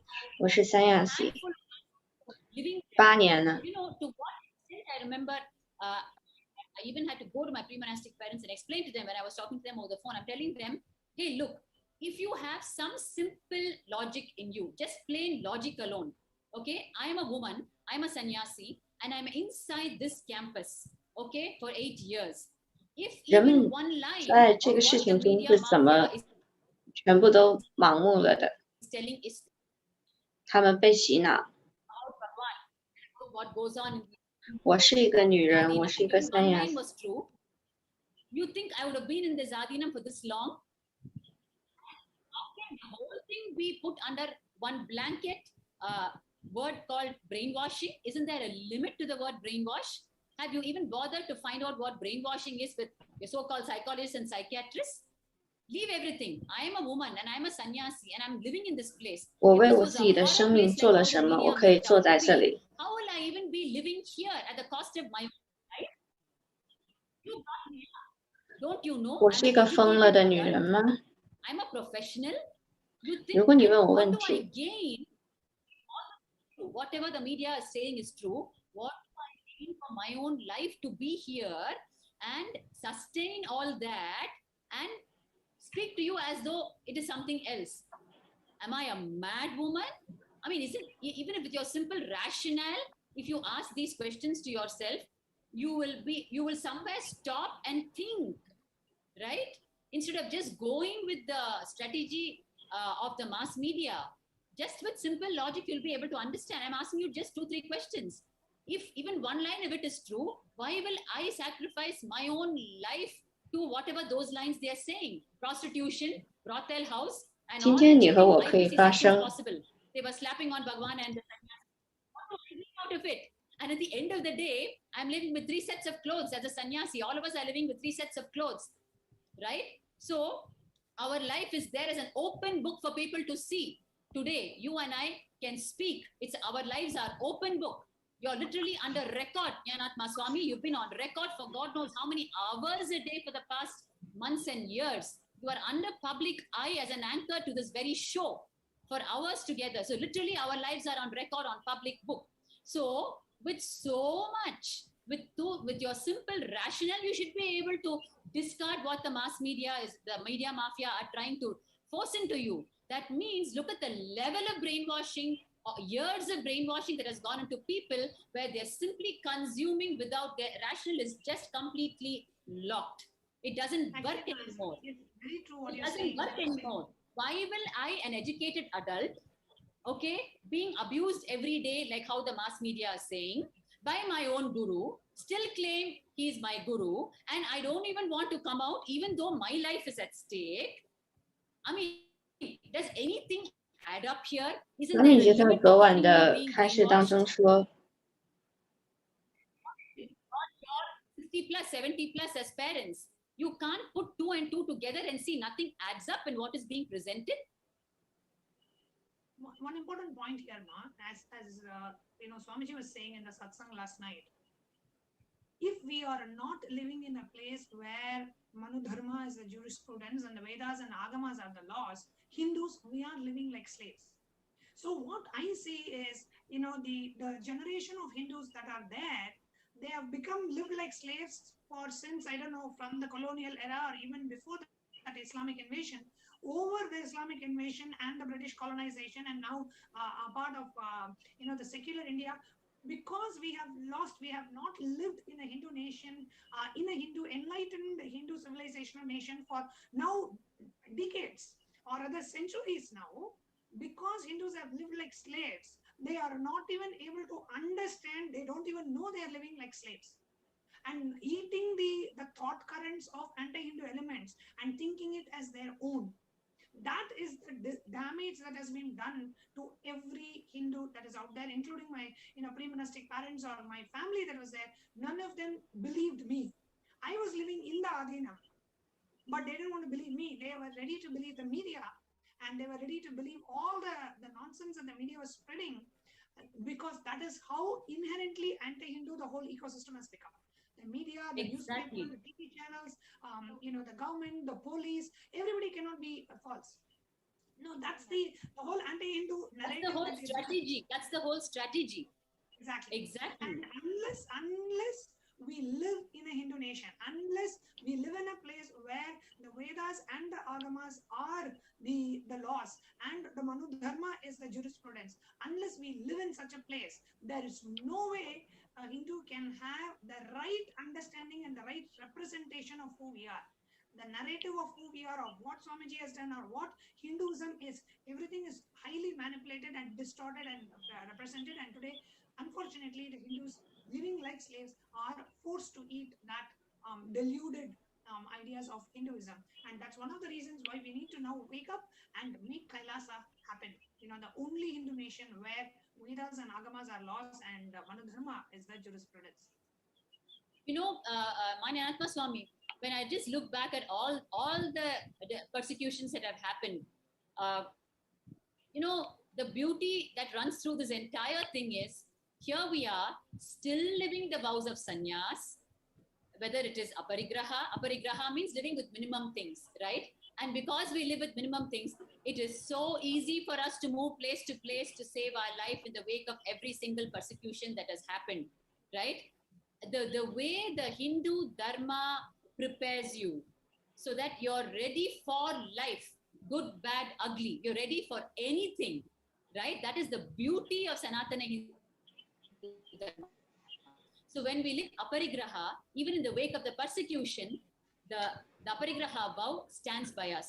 It is so easy to just pick up what we want and move, right? We have it in our head, exactly where our things are and what we have as our belonging. That is the truth of aparigraha and the truth of ahimsa, non-violence. The amount of violence that has been meted out to us in the past years, Swamiji has taught us only one thing again and again and again, and that is also on public record for people to see. And we've been showing it for years together now, our non-violent response, right? Where we only keep on asking them, why are you doing this to us? Or we go and file a petition seeking justice with the judiciary. Only non-violent methods we've employed. In fact, the one single time I remember in 2012, when the next major attack happened on us, the cunning strategy of the mass media, when that Ajit, the reporter, came with the entire planned strategy for the next major attack, he entered and he was part of the press conference, if you remember, which Bhagwan was hosting, and he got up and tried to attack Bhagwan's life in public. when we got up just to protect Bhagavan and everyone there, and we only told him move out, right? We didn't tell him anything. And even when we, like the way I'm raising my hand, we said, please move out. That portion alone they captured. When Achala Swami was trying her best to tell him, please move out, right? Just the fact that she raised her voice a bit to tell, because Bhagwan's life is under attack. I mean, and you know, at that time they go under the guard. Sannyasis means chin mudra and close your eyes and be silent and get killed.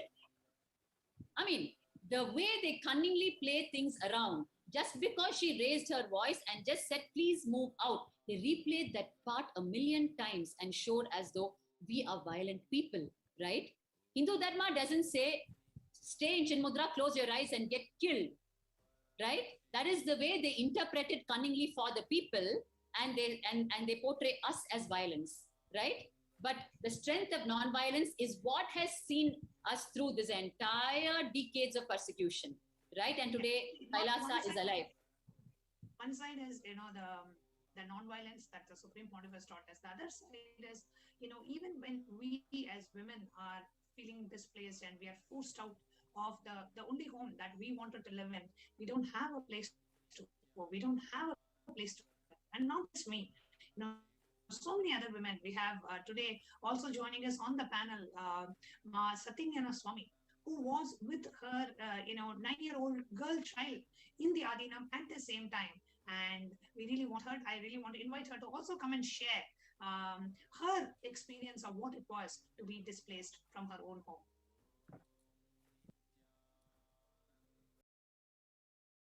Nityanandam.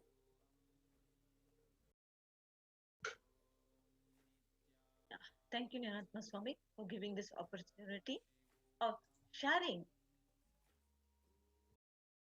what we all went through in the year of 2010. Here, I can see all my sisters here who all together had gone through so many attacks. Before I start, I would like to share where I am from. I joined Adinam in 2008 with my kid who was just 6 years old at 2008 and wanted to put her in Gurukul to get her trained from the Guru, which was not available to any other people outside there.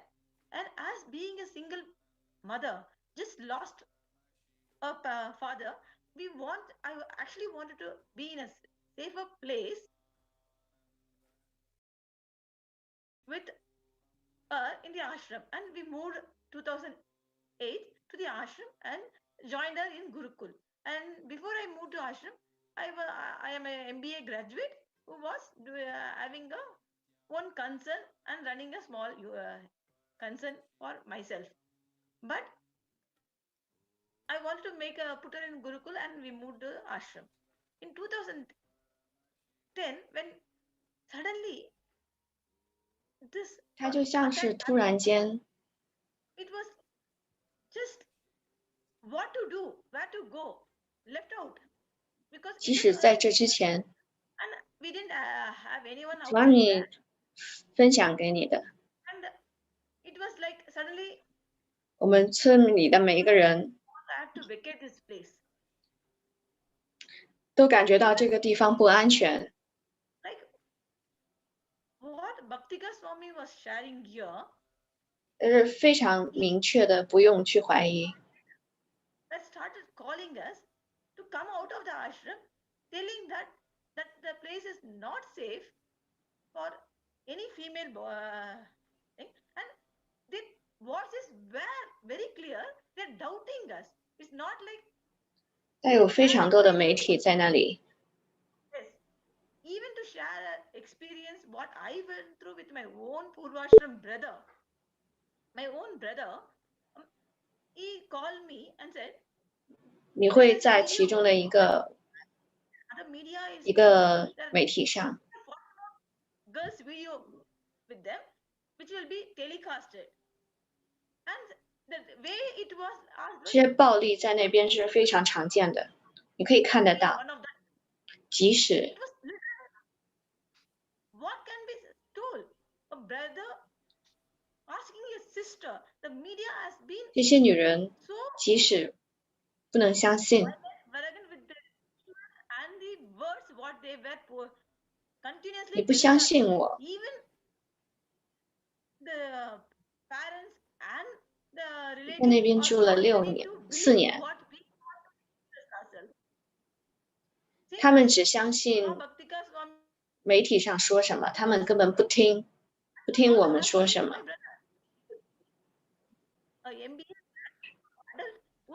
为了安全，他们不相信我说的话，他们只相信媒体上播放的内容。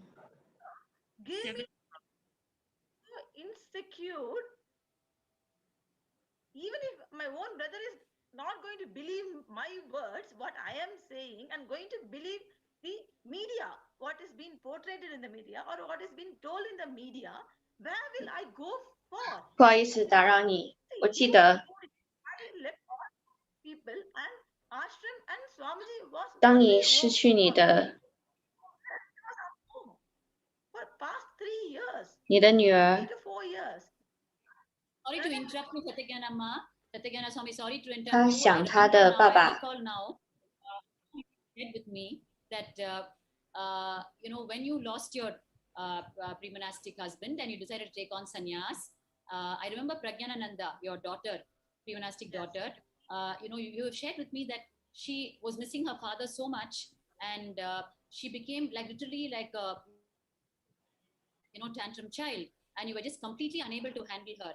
And after you met Bhagwan and you moved into the Adinam, you used to share with me how she settled so beautifully and how she completed with the entire missing of her father, and she became a completely, she started flowering, right? She's a brilliant kid. All know her.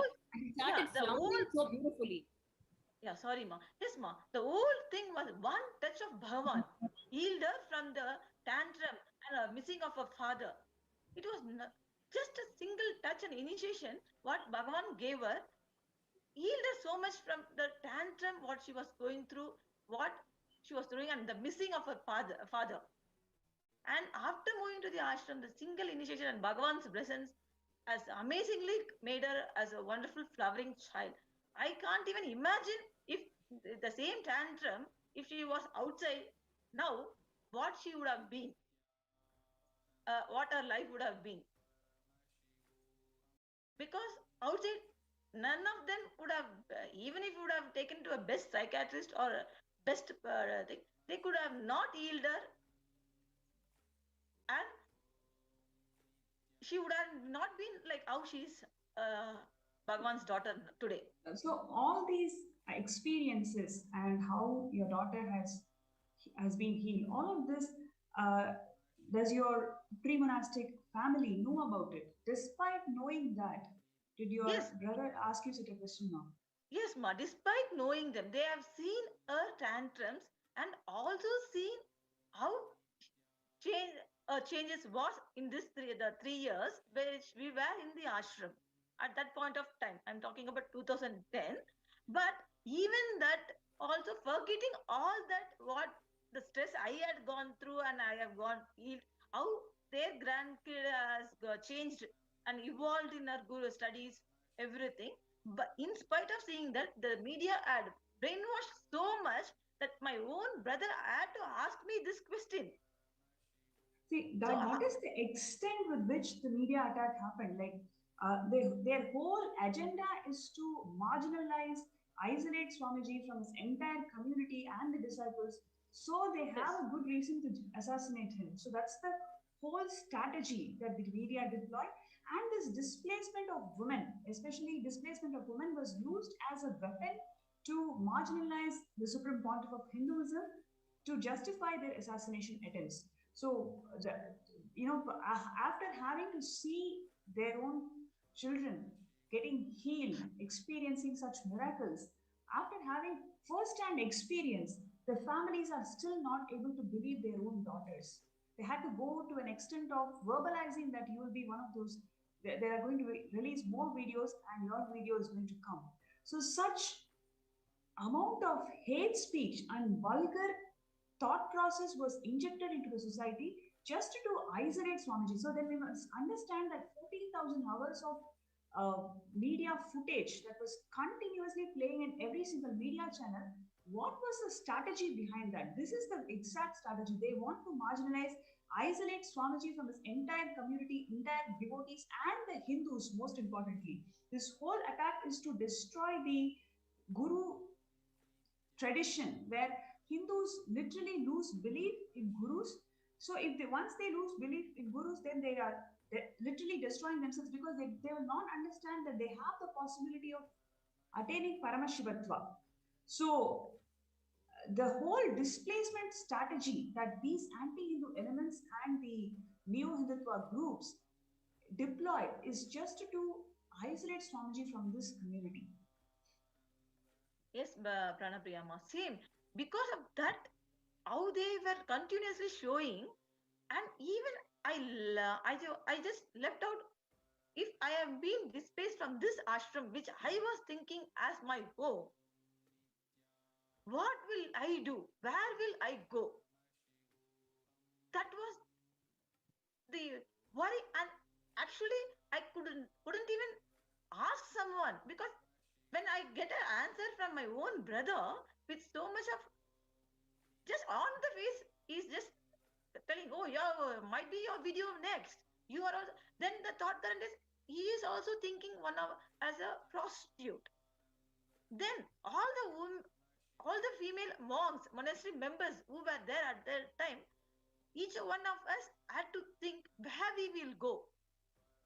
That thought was literally putting us down, and really we couldn't even trust, because near the gate there are thousands of people, gundas, waiting, and 40 to 50 media people are waiting. Whoever just walk out, they shoot them, put their camera on their face in the live, and say that this is a person who is prostitute, who was living in the ashram.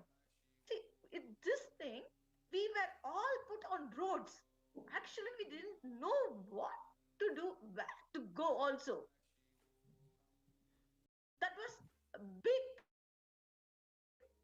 Just I was waiting to see if I can put my daughter in a safer place, because she was. Yes, ma. And if you notice, ma, if you just study the whole attack and strategy to displace the women, to displace the children, to displace everyone, they can say there's no one in the ashram at the end of it. If you see the whole strategy, the ashram is under attack by the anti-Hindu elements, right? That is exactly what is happening. But they show the ashram, the commentary is that ashram is an unsafe place. And crimes are happening in the ashram, for which all these things are happening. See, it is such a cunning, it is such a strategy. Unless you're living inside, you will never be able to explain this to people. If you're only listening to media, if you're only listening and watching through media, then, okay, yes. So what are the lines being fed into you? Ashram is unsafe, ashram is burning. So what is the opinion getting formed in your head? Ashram is unsafe, ashram is unsafe, ashram is always under attack. Who's attacking? They don't talk about that. And yes, sorry, Bhakti Amma. Just when you are saying this, I was a witness for what you are saying it right, because the media was scrolling.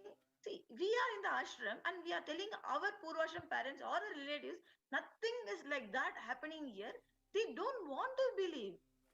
The whole idea of the media was to put us all on roads and say that to public that ashram is unsafe. And making that is why the strategy was made. That is why that whole strategy was designed by them, so that meticulously, strategically, they will displace all of us.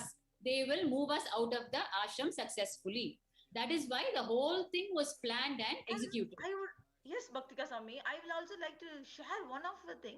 My Purvashram mother is calling me at morning time before the actual burning of the place where Bhagavan was staying, that the ashram is burning. I am standing outside and I'm literally talking on the phone outside, and I'm able to see the whole Adinam. Nothing is happening there. Ashram, nothing is happening. And but we were worried out to where Bhagavan is, how to save him, and what is going to happen next. But same time, if you see, before any incident or burning is happening, the scrolling is going on. You are going to have a breaking news.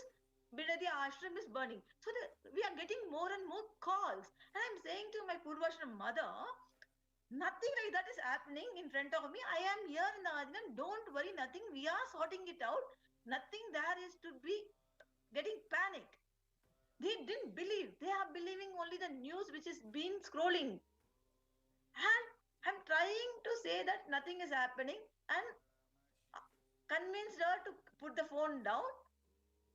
After some time, literally it is, they burned the place which Bhagwan was living. And we didn't know what to do because the police is not allowing us to go near that also. They are in between us and they're not allowing us to take a bath. As Nyanat Master Swami was sharing. One very important thing, even now we'll miss the viewers if you don't explain it here. From whatever you're saying, what needs to be understood is your parents were watching television and they were saying the place is burning, the scroll is happening. The scroll has started happening. But in the scene, in the ashram, it has not started yet. The attack on Bhagwan's quarters is yet to start, right? Yeah. But the scroll has already started. Means what? It means the whole thing is planned and there was a miss in the timing between the scroll coming and the attackers coming to Bhagwan's quarters. So they put the scroll before the attack started. Means what? It is a complete coordinated effort which failed coordination at that time. So the scroll came out first before the attack happened. Yes. So news is made. So the news is made first, okay, and then executed. So when they miss the timing by a few minutes. Exactly as you're sharing, in which place a media reporter will be ready and the camera, the live satellite television will be ready, the media reporter is ready and the place is being burned. And while the place is burning, the media reporter is standing right in the front and he is giving a live telecast and a live commentary saying, see here, the... No, this has to be told even more precisely to the people. First, the reporter starts saying, things are happening here, burning has started, scroll starts happening, and then the attack is made. And then the attack is done. Absolutely. And this is how the attack is made. Sorry, I just wanted to add this. This is the systematic strategy that these anti-Hindu elements deploy, even in the recent YSJP attacks, when the CWC officials had to come in the middle of the night. Before they came, at least for 3 hours, the media personnel, everybody lined up in front of the campus. If you can just hold on for a moment, we'll just have NTV operator also show you on the screen. I request NTV operator to please show Ma Pranapri also on the screen.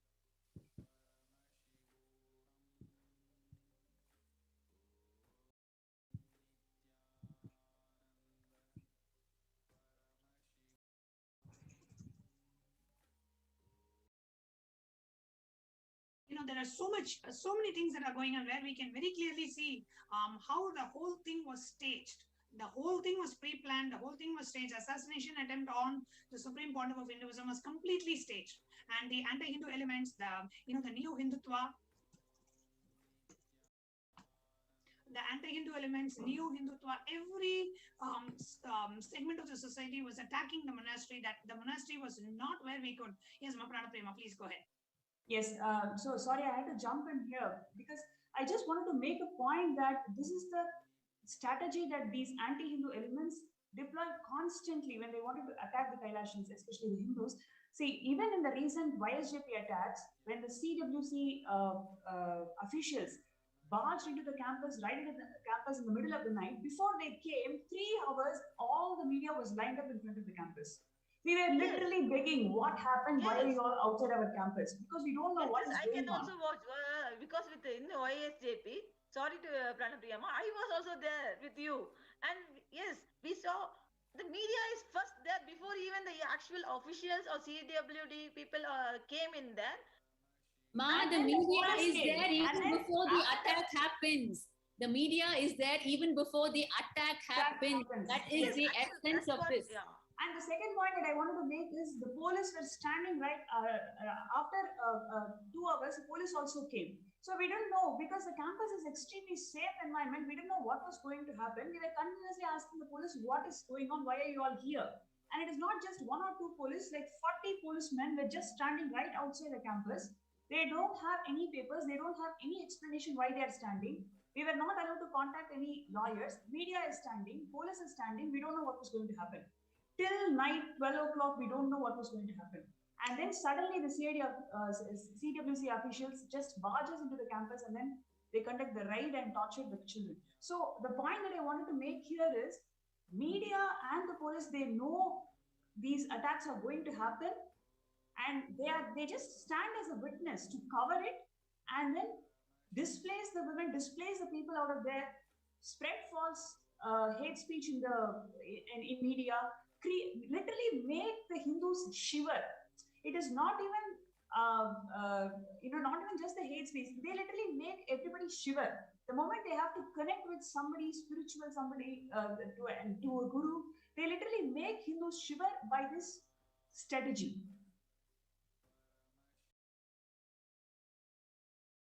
Because who wants to put their kids and people, family members in an ashram where the media and police is going to come in the middle of the night and conduct raids? So their whole idea is to terrorize Hindus and literally make them shiver.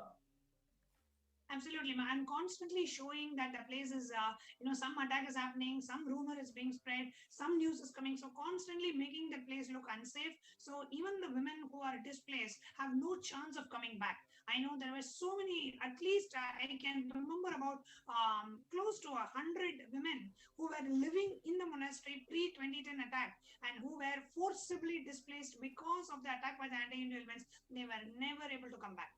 They were never able to come back, even though they wanted to live the rest of their life.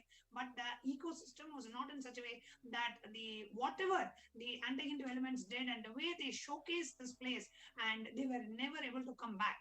So their experience or their opportunity to live with the 1008 incarnation of Paramashiva was ended once and for all because they were forcibly displaced. And maybe Satyakanama, you can share now how you experienced this displacement that happened in 2010. Yes, Ma. As I was sharing earlier, after the experience of the call with my Purvashram own brother, I didn't know where to go, where to stay, because and I was there with some more people taking care of them to be safe, and each one of them, I really can't think. They didn't want to go because each one of them were afraid.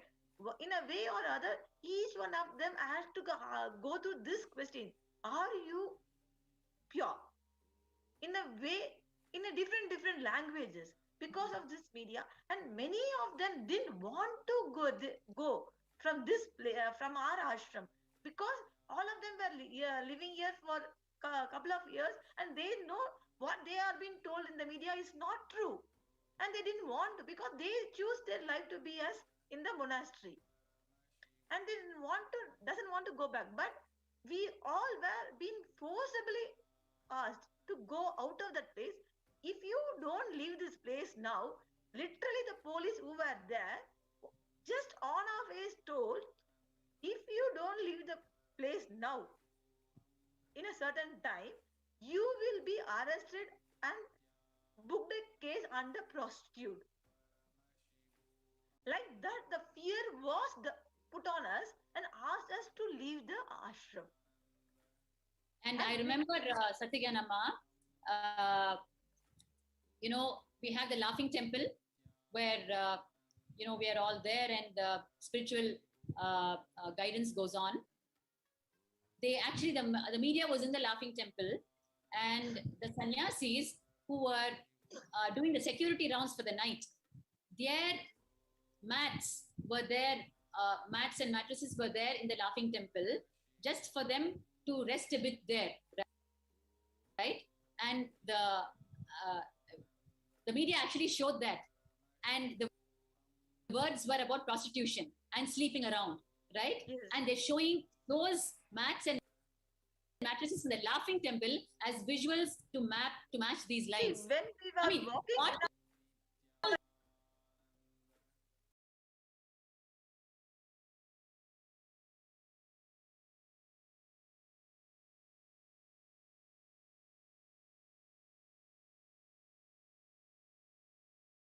night rounds so that to find out what is happening in which corner of the ashram. We had no sleep, right? So what we did while going for night rounds, a couple of them have put their mats or mattresses in the laughing temple in that open space, and the camera is zooming in on that, and the commentary is prostitution and lying around. I mean, it was just shocking. One more thing was that mattress and people walking. See, in our ashram, we are walking to one place to one other. Exactly. Like from a place to eating place. They from a long shot shoot us and put this visual both together, saying that they are walking around doing this prostitution. This was visuals again and again showed about all the female monasteries in the campus. See, seeing that many more calls were being made for me to get out of that place. Oh, you and many of them till now, many of the relatives are think their thing is, oh, she's brainwashed and she's doing some other prostitution. Only she's not a woman which has to be respected. It was so badly put, so badly focused on. It's all like what to say, attachment of different visuals which they morphed themselves and portrayed and giving a vulgar, can't be told comments and like whoever wants, if they listen out of ashram and living under it, they will think we are prostitutes living the worst life. None of them will think that we are a monastic person. Like that, the visuals and this is not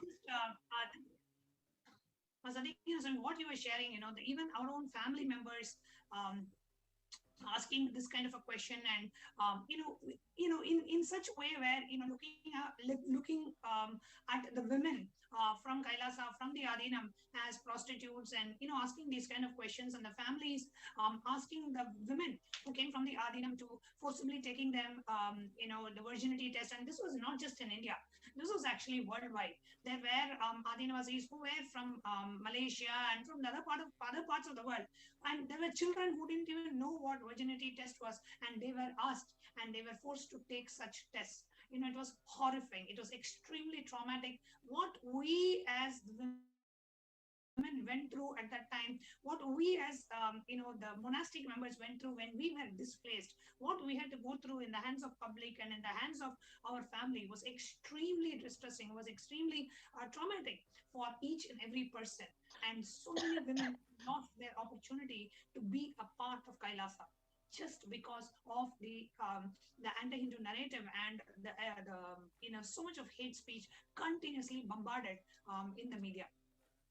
Yes, ma'am. Because Bhagavan is one of the thing where our women were given the opportunity of the monastic life, sannyas, because many of the other organizations doesn't give this importance for the women. So I think they were targeting to break that, where Bhagavan's service of this giving the same importance, equal respect to the women, and empowering them to become spiritual leaders and come out of their. See, if you see, if I am outside, I am being a widower, how much stress and other things would have been happening. But after coming here, I have been given all spiritual guidances, taking care of many items, and taking care of so many temples and rituals, which all has been learned after I have met Swamiji and initiated as Swamiji's disciple. So this main work of supreme point of Hinduism, they wanted to destroy. using this as a main weapon also. That's what in all these years I was able to see in it. Because see, Swamiji was giving many female the equal rights as male sannyasis, monastic orders. Till now, if you can see in our Sangha or message, we can see this. But unfortunately, many hundreds of them missed it because of this wrong fake news portraying, because they targeted Swamiji and with them all female monasteries. So many of them, as Jnanatma Swami said, worldwide missed this monastic lifestyle which they wanted to do. If you see, as a single mother, Satyagana Swami, as a single mother of a 9-year-old child at that time, when you went through the displacement, when you were forcibly, you had to leave and you had to protect your child. And how was it for you? Not just as a woman of Kailasa, but as a single mother. That's what, Ma. It was like I was left with no one in the room to take care of me. I felt a deep insecurity what to do, how to live this way, how to face others, and being a single mother of a single child, of a female child mainly. And this is going to be portrayed because by that time itself, they started asking, oh, you are having a female child. What are you going to do with her in her future? See, the way they have been portrayed, it was literally, what to say, my future was in a black screen. I can't see anything else. It was like insecure, no one there to live, and it was like, what to do next? Even when I lost my Purvashram husband and was with my kid also, this was not there because I had some future study or anything like a hope. And then by the time I saw Swamiji, my life was settled. That was the feeling I had. It was a safer place, safest place I am there.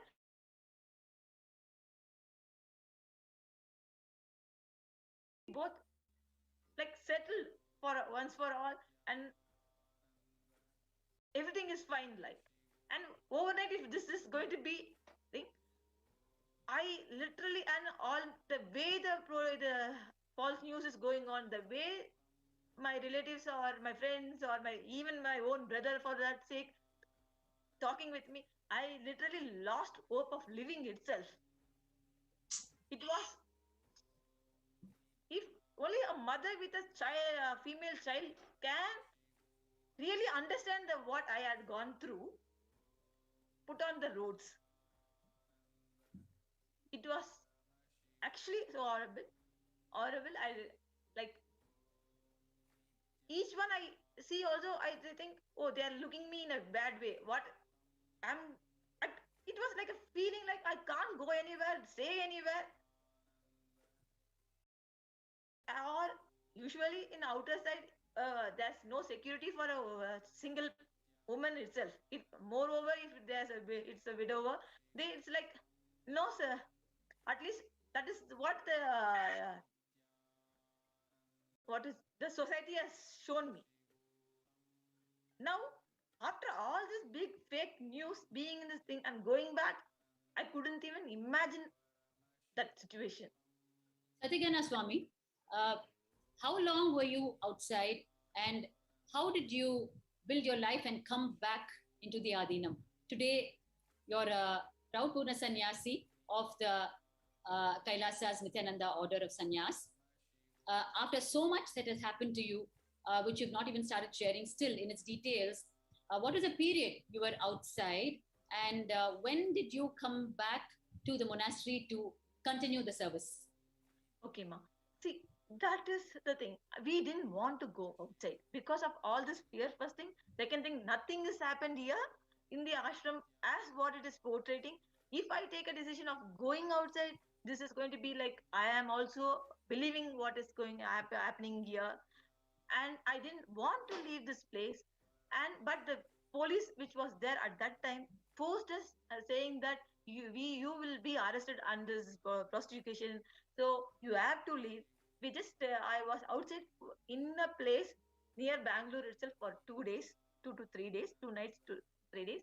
Then they said, then I from the administration and spiritual guidance we got, we can come back.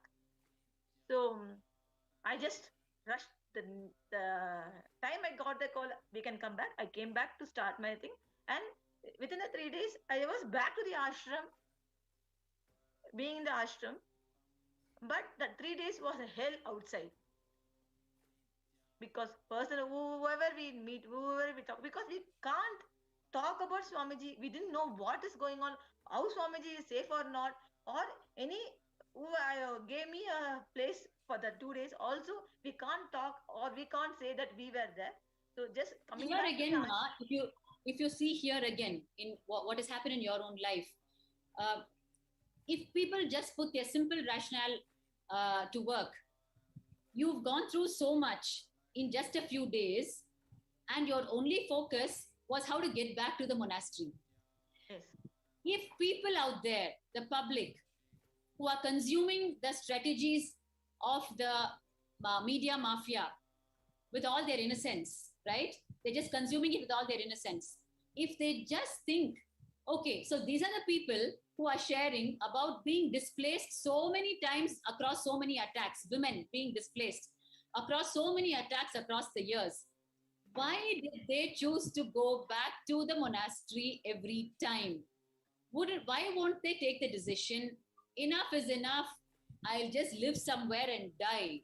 Why would they want to go back to the same monastery? If they ask this single question, then they are really opening up an honest inquiry into what is happening behind this entire attack, how this entire attack has been strategized and staged, and how, instead of being bogged down by the attack, why we want to go back to the monastery, which is being portrayed as a brothel house, as a prostitution center, as a terrorist outfit center, as a cheating, all the cheatings that go on, and all the sections under all the cheating sections under IPC. If so much is going on there, then why would so many women that too who have been displaced because of all these things want to go back to the same monastery? What do they gain out of it?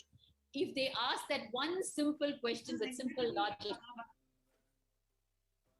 And this is exactly what is coming out in the public through the UN recognition of the Supreme Pontiff of Hinduism, the displacement of the indigenous women of Kailasa, and how we had gone through this displacement, and how this displacement had left a traumatic experience for us. Yet we all made our way back, and there were many who could not, who were victims of the displacement, who couldn't make their way back as well. And we wanted all the Hindus worldwide, all e-Kailashans. It is important we understand the strategies used by the anti-Hindu elements and the neo-Hindutva militant gang to completely dismantle, the Hindu nation from the very roots, from the very foundation, attacking the vulnerable sections of the society, the women and the children, and attacking the leader of the nation, the Supreme Pontiff of Hinduism itself. So it is a very strategic conspiracy against the Hindu nation, and it is very important that we as Hindus cognize what is happening to us, and the report that has been published by the United Nations on the persecution of the Supreme Pontiff of Hinduism and Kailasa really brings all this to limelight. And I invite each and every one of us to share this. Please download and read the report yourself. And in the upcoming segments of this program, we will be having many more of the victims of the persecution, the indigenous women who were victims and who are victims of this persecution, to come forward and share. And we invite each and every one of you to visit the UN website, download the report and read it for yourself, so you know how the rights of the indigenous women of Kailasa were completely violated, and how the persecution continues on the Supreme Pontiff of Hinduism and Kailasa. So we thank the Supreme Pontiff of Hinduism for bringing this to the attention of the international community by, documenting this persecution while amidst all this was happening. having a team to document all this, whether it's pictures or videos or data, so that we could bring it out and we could publish and the UN could recognize this persecution. This is because of the continuous efforts of the Supreme Pontiff of Hinduism that today the Hindu Holocaust has finally been brought to light. So with that, we would like to conclude today's segment.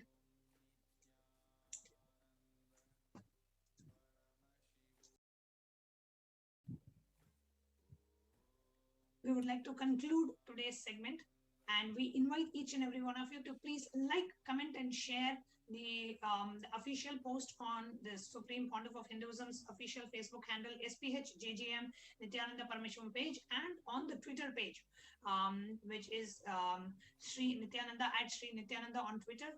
Please go ahead and like and retweet and share this with as many people as possible. So with that, we come to the conclusion of the segment, and we will be continuing this. And the next Devi Parashakti program is happening at 4 p.m. IST Indian Standard Time, and at 8 p.m. we will be coming live to share some more segments and some more experiences from the victims of the horrific persecution on Supreme Pontiff of Hinduism and Kailasa. And now the next segment that we'll be entering into is the Kailash Courtyard power manifestation session. So let's get ready. We'll be concluding this segment with the Purna Mantra. Om Purnamada Purnamidam Purnat Purnamudachyate Purnasya Purnamadaya Purnameva Vasishyate Om Shanti Hari Om Tat Sat Sarvam Bhagavat Shri Nityananda Paramashiva Padukarpanamastu.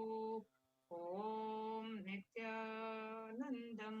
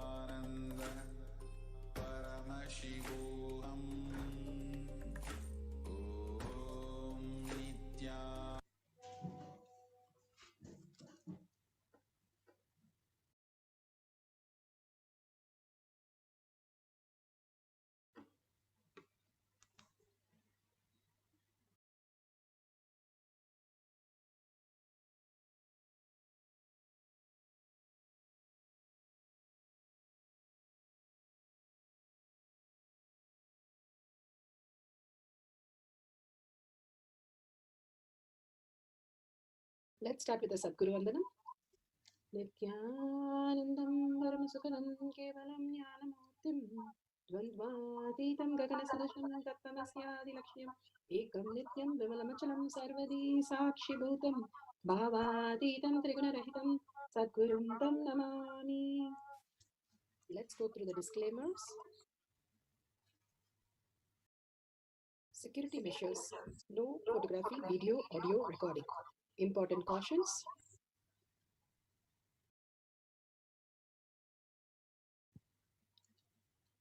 Please be aware of the important cautions.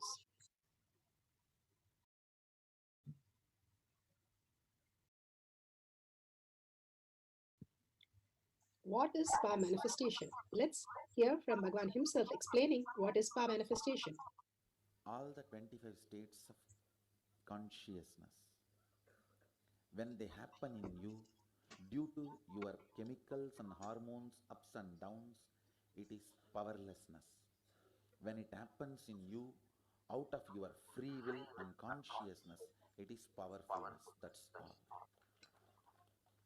When you fall into sleep, it is powerlessness. When you enter into sleep, it is powerfulness. When you fall into dream, it is powerlessness. When you decide to dream, it is powerfulness. So I have added the ultimate powerfulness. It is just cognitive shift. It's not work. Work is a 4-letter word.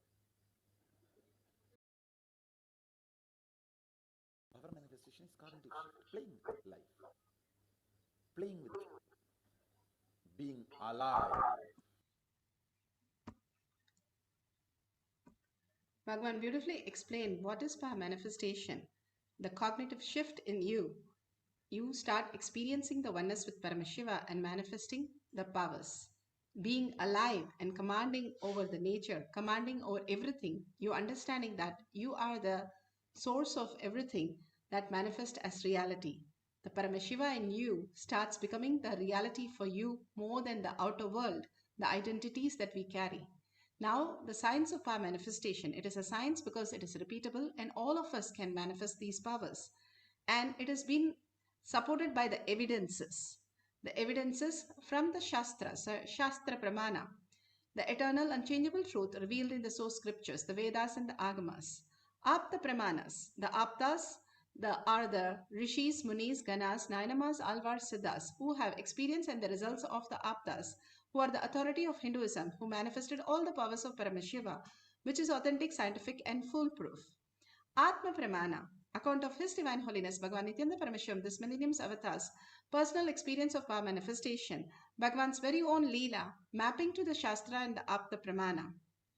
Shakshi Pramana, experience of the millions of disciple, devotees, followers all around the world manifesting the powers of Paramashiva, initiated by Bhagavan himself. Bhagavan has beautifully said, I myself will be in the Kailash courtyard and manifesting the powers through each one of you, making you experience that you are Paramashiva, you are PARASHAKTI, manifesting all the realities. He has brought all the gifts from Kailasha for us to experience each one of them and be in the oneness with Paramashiva. Pratyaksha Pramana, the scientific study, measuring the effect of being in the enlightened state. Again and again, we can be in the enlightened state, the thoughtless space. Thinking is not required for life. And the superconscious being, how he has described that so many have experienced that oneness and manifested their reality. And each one of us can manifest the same thing, understanding the higher science of the reality. Let's go to the Shastra Pramana. This is the scriptural reference for the power of will. And this is from the Shiva Sutra, Sutra 1.13. Icha Shakti Uma Kumari, Bhagavan Paramashiva says, his will is the energy of Shiva and it is called Uma, an independent power of Paramashiva, and it is called Kumari, the cosmic energy that plays. Shiva Sankalpa Mama Sankalpa. It is beautifully said how his will becomes our will. And is it free choice or it is predetermined? Bhagavan beautifully says, when you are caught in the delusion, it is predetermined. If you want to be in the free will, if you understand that your father is $1 trillion father, simply you can manifest any of the realities, then it is a free will. So if you understand that you are consciousness and you are the source of everything that exists as reality, the manifestation, all that exists, Bhagavan says, is Paramashiva. All that happening is PARASHAKTI, manifested as reality. All that exists is if we wake up to understand that, we will understand the higher reality. Each one of us a reflection of each other in different shapes, different form, different possibility, but everything is a manifestation of the reality. Consistently, we are manifesting our reality and experiencing the oneness with Paramashiva. All that which exists is more and more in a beautiful space of oneness. When Adi Shankaracharya, who is an embodiment of Paramashiva, who was feeling thirsty one day, so he took his disciples and went that side, and he found an arak shop, and he took that and drank it, and his disciples were so happy, they also drank it. And going further, he again felt thirsty, and then he saw a molten metal area, and all the disciples literally got shaken. What is he going to do? He went and drank the molten metal, and nothing happened to him, nor the throat, nor the stomach, nor his body. Everything was just perfectly fine. And he turned to the disciples literally vanished away. All that we need to understand is how they were able to dissolve into any possibility that existed. If a stone could eat the sugarcane, or the elephants could come into the prison and eat tons of sugarcane in Hathiram Baba's case, whatever the possibility, they just understood that anything is a possibility. How in the dream anything is a possible, even though you are lying down, and you manifest all that as reality. Same way, all these great truth is a possibility in us. If we experience the higher science, we will understand the greater reality we are. Each one of us are Paramashiva, the very core. Otherwise, we are literally a dead body, a matter. A thought is a matter, a body is a matter, but there's something beyond that which can be experienced as consciousness, which is manifesting this body also, which is manifesting the thoughts also, which is manifesting our reality also. But we take the identity thinking that we are doing something here. And that is where the confusion starts. If we understand the higher science, that we are the manifestation of the higher reality. We are not just a part of it, or we are not just matter, but we are consciousness. And when we understand that we stay as consciousness, we can experience the oneness with Paramashiva. We can manifest any reality. The Siddhas, the Nayanamars, the Alvars, all of them have experienced all this reality because they understood the science, how we exist in the existential truth. What we perceive right now is only delusion, which carries a lot of sufferings, a lot of pain, a lot of incompletions.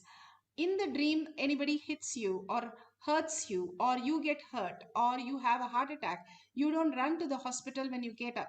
That is exactly how Bhagavan says, when you wake up to the reality, you'll understand all what you're perceiving as your struggle, as your incompletion, as the most miserable time is just part of your dream. When you wake up, nothing is real. All are projection of your own reality. Somebody is projected as a cunning person, somebody is projected as a very nice person, somebody is projected as an angry person, is different forms and shapes of yourself. If you understand that whole science, how we can exist and how the very core of us as a reality exists, we can manifest any reality and command over that. Anywhere which we are not listening to ourselves, that's when the outer world does not listen to us. The same thing, if we do not accept some part of us, the outer world does not accept. In some part of us where we get angry with us, that is the some part of us which is angry with us. If we complete all the dimension in us, instead of changing the mirror or putting a plaster in the mirror because we got hurt, does not help. If we change ourselves and understand these are delusion that I have created, I enrich them, I cherish them. If I drop them, the mirror will also drop it. It's simple as how the hat and the monkey story. If you drop the hat, all the monkeys will drop it. So if you drop the incompletion, all your outer world reality, and simply drop it, and you will be in collective oneness with everything that exists. you will understand that whatever you perceive is exactly what is the outer world manifesting as reality. If you perceive only Paramashiva, PARASHAKTI as your reality, continuously soaked in that, then you will see everything in the outer world as auspiciousness, as a possibility, as manifestation, as listening to you as a reality. How we are aligned to the highest cosmic space and the deep inner core that we are Paramashiva, how much you are integrated to that, life is integrated with you for that. The more we are integrated to the higher reality, the more we are going to have the auspiciousness and abundance flowing through us, and whatever we command and demand, it simply starts manifesting as reality. Bhagavan has beautifully given the signs of our manifestation. The Apta Pramana. Aptas are the Rishis, Munis, Ganas, Nayanamas, Alvars, Siddhas who have manifested the powers of Paramashiva. This is from Periya Purana. This is a story of the Ilaikunde Nayanar who got lot of wealth and he wanted to donate to every person who is a Shiva devotee and treat them with care and respect and everything. One day Shiva comes by and he wanted to see how he can help him. And so that day it was raining a lot and all the woods and everything was outside. And in that rain, he came by and he said, I'm very hungry. I need food now. And so beautifully, the Nayanar got together with his family and simply even the wet logs of fire, he prayed to Shiva and then he lit it up and cooked in that wet wood and fed him. And whatever he had given all that to him to make him feel comfortable. When he saw that devotion, dedication, and manifestation of the power of just simply bringing the heat in a wet wood to light it up for fire was the ultimate, and Shiva blesses him and gives him the darshan. When you are completely surrendered that whatever Shiva gives as auspiciousness, Shiva is not somebody else. The people who you are interacting every day with yourself, whoever is living with you, whoever is working with you, are all the forms of Shiva who is manifesting as different reality as you. And when you understand the greater science that is a projection of you as Shiva himself is manifesting as those reality, more and more you get into the oneness space and take every instant as a prasada, you will start seeing everybody as Paramashiva himself. When once they had a big gate for Ramana Maharshi so that people don't come when they come for the Tiruvannamalai going around the hill Girivalam. So they put a big chain and big place so that they don't go near to Ramana Maharshi. So what he did was he picked up the chair and went the other side of the chain and he went and sat in where the people are supposed to be standing. And everybody asked, if you do this, everybody will come and fall at you. And he told, what do you think? They are coming for darshan for me? No, they are all Arunachala. I want darshan of them. So I am going and putting myself there so that I get a good glimpse of them. It is so that he saw everybody as only Paramashiva. More and more, when you ask Bhagavan, how does he see you? How does he see the whole hall? He says, I see as frequencies, as energy, as Paramashiva, as each individual. He does not see with a label on us as so and so and so and so. He sees everybody, everything as Paramashiva, only a manifestation of that reality. When you are soaked in Paramashiva, everything will appear in that form and in that name. And simply you will start understanding everything listens to you. Even the objects start listening to you, whether it is matter or if it is a person, simply will start listening to you because you are in oneness with Paramashiva. Let's hear from Bhagavan beautifully narrating on the consciousness. All the mental abilities, source of all the knowledge and source of all the mental resources is Nirvikalpa Samadhi. Even when you are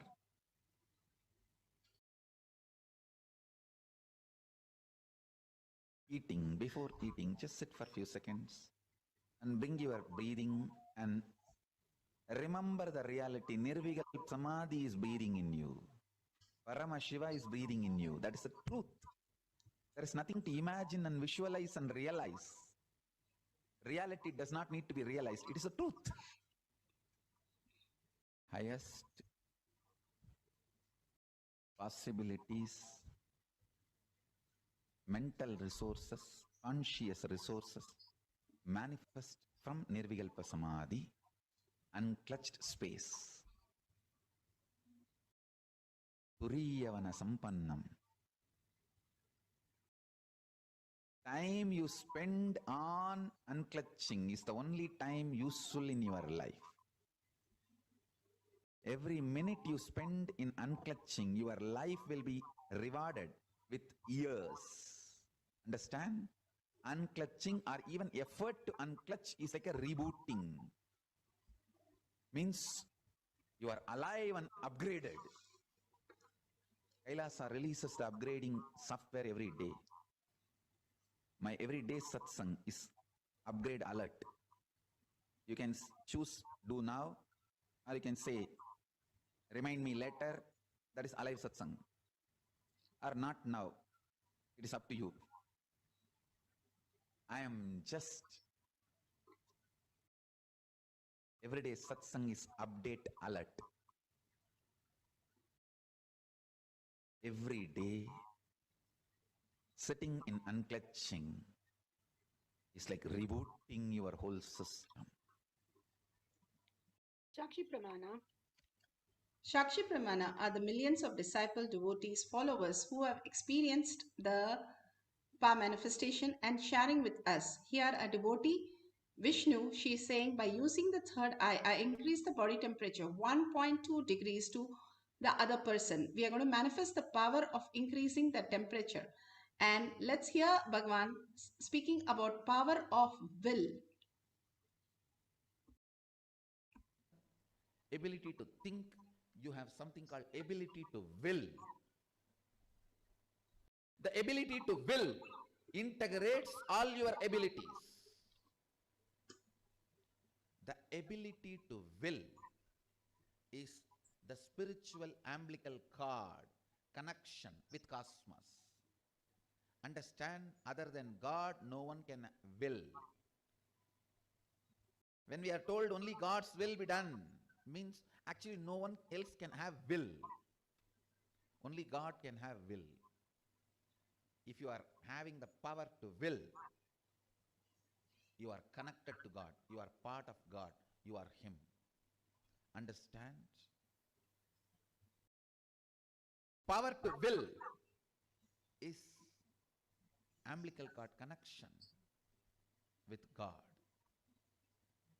Our umbilical cord connection with God is our power to will.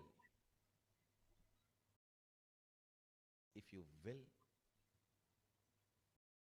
no one can deny it. Even God cannot deny it because your will is bestowed on you by God.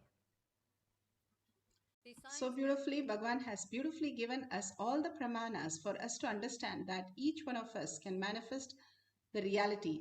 Now, if you have a cell phone, that's wonderful. You can record the whole experiences. If you have Jnananjan in your Kantamala, you can apply in your third eye and your temples. If you do not have the Jnananjan, that's okay. You can apply the Aushadha, the Vibhuti and the Kumkum in your third eye. It detox you so much that you start realizing and the superconscious can reflect in your brain as reality. All these great truths that Bhagavan is giving us again and again for us to understand the higher science, how we exist as consciousness.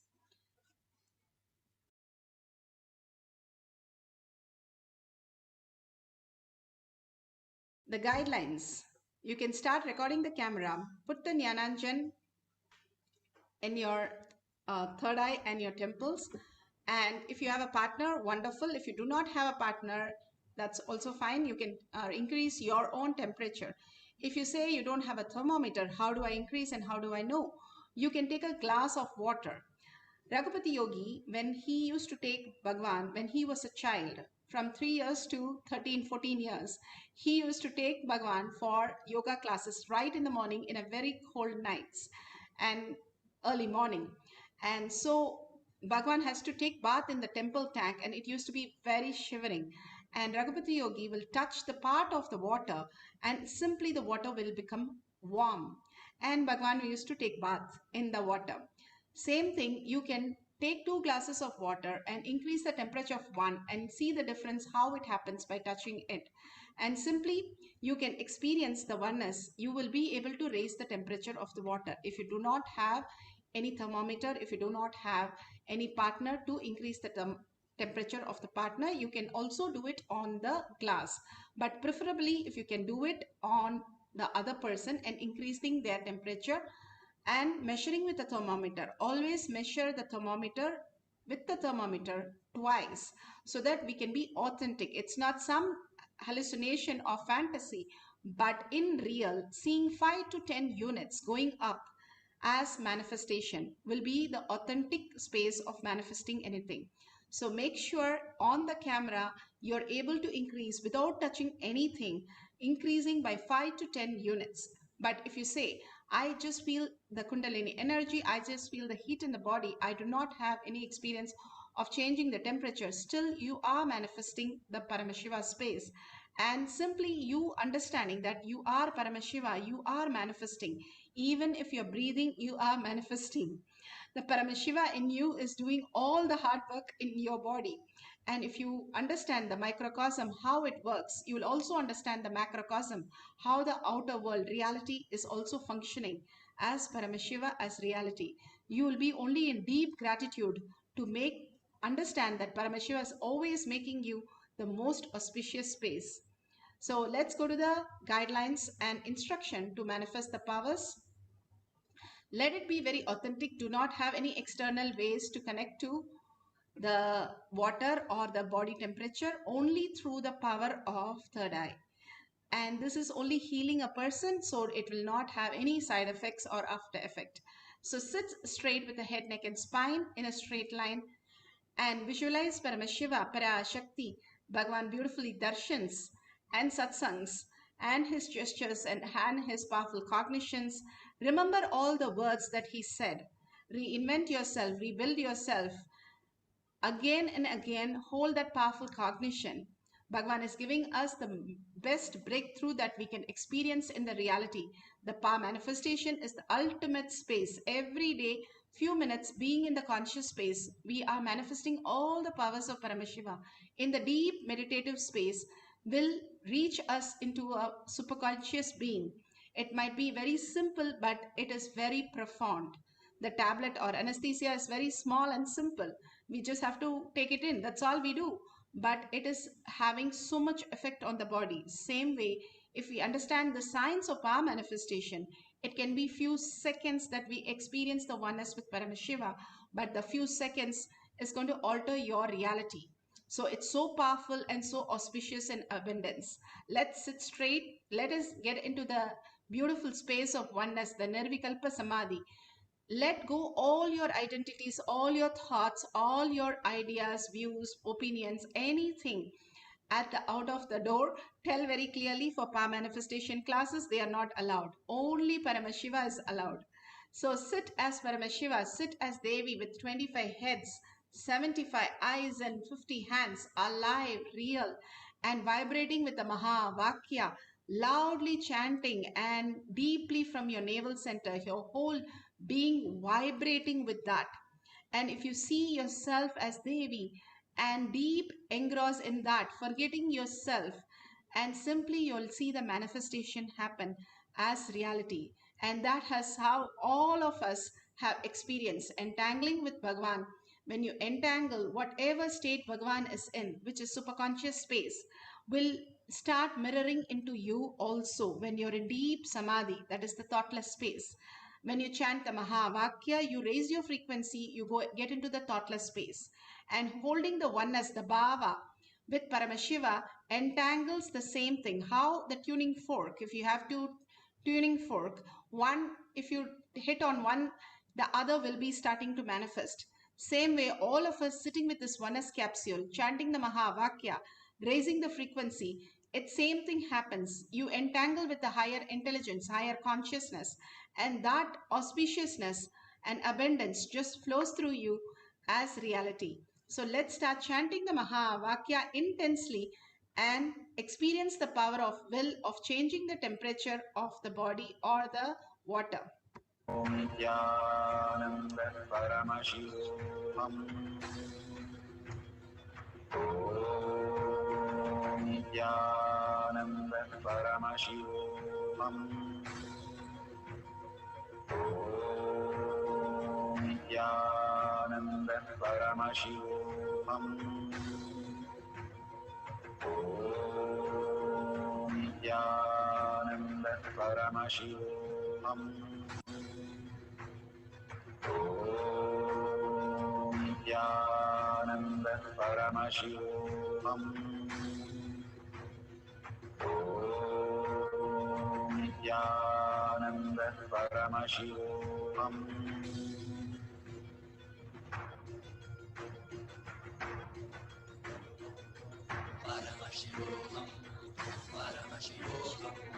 Let Paramashiva's third eye manifest in all our third eyes. Let the Amrita pour, let the Varni open up, manifest in all of us.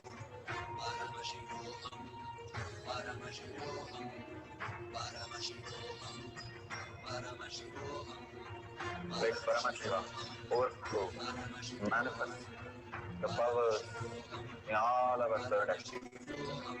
Om Nityananda Paramashivam. Om Nityananda Paramashivam. Om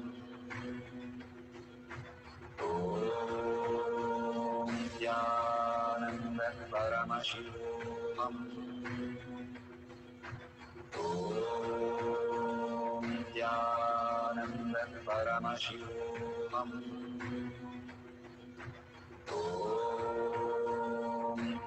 Nityananda Paramashivam. Om Nityananda Paramashivam. Om Nityananda Paramashivam. Om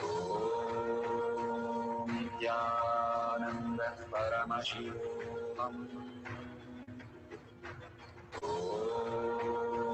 Nityananda Paramashivam. Om Nityananda Paramashivam. Om Nityananda Paramashivam.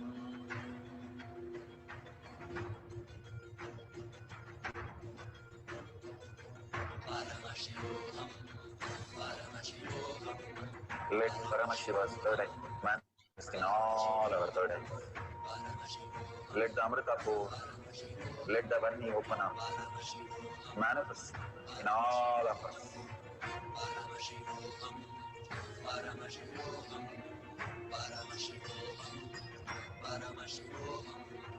Let Paramashiva overflow, manifest the powers in all our third eyes.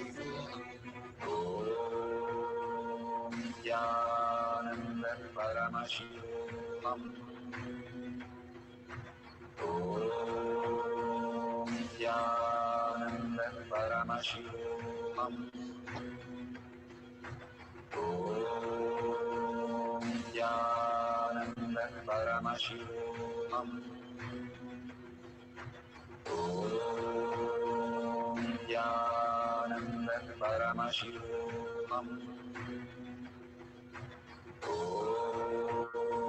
Nityananda Paramashivam. Om Nityananda Paramashivam. Om Nityananda Paramashivam.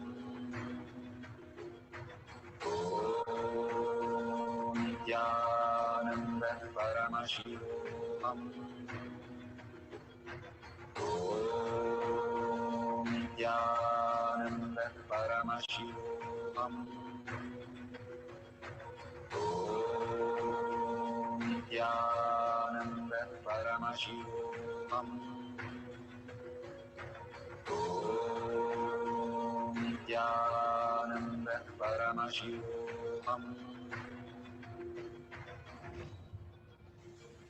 Om Nityananda Paramashivoham.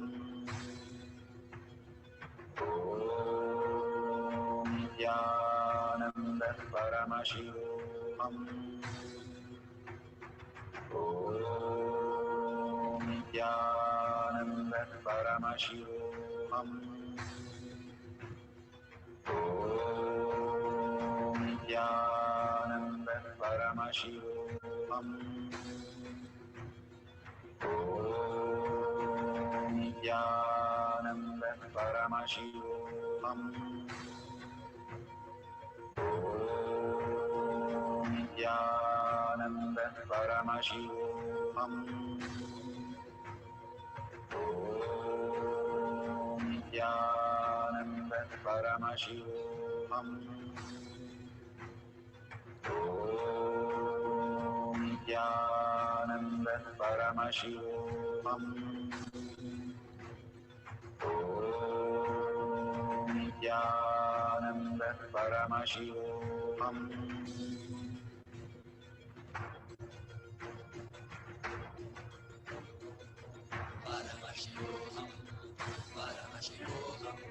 Let Paramashiva's third eye manifest in all our third eyes. Let the Amrita pour, let the Varni open up.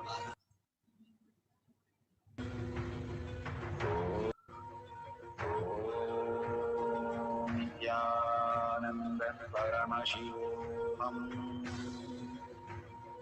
Om Nityananda Paramashivoham.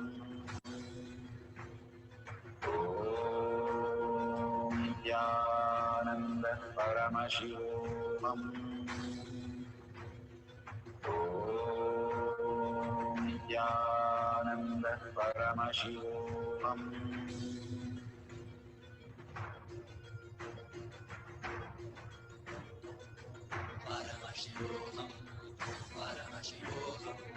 Let Paramashiva's third eye manifest in all our third eyes. Let the Amrita pour, let the Varni open up, manifest in all of us.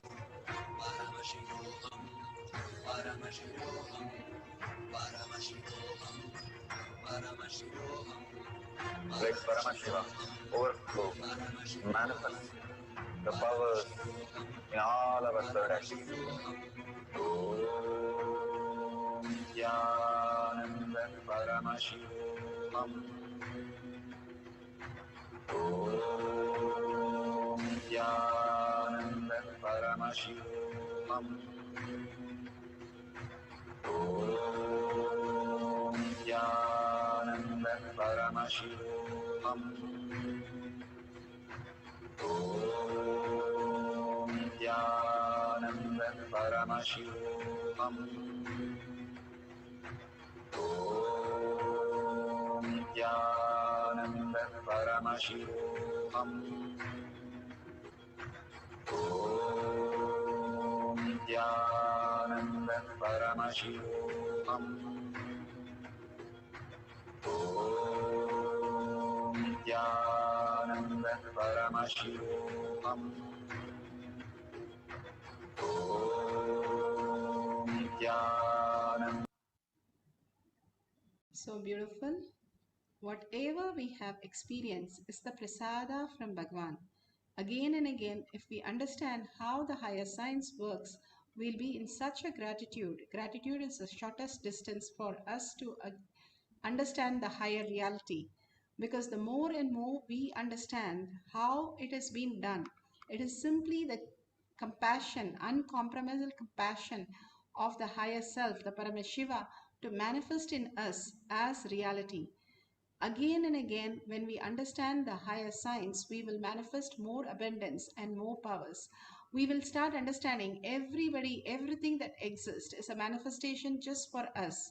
And each one of us experience that Brahman, that ultimate source, the ultimate reality, consciousness, Paramashiva, Bhagavan himself, manifesting through us and so beautifully bringing all the auspiciousness and abundance. It is not just increasing the temperature, it is increasing your auspiciousness and abundance. Whenever you sit, even for a second of unclutching, it's worth than anything you did on the day, Bhagavan says. It's so powerful. Even if you touch the electricity 1 second, it's enough to kill you. So it's so powerful. That is the exact space. And this is more powerful than a strong nuclear force. So what could happen if you are in consciousness continuously for a few seconds? You will be enlightened. Bhagavan says 21 seconds, if you are able to stretch yourself into the oneness space, simply you become Paramashiva and simply manifest as reality. As ultimate reality, you start living as an enlightened being, superconscious being. It is quite possible for each one of us. That is why we have so many millions of them, enlightened souls who have manifested all these powers.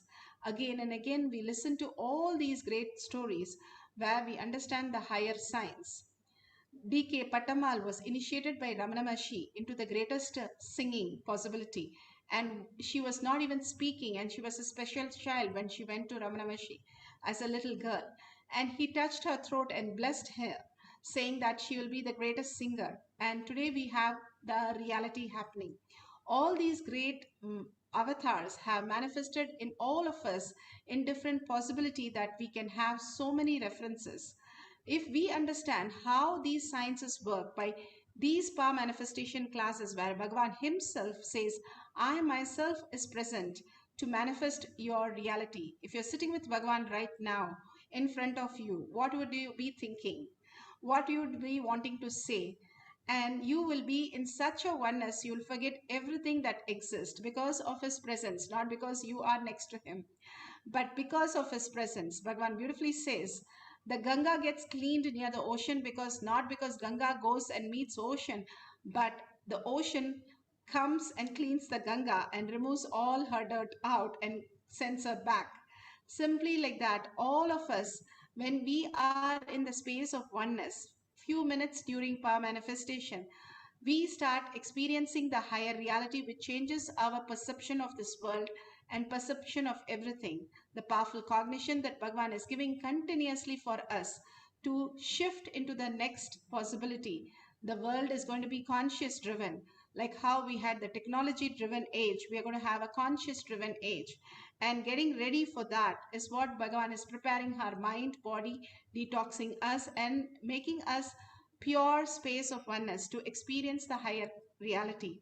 So we'll have one more cycle of power manifestation of the power of will of increasing the temperature of other person or the glass of water. How you would prefer, you can do that. If you've already manifested, great, you can share that experience in the chat for others to be inspired and others to entangle with that message. If you're feeling like I'm not manifested, surrender everything to Bhagavan's lotus feet. Again and again, surrendering to Bhagavan's lotus feet will raise you to the higher reality. At Bhagavan's lotus feet, all that we exist, we understand, we know, drop it, drop everything. And simply you will see the manifestation happening. Once you understand that there is nothing for us here except experiences. The rays of the suns are equally powerful as the sun. The rays are experiencing the oneness of the sun and radiating. Same, each one of us is Paramashiva. Each one of us can radiate the same thing as Paramashiva and manifest all the reality, holding only that powerful cognition. Bhagavan says collective integrity, all of us sitting today now and manifesting the power of Paramashiva, power of will, is such an auspicious space. So let's start chanting intensely with a deep listening. Let's put away our cell phone for a few minutes and intensely start chanting and experience the oneness and raising the liquid temperature or your body temperature, and make sure you're authentically measuring it. And if you can video record or take a picture, that will be really nice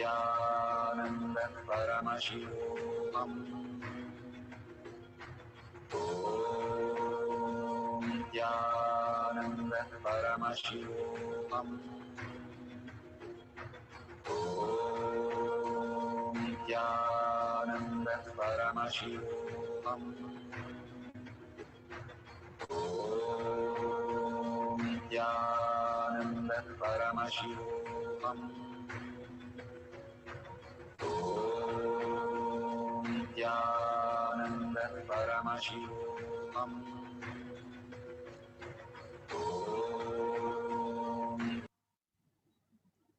Such a beautiful experience. All of us can now open your eyes and measure the temperature. Make sure the temperature is raised authentically, and you are checking a couple of times to make sure the temperature has really got the same number both the times. And take a picture, or if you're doing a video recording, that's excellent. Share it in the tinyurl.com/manifestation. Billions of people are there not knowing all these consciousness or anything. They are suffering so much and struggling so much, and with so much of healing is required. And each one of us taking a moment, it just takes 5 minutes to share all these powerful cognition from pre-satsang, satsang, and power manifestation. Your opinion, your suggestions, your comments are really valued. And take 5 minutes in your social media or in tinyurl.com/power-manifestation. Just type one line how you experience the power manifestation. That will benefit so many millions of them out there who have no idea what is happening in life and why is it so chaotic and suffering so much. This will help them to get them to Bhagavan, Satsang and power manifestation, for them also to experience the oneness with Paramashiva. If you see a $sign at the end of the YouTube chat, please go ahead and click it and offer a unit of your currency. Why do we ask you to drop $1 every time? Is because more and more you offer the currency, your inner space becomes Kailasha. Again and again, when you go to the temple, we offer $1 into the hundi. The first thing that we see after we enter the big doors of the temple is to offer something before we ask for something. All the time we ask for something, but if you go on offering, you will see you are in abundance of oneness with Paramashiva. So let's offer all our powerful cognition and power manifestation to Bhagwan's lotus feet and thank Bhagwan from the deepest of us, and with a deep yearning ask Bhagwan to make Paramashiva as your existential reality.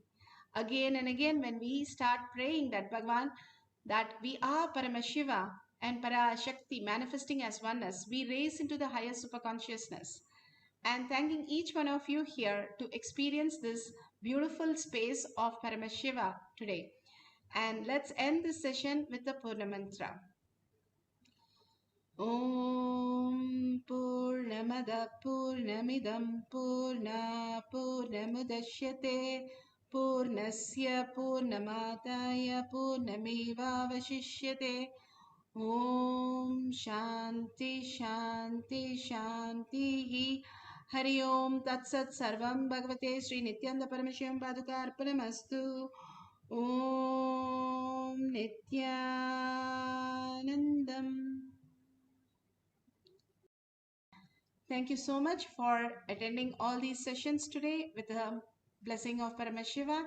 Make sure you're available at 6 p.m. tomorrow in the Zoom session for more manifestation sessions. Thank you, Nityanandam.